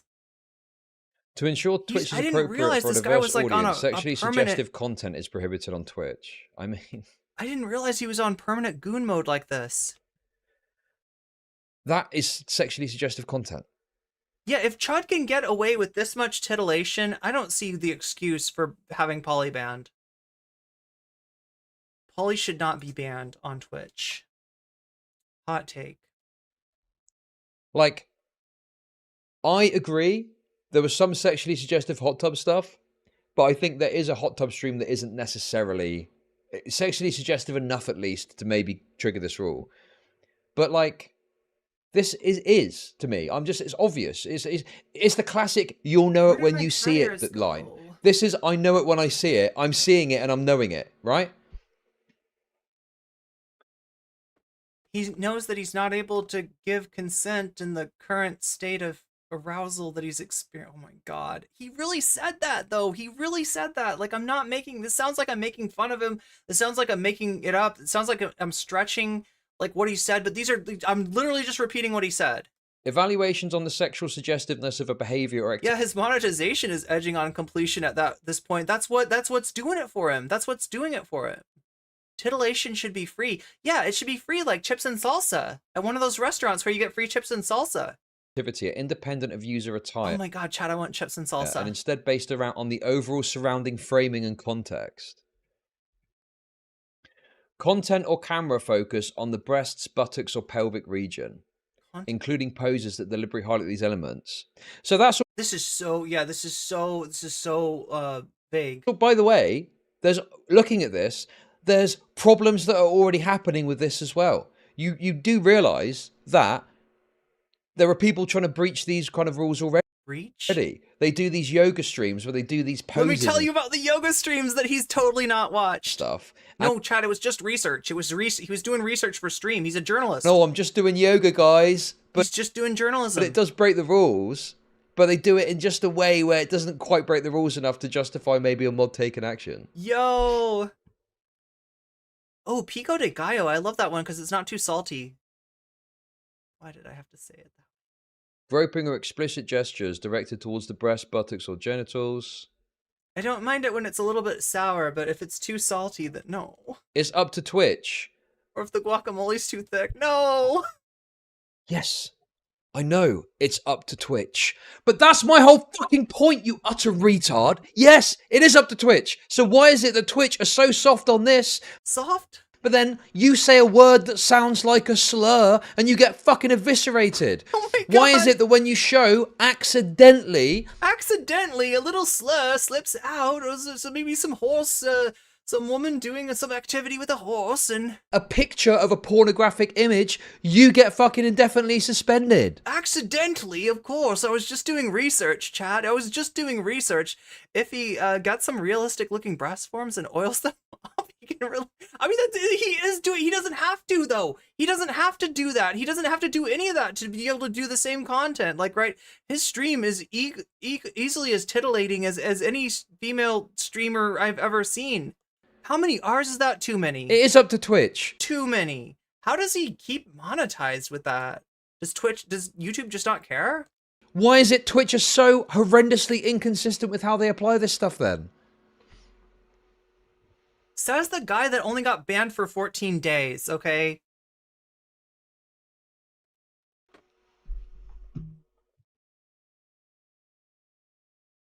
So stupid. Fetishizing behavior, such as focusing body parts for sexual gratification or roleplay. And he knows how the game is played. Look, like, I can almost guarantee you, okay, I don't know this for sure, but I am pretty damn sure, pretty damn certain, I can tell you with a good deal of certainty, that Chud got that kind of treatment because he knows people, right? That's what it is. It's either you are a large streamer that makes a lot of money for Twitch, okay? Or it is that you know the right people to be able to see your request and pull it out of there and actually do something about it. Whereas like Polly doesn't have any chance, right? They just like immediately reject her her appeal. Erotic dances. Yeah.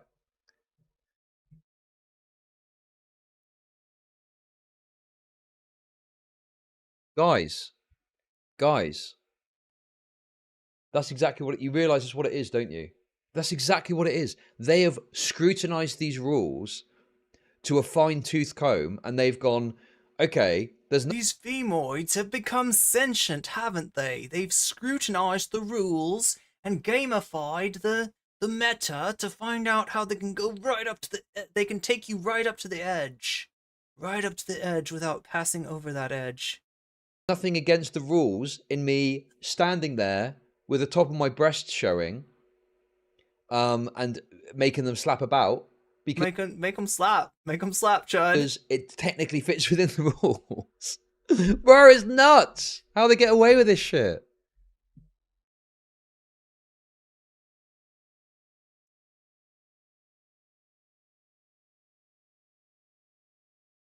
Look, yeah, I generally don't police people's speech within reason, but he is doing that so deliberately. Here's what I don't get, okay? Here's what I don't get. Why is it that they want to say the slurs, like they, you know, they renormalized the R slur. Like that's the one that they feel like is safe. Like so many edgy comics that wouldn't do like, you know, content that's it's openly racist and stuff. They're totally cool with being like ableist as fuck. Like literally the ableism is the comedy.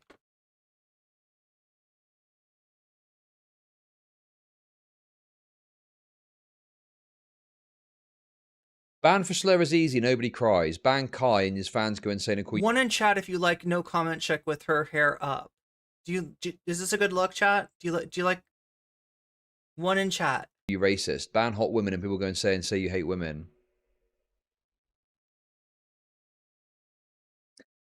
They just want to show their tits off and then they argue it to death when they get in trouble because that's what women do. That's what women do, yes. You're giving these retards too much credit. They aren't smart. And again, do you see what he's doing though? This is what's wild about this. Like I have talked to British people. My understanding is that the R slur is not like a word that gets thrown around, other than maybe like, you know, younger guys online, right? So the way that the word slur is for some people like the go-to word in American English, it is not so in British English. So it's really weird for somebody his age to be just using this constantly, reflexively going to the R slur, right? And I mean, I guess it's the community that he's cultivating, right? But it's cringe. It's like embarrassing. Like, can you imagine, chat? Because like, you know, when he was talking about having a family and stuff, like that's when I said he's describing himself, right? This all applies to him.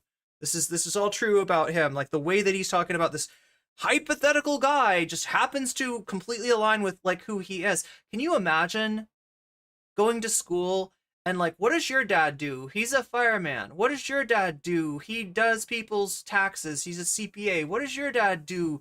He's a nurse, right? What does your dad do? He's Chud Logic. Your dad is a Twitch streamer? Yeah, he's Chud Logic. He's a particular Twitch streamer. He says the R slur, which I would get in trouble with my teacher if I were to say. He says the R slur on stream for donos.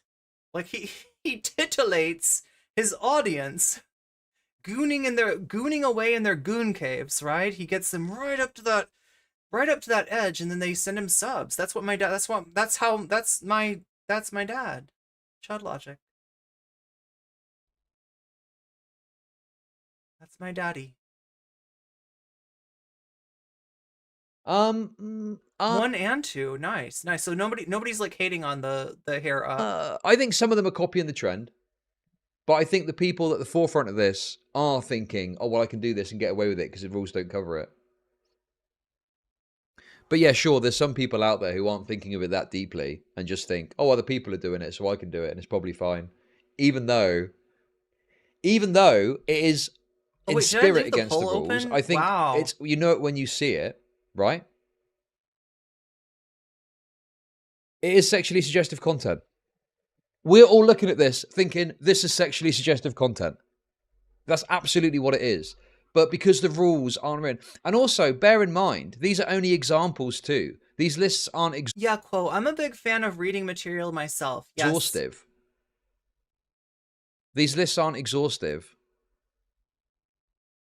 But they, you know, obviously Twitch, yeah, they are avoiding, at the moment at least, maybe if there's more public backlash, who knows. But at the moment, they're avoiding, you know, engaging with this or talking about this or something, you know? They're hiding it from us. And the other thing as well, this is what I was saying earlier. These bans for these kind of breaches tend to be 1, maybe 3 days, to maybe even 48 hours. That's it. That's all the fucking ban they get. So you can do something that is extremely appealing to the audience. You can then get banned for that for a couple of days. You can make a bunch of fucking tweets about how terrible it is that you've been banned. You're literally talking about, like, I don't know, 90% of big streamers. They do this. In fact, wouldn't be surprised if some of them do it on purpose, right? You get banned, that makes noise, that makes a splash, that gets you attention, right? That focuses attention on you. Your audience all of a sudden, oh wait, where is so-and-so? They're not streaming right now because they got banned. And then the next day they're unbanned and they've got, like, you know, 2 times the audience, right? because everybody's talking about them. It's like a strategy. Why is he getting mad at it when it's Boba streamers? And right, and then you can come back to fucking record audience with no meaningful punishment. Like, it sounds more like you're complaining about the Twitch meta. And Chud, if you're complaining about the Twitch meta, if you're complaining about the Twitch rules, if you're complaining about the vagary and the stiff, I shouldn't have said stiff, the harsh punishments, right, for being found in violation, then I'm going to agree with you. I'm going to say, yes, I agree with Chud Logic. It's one of the few times that I'll say that. But he's just got he's not being consistent, chat. Is what I'm noticing. There's no consistency here, right? What I'm saying, Chud, is where's the nuance? Where's the nuance? Listen, if you're going to ban me for a day and I can fucking make content out of that, let's go. If I'd have got banned for a day a couple of weeks ago, that would have been a winner-winner chicken. Yeah, I shouldn't have said stuff. Fucking dinner. Because I could have done a couple of streams about it and then been back within a day or 2 days. But when it's like a week, 2 weeks, 30 days. So it's like you want to have a little say over what your punishment should be, right? Like how harsh your punishment. That does start to have a more You do want to be punished, but you only want to be punished so much. substantive impact unless you're fucking, That's understandable. unless you're loaded. Unless you're loaded.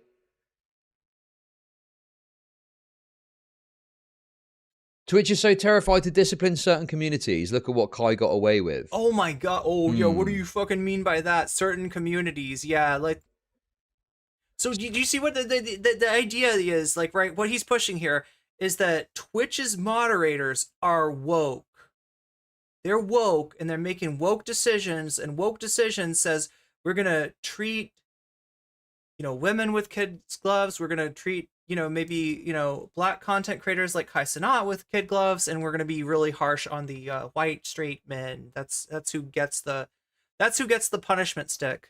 Certain communities. Interesting. What do you mean by that? I think he is very consistent. He just wants to be a bigot without repercussions.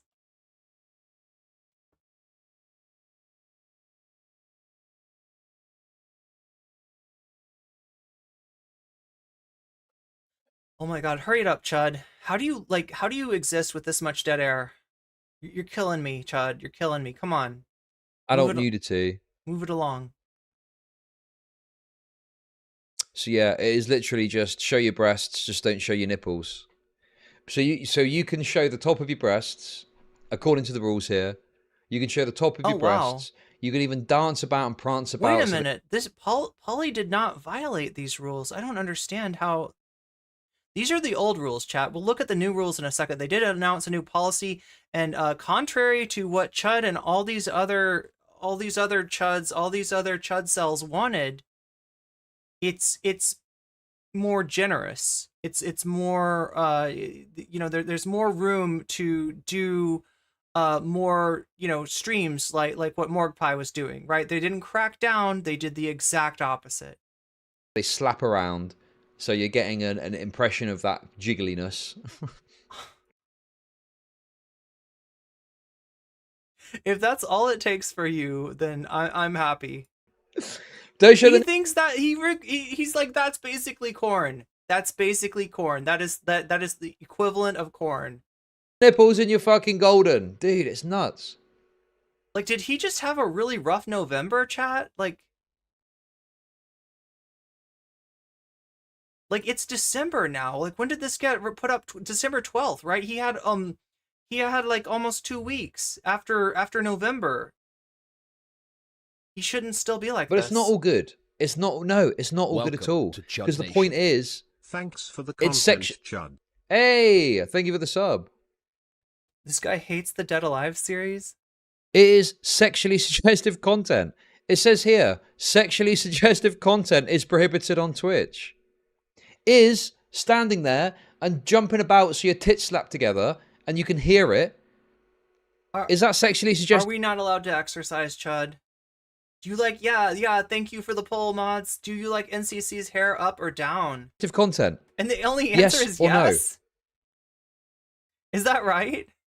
Okay, that's wonderful. But how do I make money? Hey, thank you, Rick, for the sub. Appreciate it. Let's go, Look, he's finally reached his kick audience. The kick people are appreciating it now. Let's go! Let's go! Let's go! Let's go! Okay. It looks like that fucking the first head of the Hydra has been slain. Wait though. But wait. Now look at how much, like, right, he's not only wanting for these Boba streamers to be banned, he's expecting it. He's like, oh, here we go, right? If we give this attention, if we bitch about this hard enough, then Twitch is going to come down with the ban hammer and whack on the Bobas, whack on the other Bobas, and it's going to make a nice slapping sound, and he's going to enjoy that too. Wait, how long have they been banned for? Let's not get too excited. How long have they been banned for? Wait, no, slow down. Let's not get too excited. How long have they been banned for?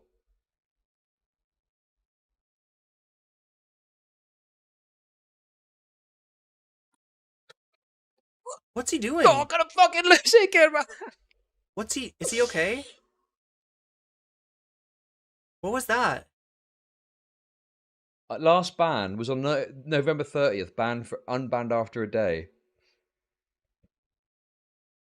Okay, guys, listen, I got a bit excited there. I don't like people getting banned generally, unless they're flagrantly breaking the rules, which they are, I think, in this case. But here's the thing. I don't like them getting banned, but Crab Rave, Rip Bozo. They've been banned now. If it's only for a day, obviously, that is exactly what I was talking about, is that people get banned for a day and come back and da-da-da-da-da.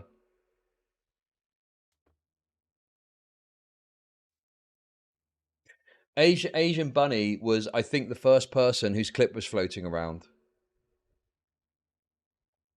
It was Kai Cenat reacting to it on Twitter. That's when I first got wind of this new trend.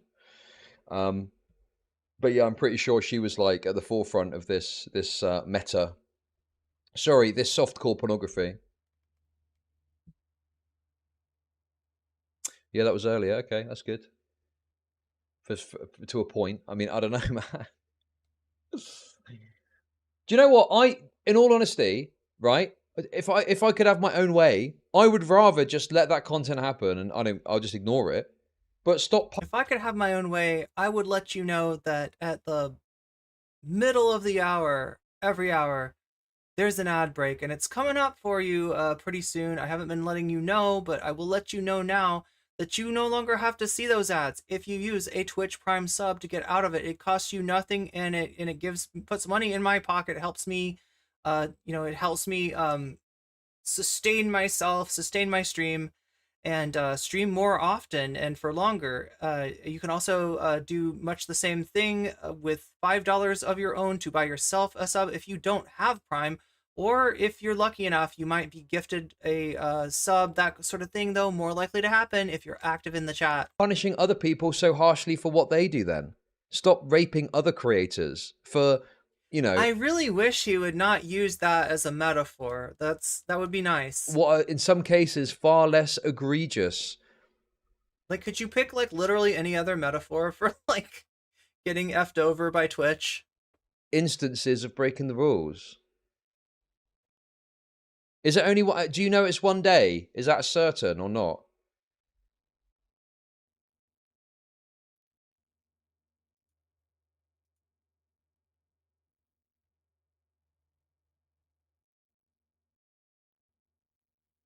Oh. What's this? So called. No, it's not so called. It is softcore porn. 100%. Oh, I see. So this is basically the list with how to get around this shit. Content intended to draw attention to the individual's buttocks, scoring a breast for a prolonged time. Having those body parts take a majority of the frame is still prohibited. Laying on your stomach with buttocks. So if I did a butt stream, like if I talked with my butt, if I did butt ventriloquism, that would be a problem. Going directly to the camera for most of the stream. Oh my god. Why? Why does that need to exist? I just don't understand why that needs to. Why give that provision? Wait, is he saying he thinks that should be allowed or what? No, listen, it's not about the 18+ thing. It's about, for me anyway, it's about the inconsistency with how the rules are applied and the fact that people freak out super hard at Kick over stuff.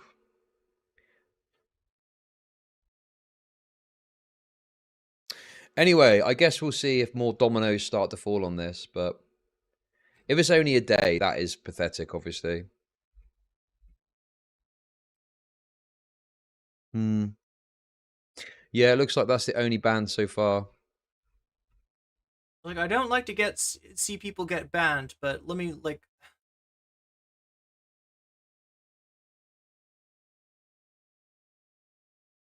Twitch just can't afford to lose revenue to OnlyFans. They'll never enforce anything because they are no longer the #1 streaming service. Is that right? Wait, did OF actually overtake what in like watch time? Overtake Twitch? I mean, it's not really the same, right? Because you can't advertise. I mean, like there's you know, it makes money, but I don't know.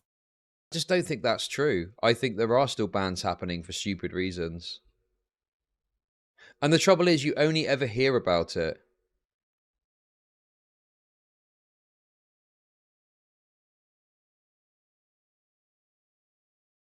when it's like a big creator. But so do you see what the bias is, Chud? Do you see what the bias is? You only ever hear about it when it's a big creator, right? So this is your, you know, these are the this is the pool, this is your sample, right? Is big creators. Big creators that Twitch has a vested interest in not slowing their roll because their roll is Twitch's profit too. You never hear about it when it's some, you know, some sort of like small person, some small fledgling guy who's probably got banned for some stupid reason because they're not going to be able to get the word out there.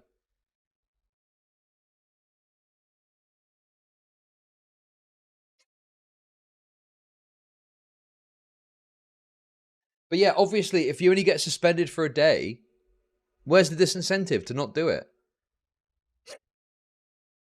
Where, like, obviously, you're gonna, like I say, you get banned for a day, come back, massive viewership, you can show yourself enormously. It's not really meaningful punishment. Exactly the thing that that Kick made a mistake with very early days. Well, Dexerto have done an article about it. Actually, we'll have a quick look at it. I think initially I was a bit annoyed that no one was talking about it, but thankfully, because of LSF, actually credit to LSF because the LSF clip is I think what got people looking at it. But yeah. He just tipped his fedora to Reddit. Did you hear that? That's... Okay, listen, sorry. A little quick interlude, just a callback. Hunter Avalone is offering up people to debate his attempted murder on stream. What? What? I didn't think I was going to have to do this again, but...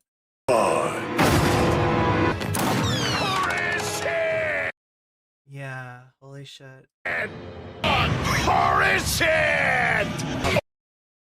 Oh my god! TYT! That's... Let's debate today?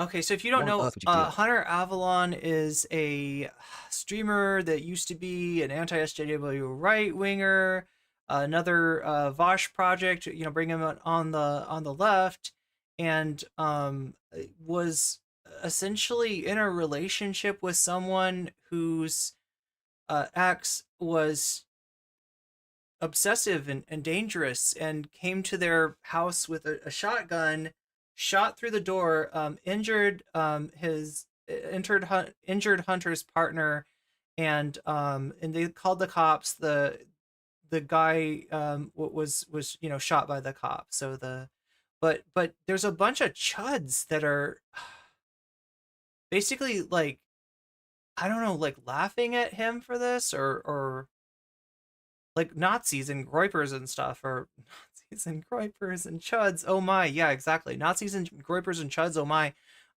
you know, just being weird about this stuff, right? You'd think that this would be a time that people would, you know, either show support or just kind of, you know, not, you know, if that's not what they want to do, they just F off. But no, instead, they're like attacking like somebody that just almost got shot.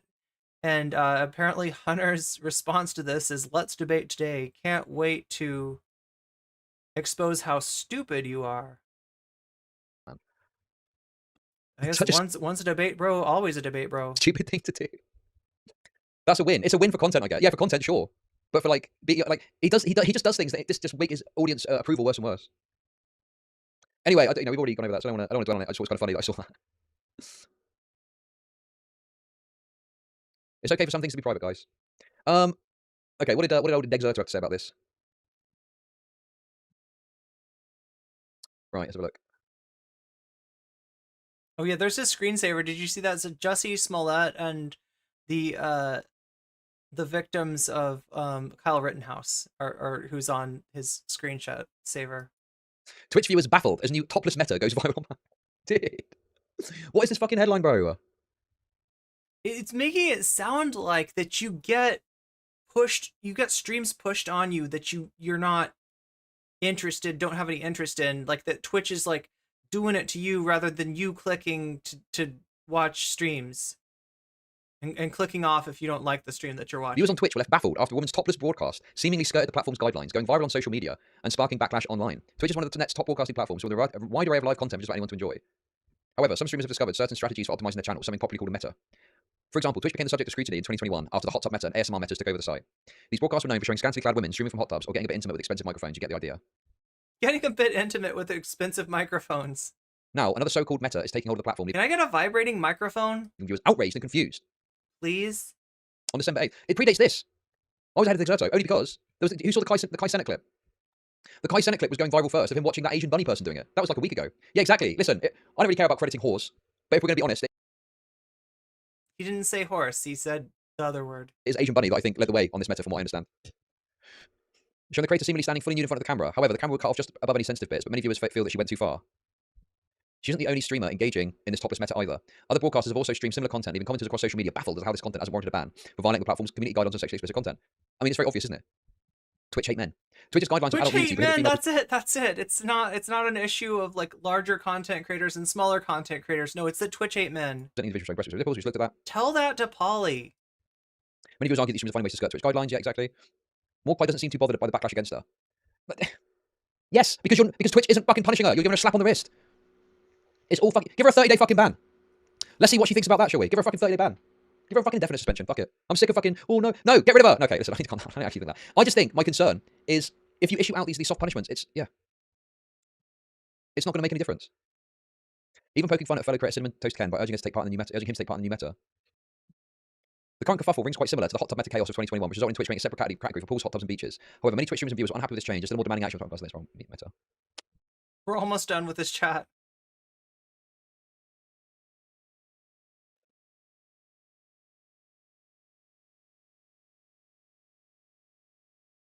What the fuck is this?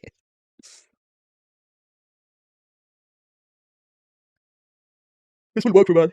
It's kind of funny, I guess, but this obviously it wouldn't work for a man to do this. Why would a man, it's a woman's world. It worked for you, didn't it? Oh, Twitch is a woman's world. How many gift subs did you get from that? I think it worked for you. If a man did it, he'd have to show his balls. He'd have to show his dick and balls or something. Show the bottom. Or you could just show morgue pie. You could just literally like have morgue pie on your thumbnail for the majority of your stream, and that might work too. You have to show the bottom of his balls, and that's all you get to see. Something like that.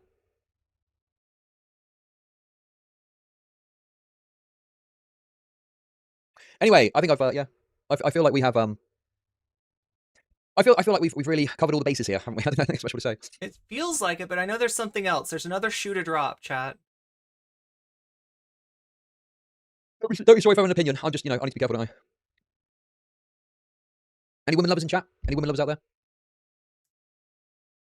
I agree with everything you've said, but the overwhelming majority of viewers are watching male streamers.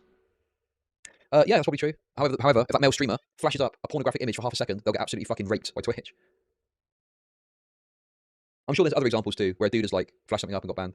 Even women, listen, I'll even extend this to, listen, I'll reach across the gender aisle and even extend this to women too. Like, is it really fair that a woman can accidentally flash a part of her body and she gets what, 3 days? I think that's a 3-day suspension normally. But yet someone is doing this and it's a 1 day. That's mental to me. If I was a woman and I'd been banned because something accidentally happened, I'd be pissed off as well. Speak up for poly people. Who said that? Oh my god. Okay, I'm not even gonna get. Yeah, did you hear that? Did you hear that? Speak up for poly people. Chud, why not? Why not? Look. At great risk to my own personal sanity, I would love to have a conversation with you about this. There are certain inconsistencies that I have found in your take that I would love to interrogate, and I think you might enjoy to some degree that interrogation, Chud. What say you? What say you that we have a debate?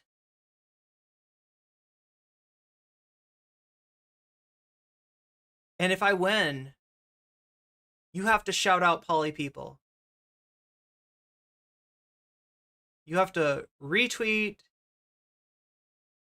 shout out, and make poly's ban a bigger deal. What say you, Chud? What say you? Not fair, but fair has nothing to do with it.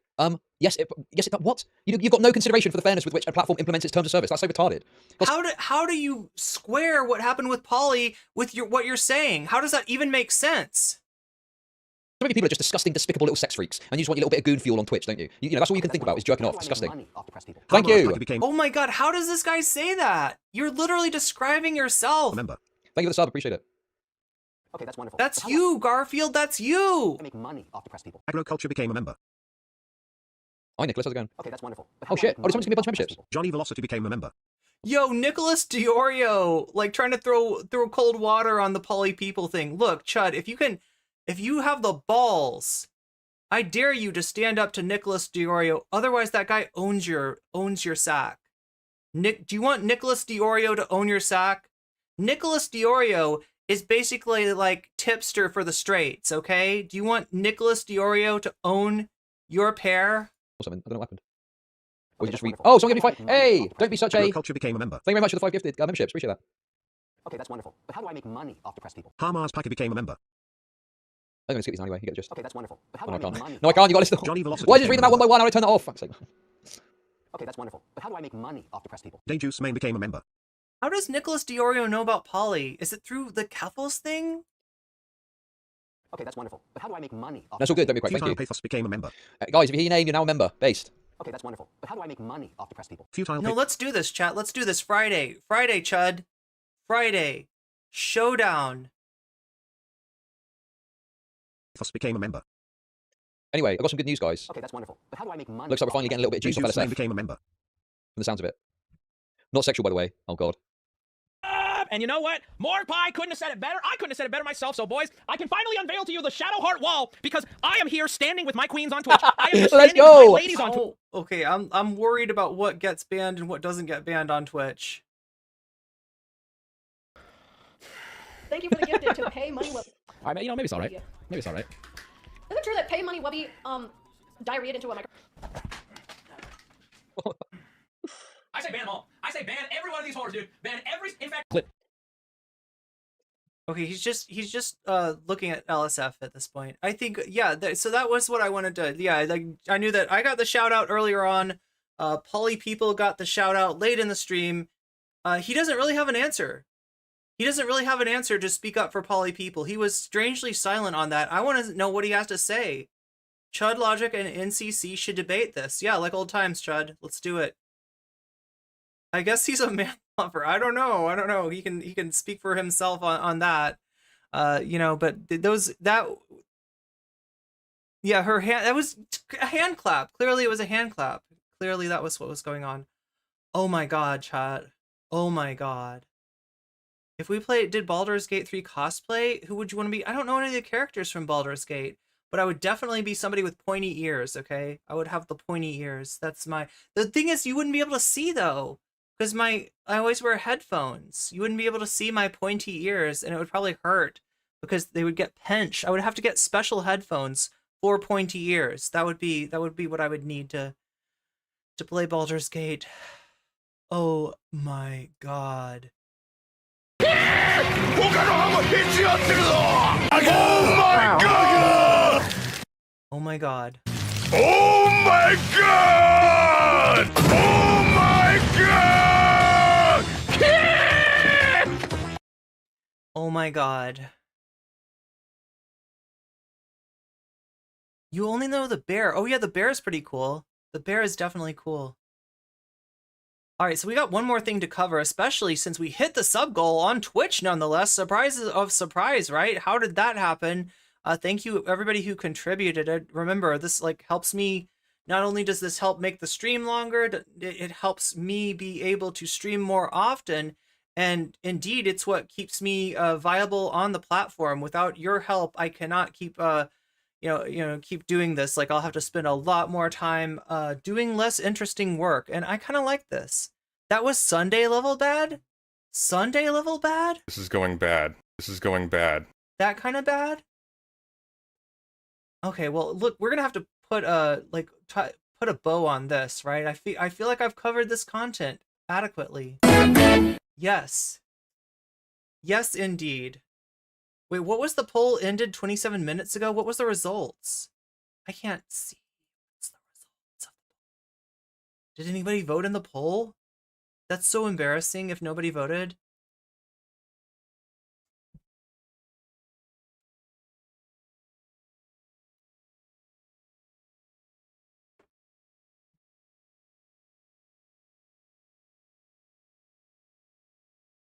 This is it, right?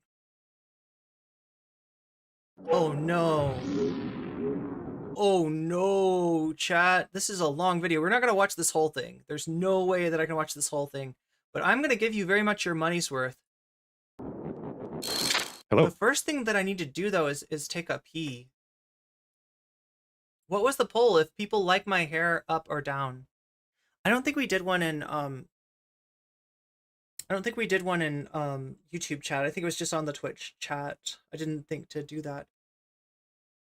I always do. I always give you your money's worth. YouTube is why Twitch... Yeah, it was because of YouTube. YouTube came over and made Twitch...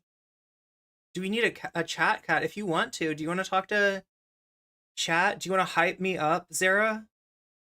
We need some hype to force Chud. We need a clip. We need some hype. We need to tweet that shit out. We're gonna make Chud embarrassed. We're gonna make him feel shame. I think he likes when I shame him. So, yeah, that's what we'll do. We'll give Chud the shame until he agrees to do a benefit debate for poly people. YouTube likes it up. Yeah, the likes are huge. The blue butterfly wins. Yes. I think people like the blue butterfly. That's my favorite too. But yeah, that was wild. Like that, I feel like I had so much energy before I started that. And now I'm a little bit tired, but I can keep going. I mean, that was a lot. That was a lot. And it'll especially be a lot if I have to debate Chud Logic on Friday, but I'm willing to do it. I feel like there's some real inconsistencies. I feel like he didn't answer the question about why not support poly people? Why not, if this is such a big Canadian brunch. Thank you for the resub. It is great to see you again as well. Always good to see you. We are crushing that sub goal today, chat. I don't know if resubs add to it, but it sure feels nice to hear the bubbles. That's why I pick the sounds that I do for the stream alerts, is because I really like hearing those sounds. Those are sounds Bubbles that are really either ASMR. They're just absolutely divine. They go hard. Well, let me let you go. Okay. Go pee, girl. I'll bounce, and then I'll come back and bounce some more. So, I'll see you Good. later. I will leave you in the capable hands of not just Zara Xerox, who you should definitely go and follow on YouTube and on Twitch, but also Riska. Perfect. And so it's pronounced it's pronounced circuit. Circuit. Robert at Binders and Letter Hack. I see 50 Michael. Nobi Cat. Something upset me, so I left. Oh. This has been quite an intense kind of ride too, because he really went on a bit of a rant there, through the entire process of, pulling this up, showing it to chat, making sure they have lots of time to really get an eyeful of the content. It's very interesting, but I think Irene made a really great point that there's deep inconsistencies. How I know that? Psh, I do not have an answer. My bad. Is there on that silky smooth radio? Oh, thank you, Bad Lefty. And also, good to see you, Canadian Brunch. It's always a pleasure. Merry Transmas, everyone. And so, yeah, like I said, I think Irene was really on point with pointing out the inconsistencies of Chud's narrative that he was developing. It's obvious that he's trying to champion some causes with that take there. Oh, thank you so much, Kwa. I really appreciate that. One day I'll have a nice, fancy, good mic, and it will be a little bit more consistent. Chud knew what he was doing. He knew exactly what he's doing. He's been doing content long enough. He knows his audience. He knows the landscape. He knows exactly what angle he was taking.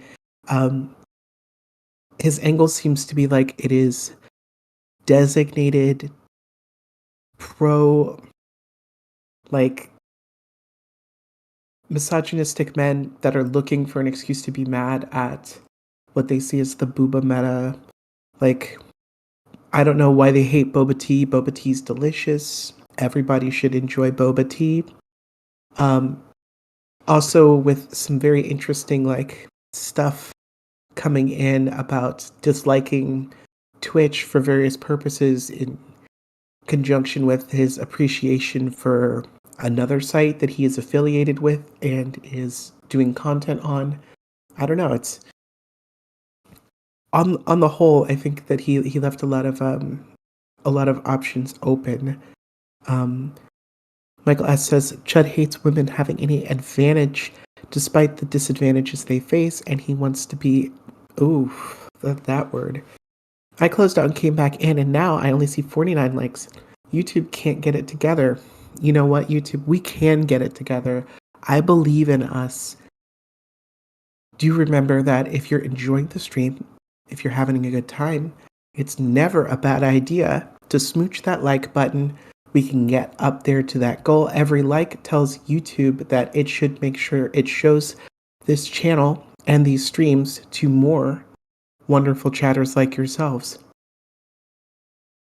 Thank you, the anti-corporatists. I did the same and I see 51. That's a good move. If you see 51, YouTube wouldn't just get on the internet and tell lies, would they? Also, for all the diehards in Twitch, sound off if you are having a good time. If you're okay, this is a nice good time to do a check-in.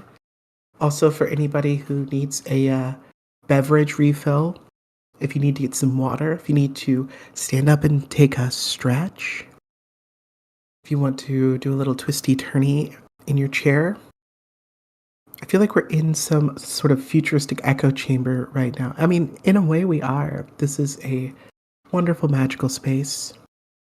I was speaking more to the corporate YouTube because their likes aren't consistent lately. That's very true. Pardon what I'm saying, but he sounded like he was headed for a hate something right after the show. So hateful and angry. So horny. Well, that is an interpretation. I hesitate to do the prediction. See, happened again. Very interesting. Very interesting. But he definitely had some very strong feelings about it. And he kept speaking like there were I don't know, deeply personal experiences that were influencing his feels on it. Either way, I definitely hope I hope he is able to resolve things with whoever hurt him like that. And maybe he can get some of that off his chest one of these days. But to be fair, Bad Lefty, we couldn't see below the waist during the stream. No, we couldn't. That's something he had in common with some of the streamers that he was pointing out as examples for the Twitch policy on attire. Very interesting. Good point, Soul. Why, Soul Life? Why?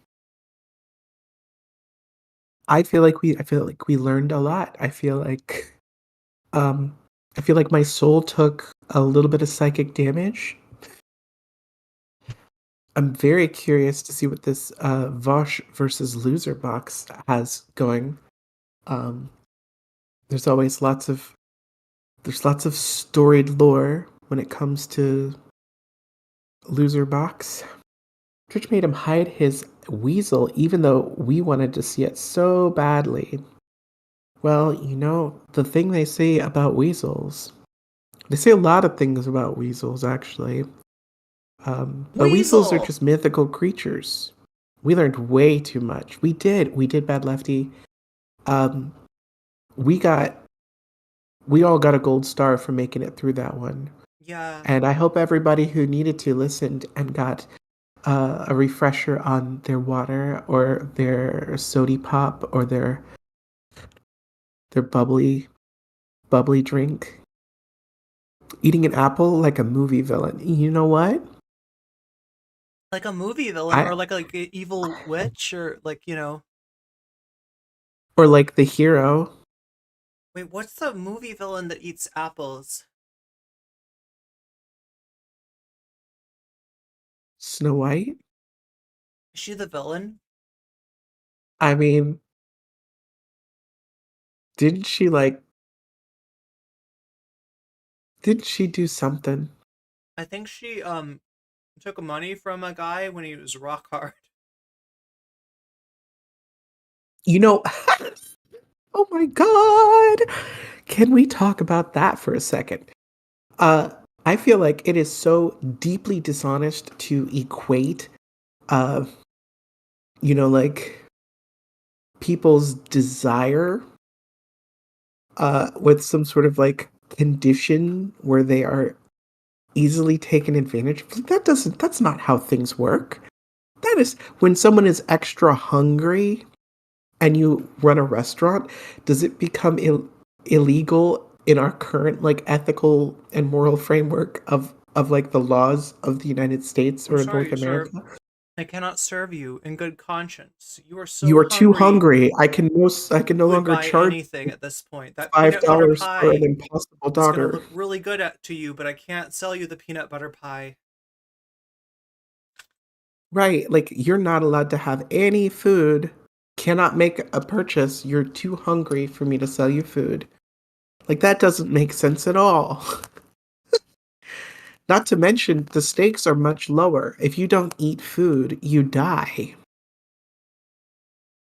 If you don't have some light reading after your shift at work, you will still be alive the next day. You're gonna make it. After all, this is a Wendy's. Do you think that this fills into the it's like another manifestation of the whole male exceptionalism, that like a lot of the problems, because like Shu wants us to talk about men and men's problems, and believe me, I am concerned, right? I care about men. Men are, a part of my life. They've always been a part of my life, and I do worry about them, but like I don't know if the idea of like catering society more towards men is really what's helpful for them. I think that the problem is that patriarchy engenders this Already sense caters of, to them. but it also engenders the sense of like masculine exceptionalism that I don't think is actually healthy. I think like that's like half of men's problems, right? Is that they're like, oh my god, who do I go to for advice? It's got to be Andrew Tate, right? Because only a man, like only a true man, only a manly man like Andrew Tate, right, can really understand a man's problems, and the men's like, everything's like different, and there's like such a reticence to just join the human race. Also, I gotta say, B-Cat, I wish the spirit of hardness lived inside of me. Well, I can be hard when I need to, right? That's one thing that I'm really good at, right? And I feel like I'm You're going to very need to on tough. Friday. Yeah, I'm going to need to be exceptionally hard, rock hard. One might Are we say. talking about NCC exceptionalism? Are we talking about? When will Well, the men catch a break? oh my, oh Or my whitey, God, for that matter. Yes. oh my goodness. But you're right. Like I think that's like something that people don't really bring up when it comes to like this. Won't someone think of the men? Why is no one on the left talking to men? Like, I think you hit the nail right on the head with that. And no matter how much I try, I can't find less suggestive metaphors. It was so peaceful up here, but now there are freaking communist invading radicals. Communist invading radicals. Yeah. Thank you for invading my chat. Patriarchy harms all of us regardless of gender. Yeah, it does. It does. It's almost like hierarchy, you could almost say, like, right? Not to get too culturally Marxist before I get the attention of Stitch and Adam. But yeah, thank you for the subscription, Try3. Welcome to the chat. I hope you're enjoying the stream today. I hope you're all enjoying the stream today. We've got a few more miles to go until we rest. Michael asked, I think FD Signifier had a good response to that. You're absolutely right. FD has spoken in depth about men's issues, like dealing with like patriarchal men's right groups, like doing, like debunking misinformation and providing a leftist approach to like some of the problems and struggles they face, but also to kind of debunk and deprogram from a lot of that like toxic, reactionary kind of messaging that's already out there and so prevalent.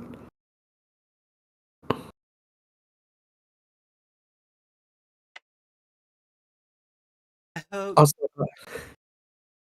wait, you hope what? Yeah, I hope that a bunch of weasels on your stream don't get you in trouble with Twitch. I mean, we're watching. If you're talking about the like weasels, like as in the mythical creatures weasels, yeah, you're right. Weasel. But in terms of the weasel that we were watching today, if we're talking about Chud Logic, which I'm not sure if we are or not, he's a Twitch streamer himself, so everything that he did in that video was done on Twitch and on Kick and on YouTube. I think he's like he streams on 3 things at once, chat. I gotta get he high does. That's what I'm gonna ask him about too. I'm gonna ask him, how does he triple stream, and how can I become a Kick streamer? No, just kidding. That would be so wild. No, I need to get on Rumble, right? I need to be a Rumbler. I need to be a sussy Rumbler. And then what's his name? George. What's his name? The guy that got kicked out of Congress? Oh my God, I should know this. I'm a political streamer. George, what's his name? What's his name? I can't remember his name. He's gone for like 1 day and I've already forgotten all about him. What is his name? The guy, he's on like Cameo now. All you sussy Rumblers out there. Are you talking about the former congressperson from New York, is it? I don't remember what state it was. Santos, thank you. It's George Santos that I'm trying to talk about. Oh my gosh. I feel like I got sassy and dunked on him on Blue Sky a few months back. On Santos? Yeah. See, I feel like he'd appreciate that though. I didn't realize it was the real him. You know, it was an account that was at the time it was an account that was smaller than me, and I was just like mad because it was a bad take. Do you think that do you think he'll give you a free cameo? Probably not. I think I blocked him and deleted my cameo. I want him to do that kiss to the microphone. I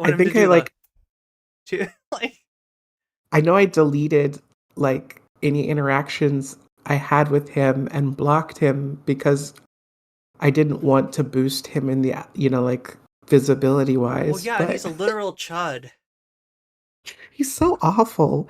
I guess we're just gonna have to hit him up on Cameo We're gonna have to see And what's up. I mean, I'm not. we're gonna I have to haven't find out blocked how him to yet. use his powers for good. Yeah, we He's can not turn gonna him remember good. me. Just that's what I do, I'm Chad. just Isn't that what I do? I de-radicalize people like Chud Logic. I just need I'm to just talk, some just like I random de-radicalized cat. Sansoy. Yeah, I did such a good job with that. Sansoy is in no way reactionary anymore, right? Right, Chad? I haven't checked on him in a while, but I'm sure he's not reactionary or anything right now, right? Oh wait, that's right. He got banned. Oh my god, what did he get banned for? I've heard he got banned. I don't know think what we're it was allowed to about. talk about it Are officially we not allowed because to of talk like about? We don't speak about Sansoy. no, I just mean like the reason he was banned because it was like I think it was contentious and some people tried to claim credit for it, but I think at least one of the people who was associated with the purposes of it were an awful person that's kind of really bad faith. Oh, you're talking about the people that he used to have on. You think it was like one of those? Well, I remember one of the people. One of those cozy people. Yeah, someone baited him with something, and it was like a big deal at the time. But then he also went off on like a vitriolic thing. There's still a video on his YouTube that says the stream that got me banned or whatever. I still but feel then like there's probably a lot of NCC content that he did that I missed, right? I've never watched his stream exposing me for Filegate. You know, that's probably a good watch. I wonder if that's kicking around somewhere. I think a lot's missing, but maybe that's still there. You know, he must have done some deep undercover journalism to expose you for Filegate for files that no one has ever shown. Yeah, he got in touch with some really credible some sources that turned out to be incredibly credible, just like highly believable, in no ways dubious whatsoever, not debunked at all, right? Xander Hall deleted his stream for no reason whatsoever. They all backed away from it for no reason, though. All those allegations were legit, chat. I mean, it's probably more likely that he found some Keebler elves at an after party, and they had Hunter Biden's laptop. Wait, and Keebler he elves? opened it up. Are we talking about machine elves? Are we talking about DMT elves? I don't know if we're allowed to talk about those. It's a conspiracy, chat. It's a conspiracy. I was just talking about cookie elves, like fictitious elves that aren't real. Yes. They live in hollow trees. I don't even know what this metaphor is, but I love it. The hollow tree theory is that inside hollow trees there dwell. Is that where the Nazis went? Inside a hollow tree somewhere? They discovered. Xander Hall Xander Hall deleted his stream about me. Xander Hall did a whole hate stream on me, a whole drama stream on me, but apparently it got deleted.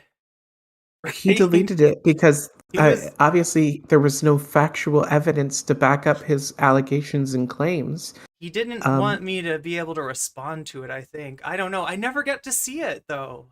I saw that he was going to do it, but never got biggest to see disappointment, though, is that after getting this Hunter Biden laptop from the Keebler elves, it turns out that none of the files were real.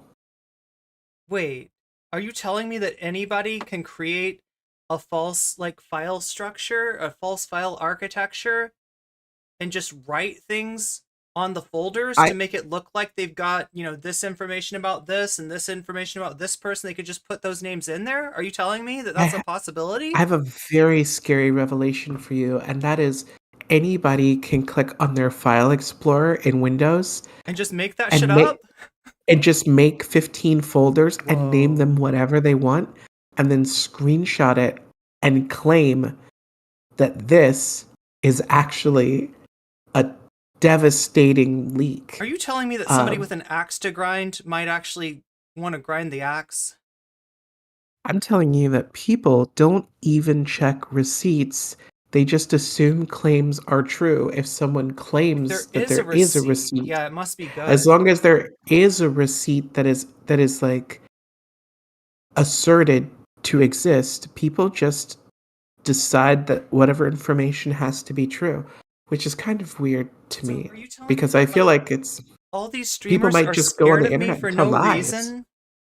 Well, no, there's a good reason to be afraid, because if you're willing to speak truth to power, despite having financial or career gain for not doing the right thing, then that means that you're dangerous to the hierarchy. You're dangerous to people going along to get along. 'Cause I'm not Like, for if you're willing to sale. speak out, if you're not for sale, then they can't guarantee that you're going to make that choice. You don't have. So you're saying I got no strings to hold me down? It's true. Damn. I don't remember the rest of the lyrics, but it's a good thing because I would get you in trouble with that company. Yeah. Well, I'm just like way too trusting, especially when foxes are involved. Like, see a fox, and I'm like, oh yeah, this is clearly on the up and up. Clearly, this is someone I can trust. I mean, if I see a fox anywhere, I'm just generally very happy and I am trusting. Foxes are adorable. They're so cute. And like they make really great little And they squeaky give noises. you vacations to Pleasure Island, which are totally not a scam. I would still go to Pleasure Island to hang out. I would just be really good. I think I would like know? being a donkey for like a little while at least. Like not I mean, like I forever, think it could but be fun. as long as as long as I'm kept away from Vosh, Chad, I think I wouldn't mind being a donkey for a little while. What about a Just keep sometimes Vosh away from donkey? me. Like, how bad could it be to Well, be it's like a like, I cute got the little feeling as a donkey for a kid- few days? I got the feeling as a kid that like being a donkey is like being bad. Like if you listen to Lampwick, if you go with the bad kids, then you turn into a donkey. If you enjoy yourself too much, if you play too many games, if you shoot too much pool, that's where the donkeyfication, happens. And that's like foxes are like when a dog turns into a cat. They are. No. I mean, I promise the donkification of the youth of tomorrow happened On 50 years TikTok. ago. Oh no. I'm sorry. I thought I was going to guess on TikTok. I'm used to blaming TikTok, chat. Yeah, these days the donkification is happening after dark on TikTok. I don't know.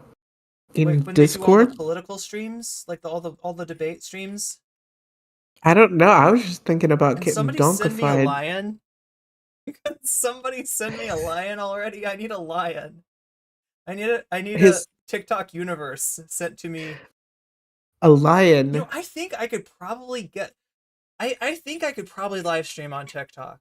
The only thing is like there's something where they're able to tell that you're sending them like Twitch, like clips rather than like regular TikTok videos, because like they don't do as well, right? It's really hard to get to 1,000 subs without doing like legitimately doing TikToks. But either I would have to do some TikToks, or I've been told that maybe there's another way, right? Maybe if I could ask the right person. The only thing that you can't get from TikTok though is the one thing that I really need, which is a stream key. We got a lion. We got a lion. Oh hell yeah! I do believe it may be possible to stream on TikTok with an RTMP, but like you got to get the RTMP, right? Or like, wait, is that the stream key? The RTMP? Right. Like it is. I do believe it is technically possible to do it that way. The problem is it just isn't super helpful. Like because you have to reach a certain point before you can ever do that. Well, and theoretically, the content that people want the most on TikTok is seeing your face directly on a camera in like phone camera resolution. Yeah, and they want it to be like a green screen thing, but like not a real green screen, like a bad like do it yourself green screen. And they want me to be over some content that I'm commenting on, and to kind of like be shaking around and like moving around, kind of like my normal Twitch stream. I don't know why. Look at all these lions. Oh my god, I'm rich. I'm rich, chat. We got all the lions in the world. How'd you get them lions? What are the lions? Are the lions like $20 on? Is that what it is? The lion is like a $20 donation on TikTok, and then a universe is like $100 or something. Thank you for the lion, Bad Lefty. Yeah, it's a lot of lions there. Legit. I mean, I like TikTok. I just know that like people on TikTok have kind of like a vibe and a meta that they're into. So it is pretty reliable that like clips from streams don't do as well because it doesn't fit with what people are expecting to consume content-wise. Yeah, unless it's a streamer It they doesn't know have the already. same. Well, it's not even as personal. Like I've Do you want seen me to other be streamers. personal? I can be personal. I've just you're a very personable person. I just Exceptionally think that personable. people tend to connect better with the face-to-face, like you're FaceTiming with like a friend in a cozy way. Instead of that feeling that you're broadcasting from like your cool setup.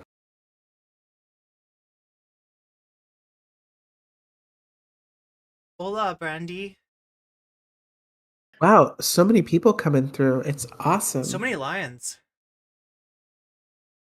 Also, don't let me hold you up if you're trying to get Oh yeah, we back on probably should track to finish catch. the. Yeah, we 'Cause got. I'm sure you want to catch this cursed Loserbox Vosch. I'm gonna take it as far as I can. The Shinigami from Death Note. Wait, is that named Ryuk? I did hear from some chatters too that some people have never heard of Loserbox before.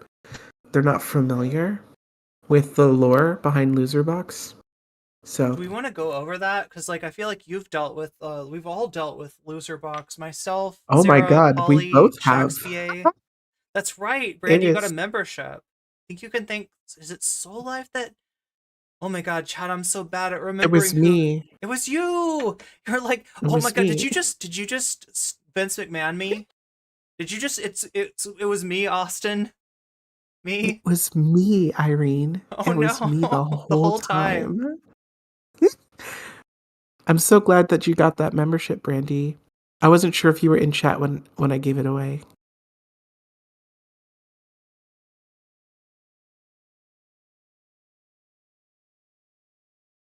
Continue the Fox and Lion discussion. Vosch and Loserbox suck. We'll have to schedule this and do like a fox and lion, and you know what would be really fun? I had this We got a conversation with. bear to join us. Well, yes, if we got a bear. I had a really interesting conversation with not that Katie, and we were talking about animals, which animals are like overrated in the way people like them and don't like them. And Oh my god, it's they're very gonna say interesting. fox, aren't they? Like because there's so many people that like foxes. It's got to be overrated. It turns out it was not, but I don't want to spoil Isn't anything. this I like was a just saying. isn't this like a furry discourse that we're traipsing on here? This kind of feels like a furry discourse.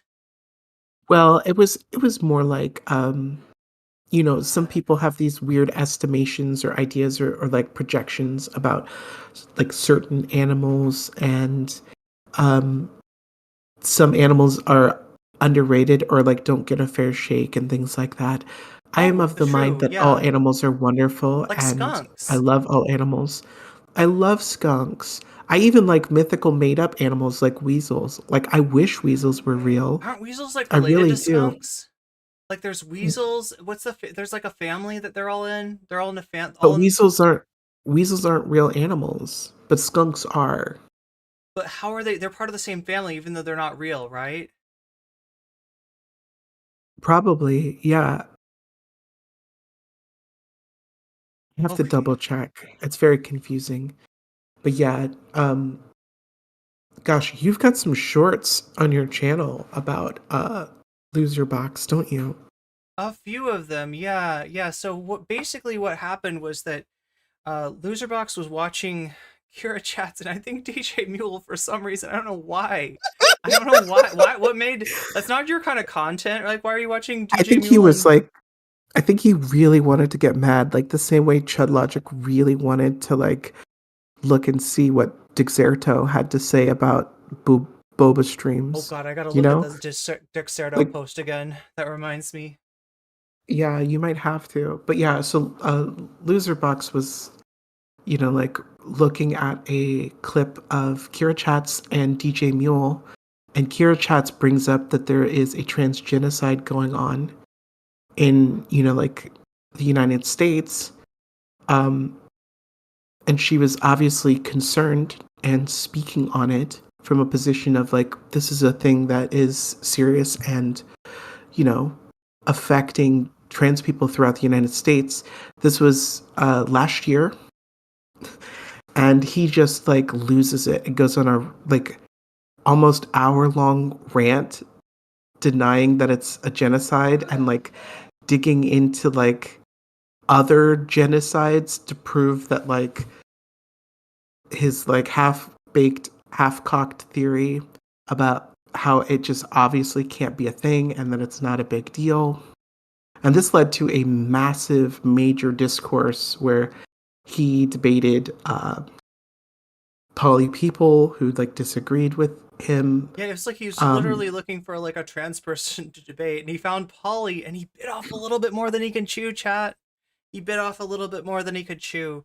And, you know, it ended up like everybody disagreed with him, which was weird because, like, right, here's how it works. Kira chats, people just, like, in the Vosch network especially, they hate Kira. Anything that Kira says is going to be wrong. They're gonna hate on her, right?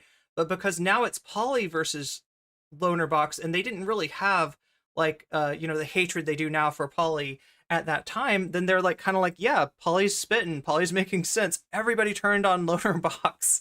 And he just got, it's a weird thing, right, for a cis creator to try to find a trans creator to dunk on and to end up getting dunked on by like the entirety of the Vosch network. Now, of course, the Destiny people stood by him and said he was based, but he ends up writing a whole manifesto about various trans people, right? And you know, and then like includes, what did he say? Oh my God, maybe he was like, I've never called a trans person crazy before or something like that, right? Yeah, he was like, had he was like fucking... a literal clip of him like doing that with me, be like, oh yeah, the files lady, yeah, she's crazy. And it's like, okay, dude, what the fuck?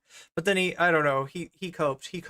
We watched Poly versus Loser. Yeah, that's true. That is a video on my channel, as well as my reaction to Loserbox talking about the specter of Trans Rittenhouse, right?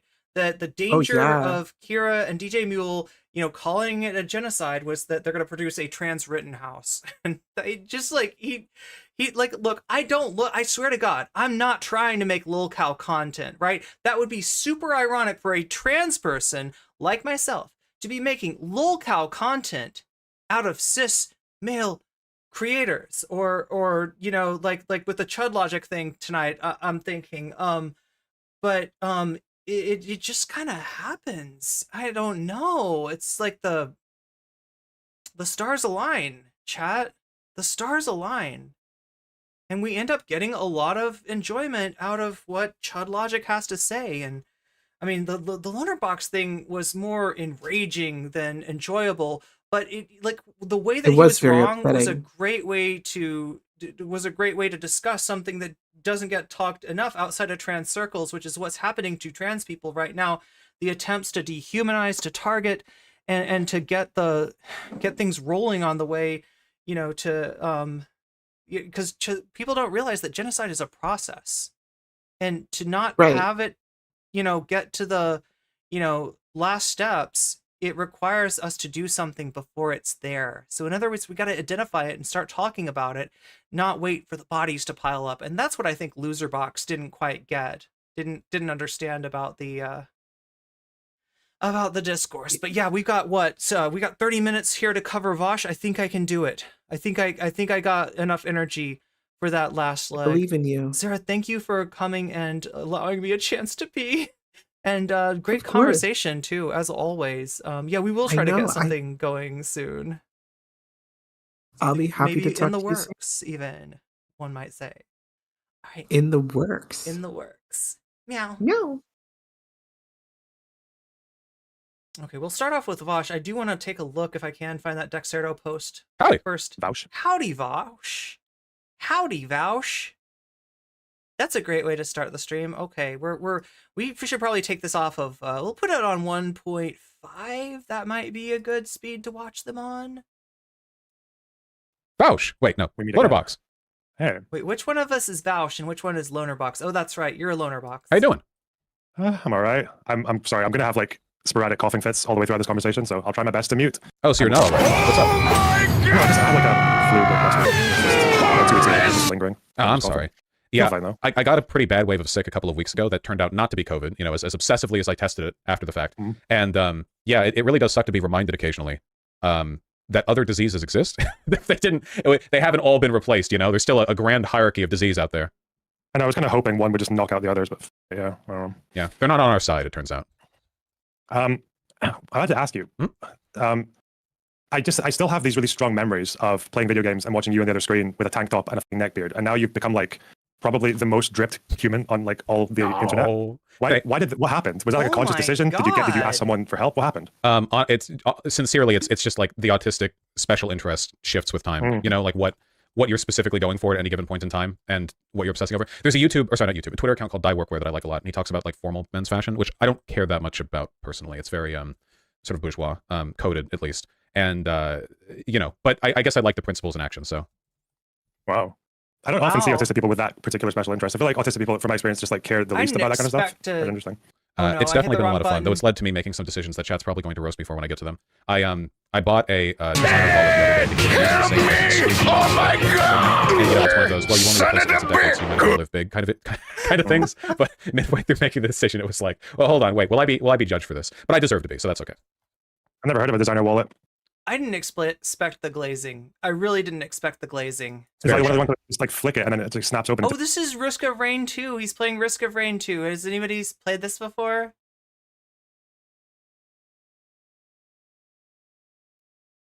Five different compartments, or mostly I think just a matter of build quality. Though I like the design they go for. The what's it called? The Paul Ryan, Jack Ryan? I forget the name exactly. I'll have to look it up. It's not Louis Vuitton or Gucci or anything. Jesus. Well, there's a war happening. Shit. About to be a few of them, it seems. Yeah, you know what? Like when October 7th started, like maybe a few days in, my dad, who's a bit mental, like just Middle Eastern, like old dude, was telling me, he was like, listen, you know, like I think it's time. I think all the like anti-West countries are going to use this opportunity to, you know, the USA will spread itself thin with its support. Russia will go further into Ukraine, and maybe China will take Taiwan. And like, I was like, okay, sure, bro, whatever. And now like Venezuela wants to take over Guyana, and the Argentinians elected a guy who wants to reclaim the Falklands. It's like, yeah, I haven't even covered that yet. That one is very funny. Especially because he's been trying to ingratiate himself to Western leaders. He started off with fashion. Now we know where Vaush's fashion sense. Now we know where Vaush's drip comes from. We don't have to speculate on whether it may or may not be a prostate issue. Right? Dollarizing the economy stuff, and then to immediately go also like, yeah, actually the Falklands are ours. Seems like an excellent way to maintain a stable relationship with the West. Yeah, although I have heard that it's not uncommon for Argentinian leaders to get elected and just kind of chest puff about the Falklands and then nothing happens. But I don't know, this guy, I don't trust this guy. I don't know, I feel like the penguins are in trouble, the Brits down there. Yeah, the world's cutest penguins. I think I think he's dialing it back a lot, actually. Apparently he made a lot of antagonistic statements to Lula da Silva when he was running, obviously because Lula's, you know, socialist aligned at least. And since then, since actually winning, I think it seems he's been a little... Look, I mean, do you know who we're talking about here? We're talking about Chainsaw Dude. We're talking about the guy that resurrected his dog through science. He literally has a clone of his dead dog. He has 5 clones of his dead dog, as I remember correctly. This is Javier Milei that we're talking about, right? So it's kind of weird to be like, oh yeah, everybody talks about the Falcons, like, right? You know, there's nothing weird's gonna happen here. No, this is a weird president. This is a legitimately weird president. Do not let anybody tell you otherwise. Remember when they said Trump's gonna have guardrails? He's gonna have adults in the room. He's not going to get close to anything that would cause a crisis because they won't let him.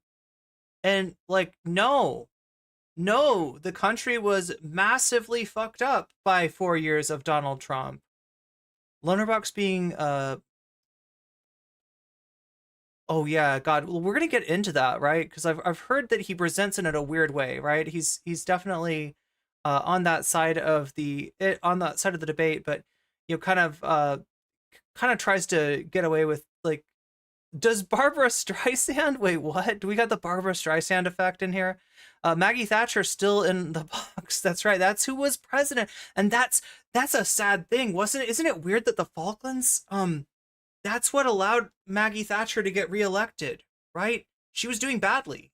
She was doing really, really badly. And then that war happened and she got reelected. And the rest is history. Bit more conciliatory. So I don't know. Maybe there's hope for peace yet. Why does the British Empire own an island off the coast of South America? Yo, why did France have a colony in Vietnam? As for Israel-Palestine, I guess I caught some of your thoughts from that debate that you had, and maybe just like a few other stream clips here and there. I don't know. Do you want to know where I am first? Was that, oh yeah, for sure. Well, I watched a few of your streams. Well, not all of them. I watched portions of them. You were really getting into it, and then I thought, yeah, I should go back and revisit this when I have time, and then I didn't have time. So this is Milei introduced shock doctrine. I mean, yeah, probably. I mean, like, he's the shock doctrine candidate. Like kind of me getting. I mean, literally, the shock doctrine candidate was Pinochet in Chile, but a sort of distilled info dump, which is absolutely what I'm here for. Yeah, kick it. Yeah. He's definitely a big fan of the Chicago boys. I'll tell you, like, right?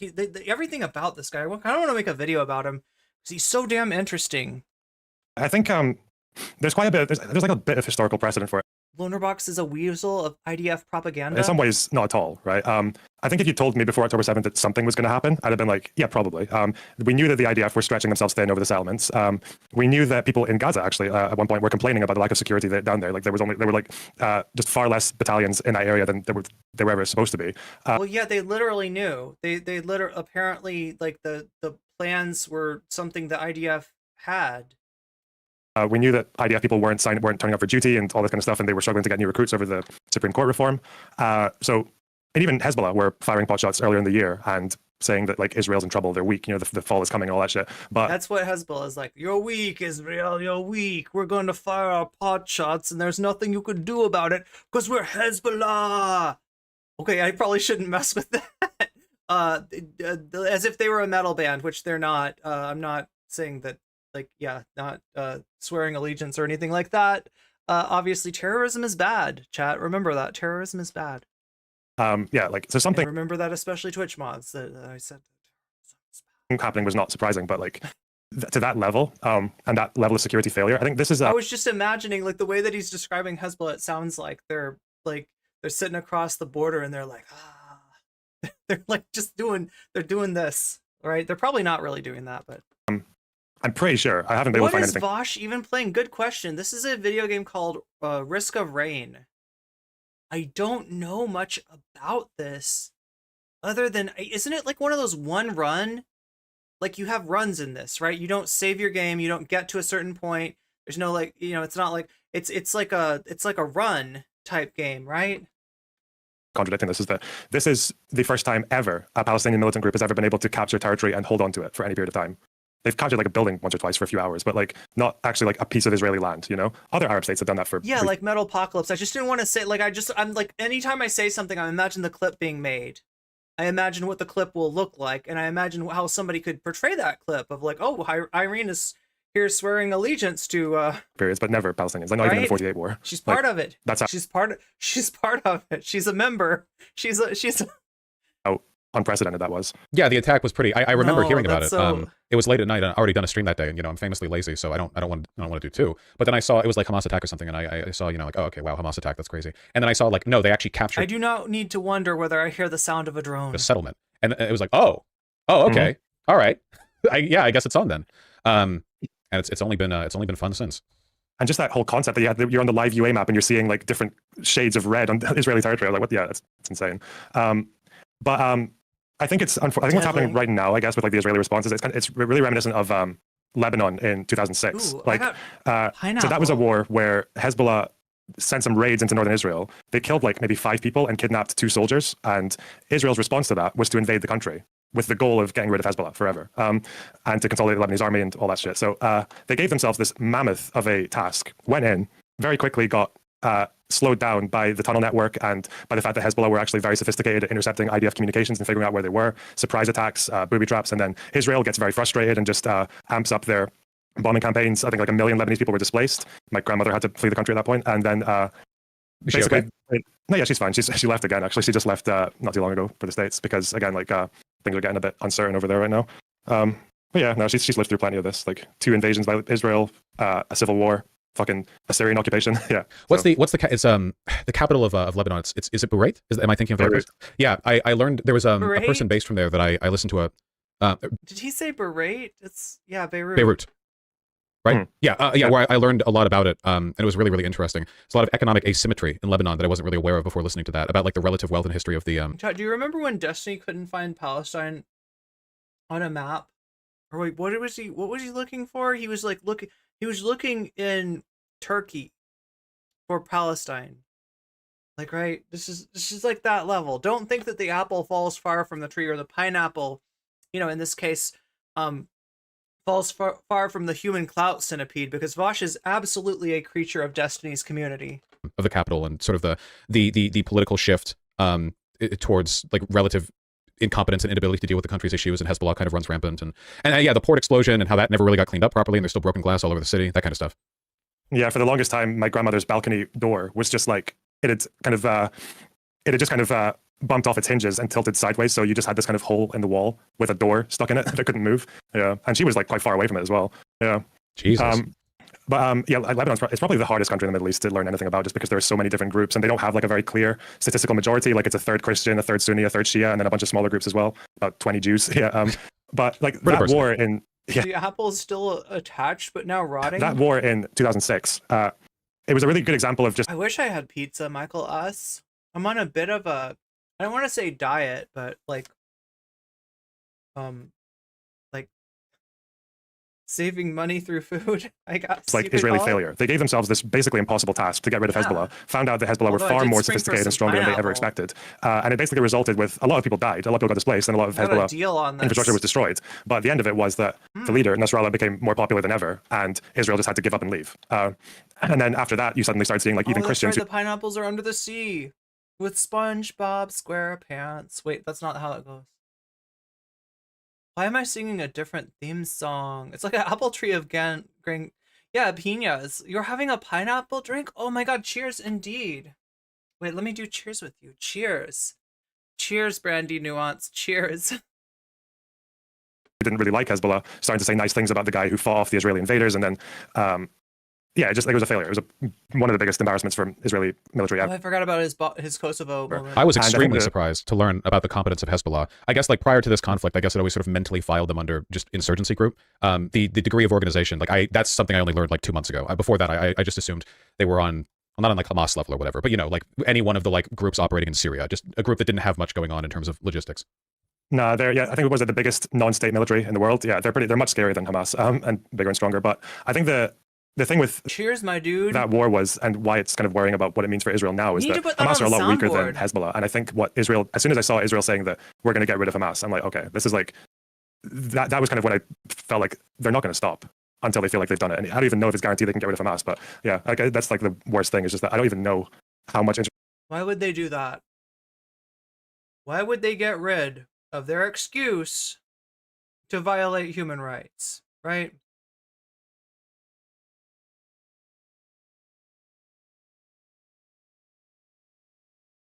Why would he assume that? National pressure could possibly convince Israel to stop, like outside of, I don't know. It seems like the really depressing part. It seems like Netanyahu's government is like 100% committed. Like they're not even engaging in. Look, let's just go really quick recap, right? The PLO was seen as a possible partner for peace, right? By the world. Was seen as someone that Israel should negotiate with, right? And they, and was secular. And they literally cultivated Hamas to have somebody to blame and use as an excuse, like, right? It's it's really Israel that like empowered them, in the first place, right? It's the political niceties that you would expect them to engage in as a way of sort of delaying condemnation from the United States or trying to rope people in. Like there's not even much of a pretense besides these like really transparent IDF, like, hey, look at us holding these boxes labeled in English, aid or whatever. It seems like they're not even trying, which makes me worry, because if they feel they don't have to try, that's probably because they're, going for a different goal. Yeah, I saw you talking exactly, to Richard Hanna about that yesterday. I think I'm maybe going to suggest like a slightly different, like, isn't this the thing that Netanyahu got like videoed talking about? Explanation for like, I'm surprised everybody hasn't seen that by now. Why Israel does what they do, which is still condemnable. I think because the way I think Israeli propaganda works, the way I understand it, is that it's not quite as simple as just like lying about everything. I think they do lie. They lied about like Shireen Abu Akleh's death, and like it turned out they definitely did it. So like that, yeah, they've lied about a lot of things, and they lied about the Nakba for like 40 years until they released the archives, and then I think a lot of their propaganda, at least like the main approach they take, is, do you know what hasbara means? No, I do not.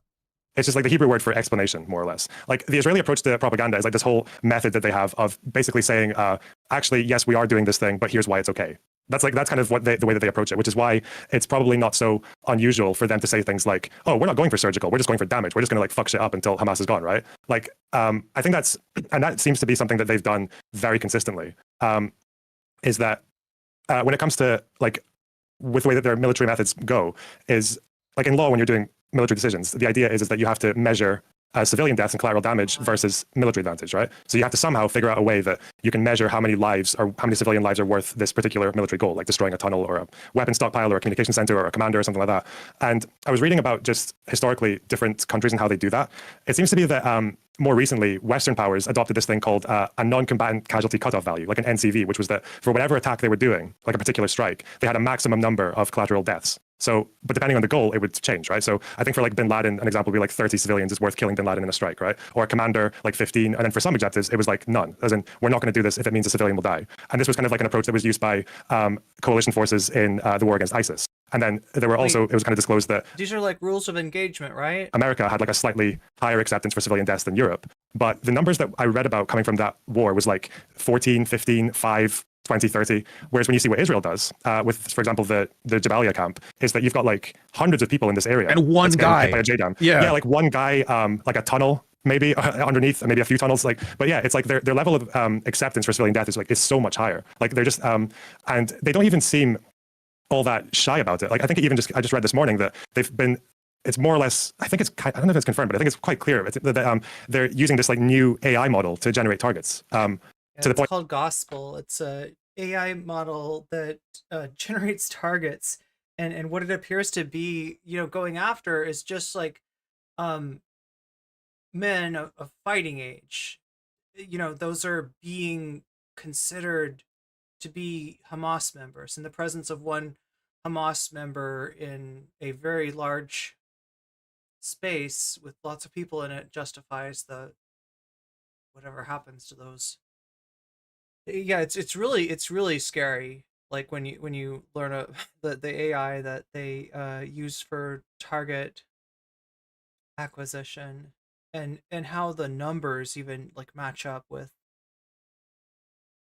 in terms of the number of Hamas members they consider to be killed, seems to match the number of adult males that are killed. It's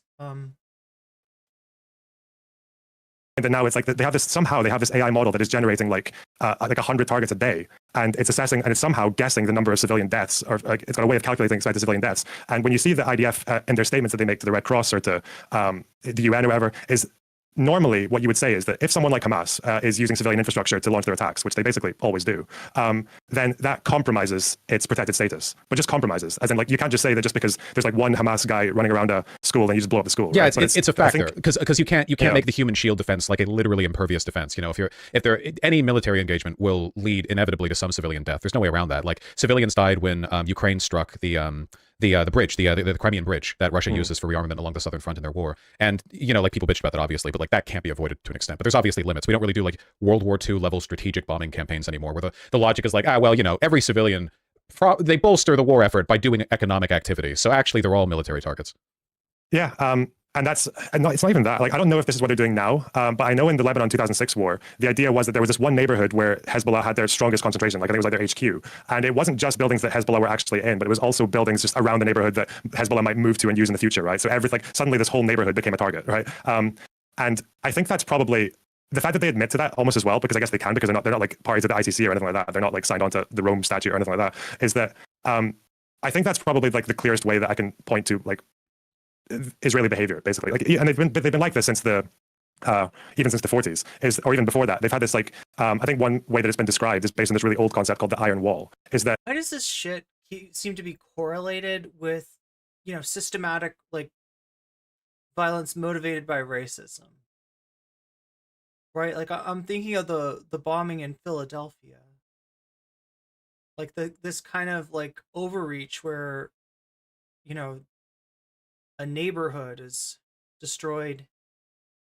It just seem to go hand in glove with systematic racism.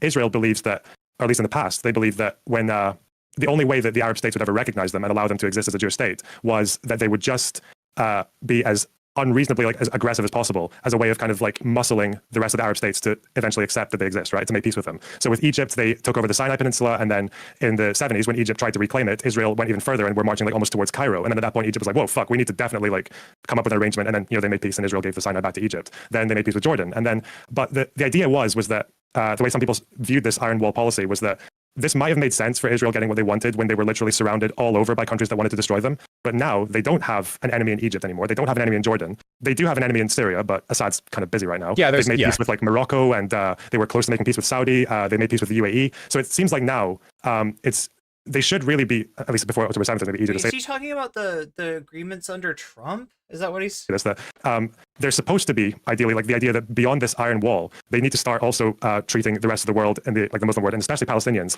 not as like threats that need to be bullied into submission, but like as future neighbors, you know, like a diplomatic approach. But it seems like with what they're doing in Gaza is they're very much still stuck in that iron wall, which is, and they've been like that for probably... People are saying he sounds like he's taking the IDF at face value. It's very much a State Department take. Their State Department right now is warning Israel of the strategic defeat that it faces, but it's in that, you know, it's in that language, the language of pragmatism, not the language of ethics or morality, that the concerns are being raised by the State Department of like, this might not be good for you, Israel, like long term. The last 20-25 years, right? So I've seen a lot of criticism of that, to that effect, essentially, that there were like a lot of diplomats and statesmen who recognized that what Netanyahu has done is essentially set back any possible peace for Israel in the Middle East by another couple of decades.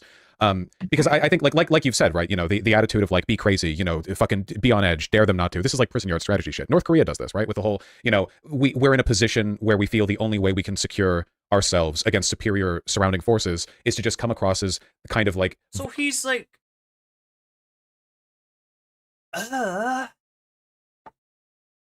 I was told that Vaush came off a lot better in this debate than Loserbox, but goddamn, like that, it sounds like he's justifying Israel's actions based on like this prison yard. I mean, like, what are you saying about? Like, that's just, what is that other than racism? I don't know what the fuck he's saying other than racism. Am I missing something, chat? Is this like? Is this what you're getting to? It's a rough neighborhood. You need to show those people who's boss. Oh my God. I hope I'm not putting words in his mouth. I don't know. Well, I'll hear it from the Vaushis if I am.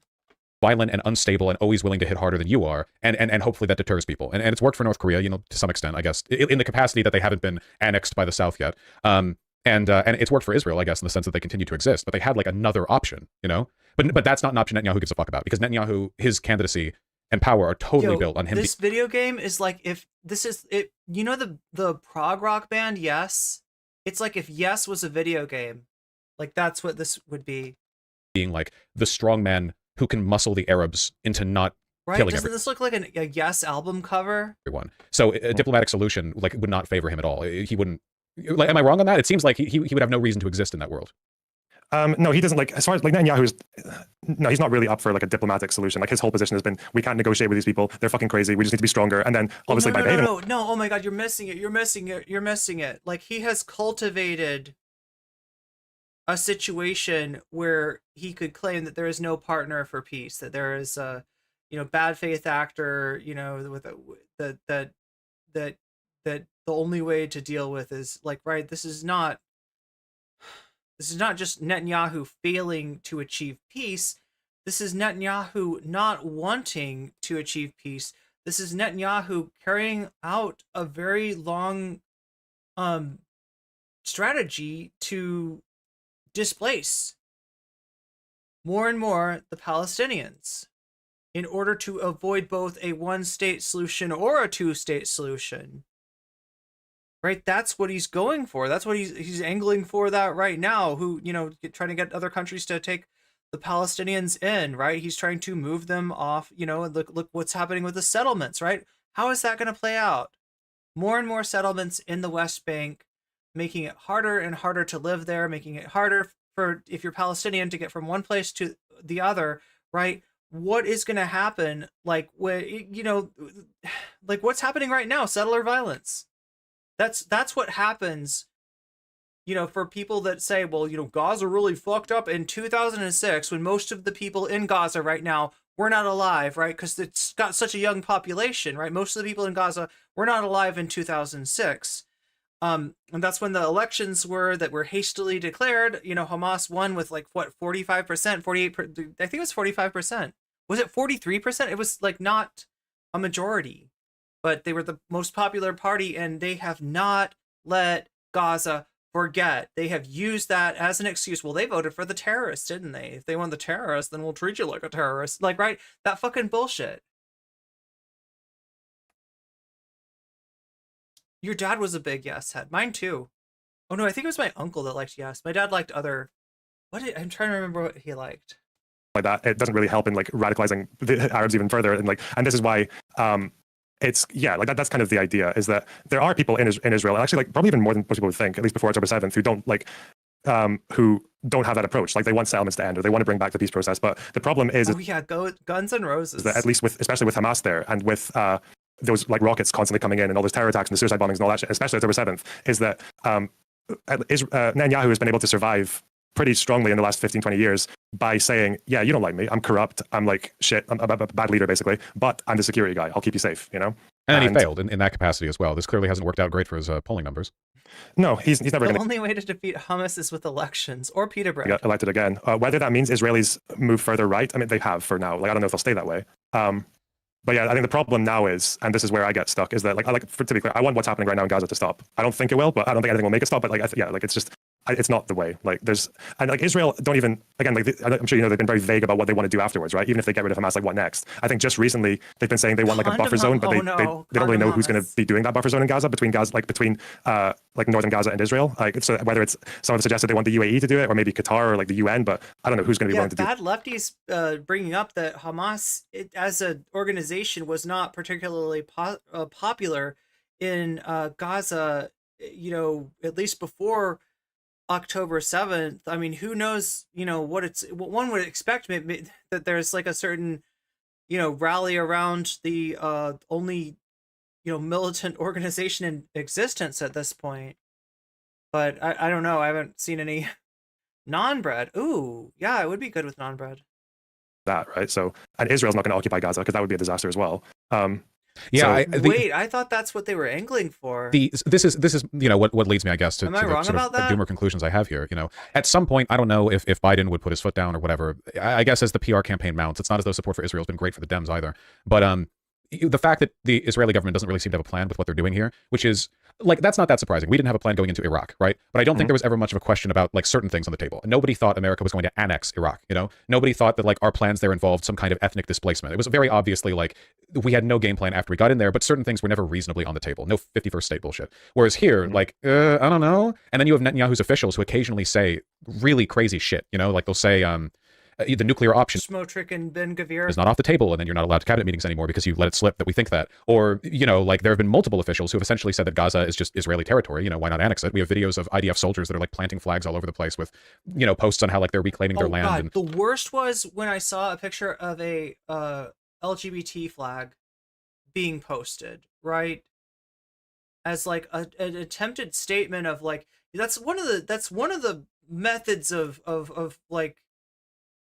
rhetoric that's kind of used, or one of the points that's harped on, right? One of the talking points is that, oh my God, Israel is the only country in the Middle East that's even halfway reasonable for the gays, and these other countries are super homophobic, and so therefore we will plant the pride flag. Do you realize what that does? Please don't put this on gay people, right? God, you get all the shit. The Israeli cabinet official who was doing those Pallywood conspiracy bits, where it's yes, really evil pink washing. Actually, every time you see a dead Palestinian baby, it's CGI with horrible consequences for they say that they care about gay people. That is not the act of somebody that cares about the well-being of gay people, right? Hi, buddy. And you look at all that, and it's we've seen this rhetoric before, right? This level of hysteria and racism and fervor and have we? Are you sure about that? This is a unique situation, and the United States and Israel are isolating themselves, in the world community to a degree we have not seen. And like, I don't know why you're comparing. I mean, this is just like the Gulf War. Oh my God, it's so much worse. Like, I see the parallels. If you want to draw parallels, fine. But just like, oh my God, no, it's not even. Ambiguity with the end goal, and it's with the alt-right. The alt-right did all of this. It's because it's like just typical fascist behavior, really. But they were in a position where they had to hide their intentions. Oh my and I think God, Israel Chad. does too. At least some Israeli officials, because they know that on the world stage, realized- optically, they can't just literally scream like, "Yeah." I just Arabs realized. out, without there being I mean, some consequences. I think on that point, like as for their intentions, I think you're right about definitely some people in the cabinet. Like, they've been open, like Ben Gvir. He literally had a picture on his wall of like that fucking terrorist who killed 30 people in a mosque, right? Or there was Smotrich who like he wanted that village, that city in the West Bank to get wiped off the face of the earth, right? So we've had that rhetoric before. I think I might reiterate what I guess like Richard said to you as well. Is like I think with what's happening now, war crimes is almost 100% like a pretty apt charge to put on it. When it comes to ethnic cleansing, like maybe I guess we're only going to know if it's an ethnic cleansing if they don't let them back, right? Because getting people to evacuate war zones, if you let them go back, like that happens in war. But whether they will, I mean, the buffer zones suggest they might not. As for like, I guess if we're talking about like genocide, then that's like some of the rhetoric definitely points to that, especially from Ben Gvir and Smotrich and whoever the fuck is running the Israeli Twitter account. But I think the thing with that is that like, unfortunately, with the Middle East, is like rhetoric in just about every war Israel's ever been in, with Israel's from the Israeli side and from the Arab state side, has always been a bit like that. Like but then whether or not it translates into concrete plans, I mean, so far it hasn't. I think at the end of the Six-Day War, when Israel took over Gaza and the West Bank, the cabinet very briefly spoke about expelling everyone from the West Bank and Gaza. We're raiding out. They ruled it out because, and that was in the 60s. A little bit too gamer for them, even at the time, I suppose. Bit too much, yeah. It is true that language in conflict in the Middle East, because there's almost always holy war shit. The language almost always trends like pretty apocalyptic and pretty genocidal. Like obviously, you'll see the same shit if you listen to Iran or Hezbollah or the Houthis or whatever. You'll hear stuff that if like applied on a governmental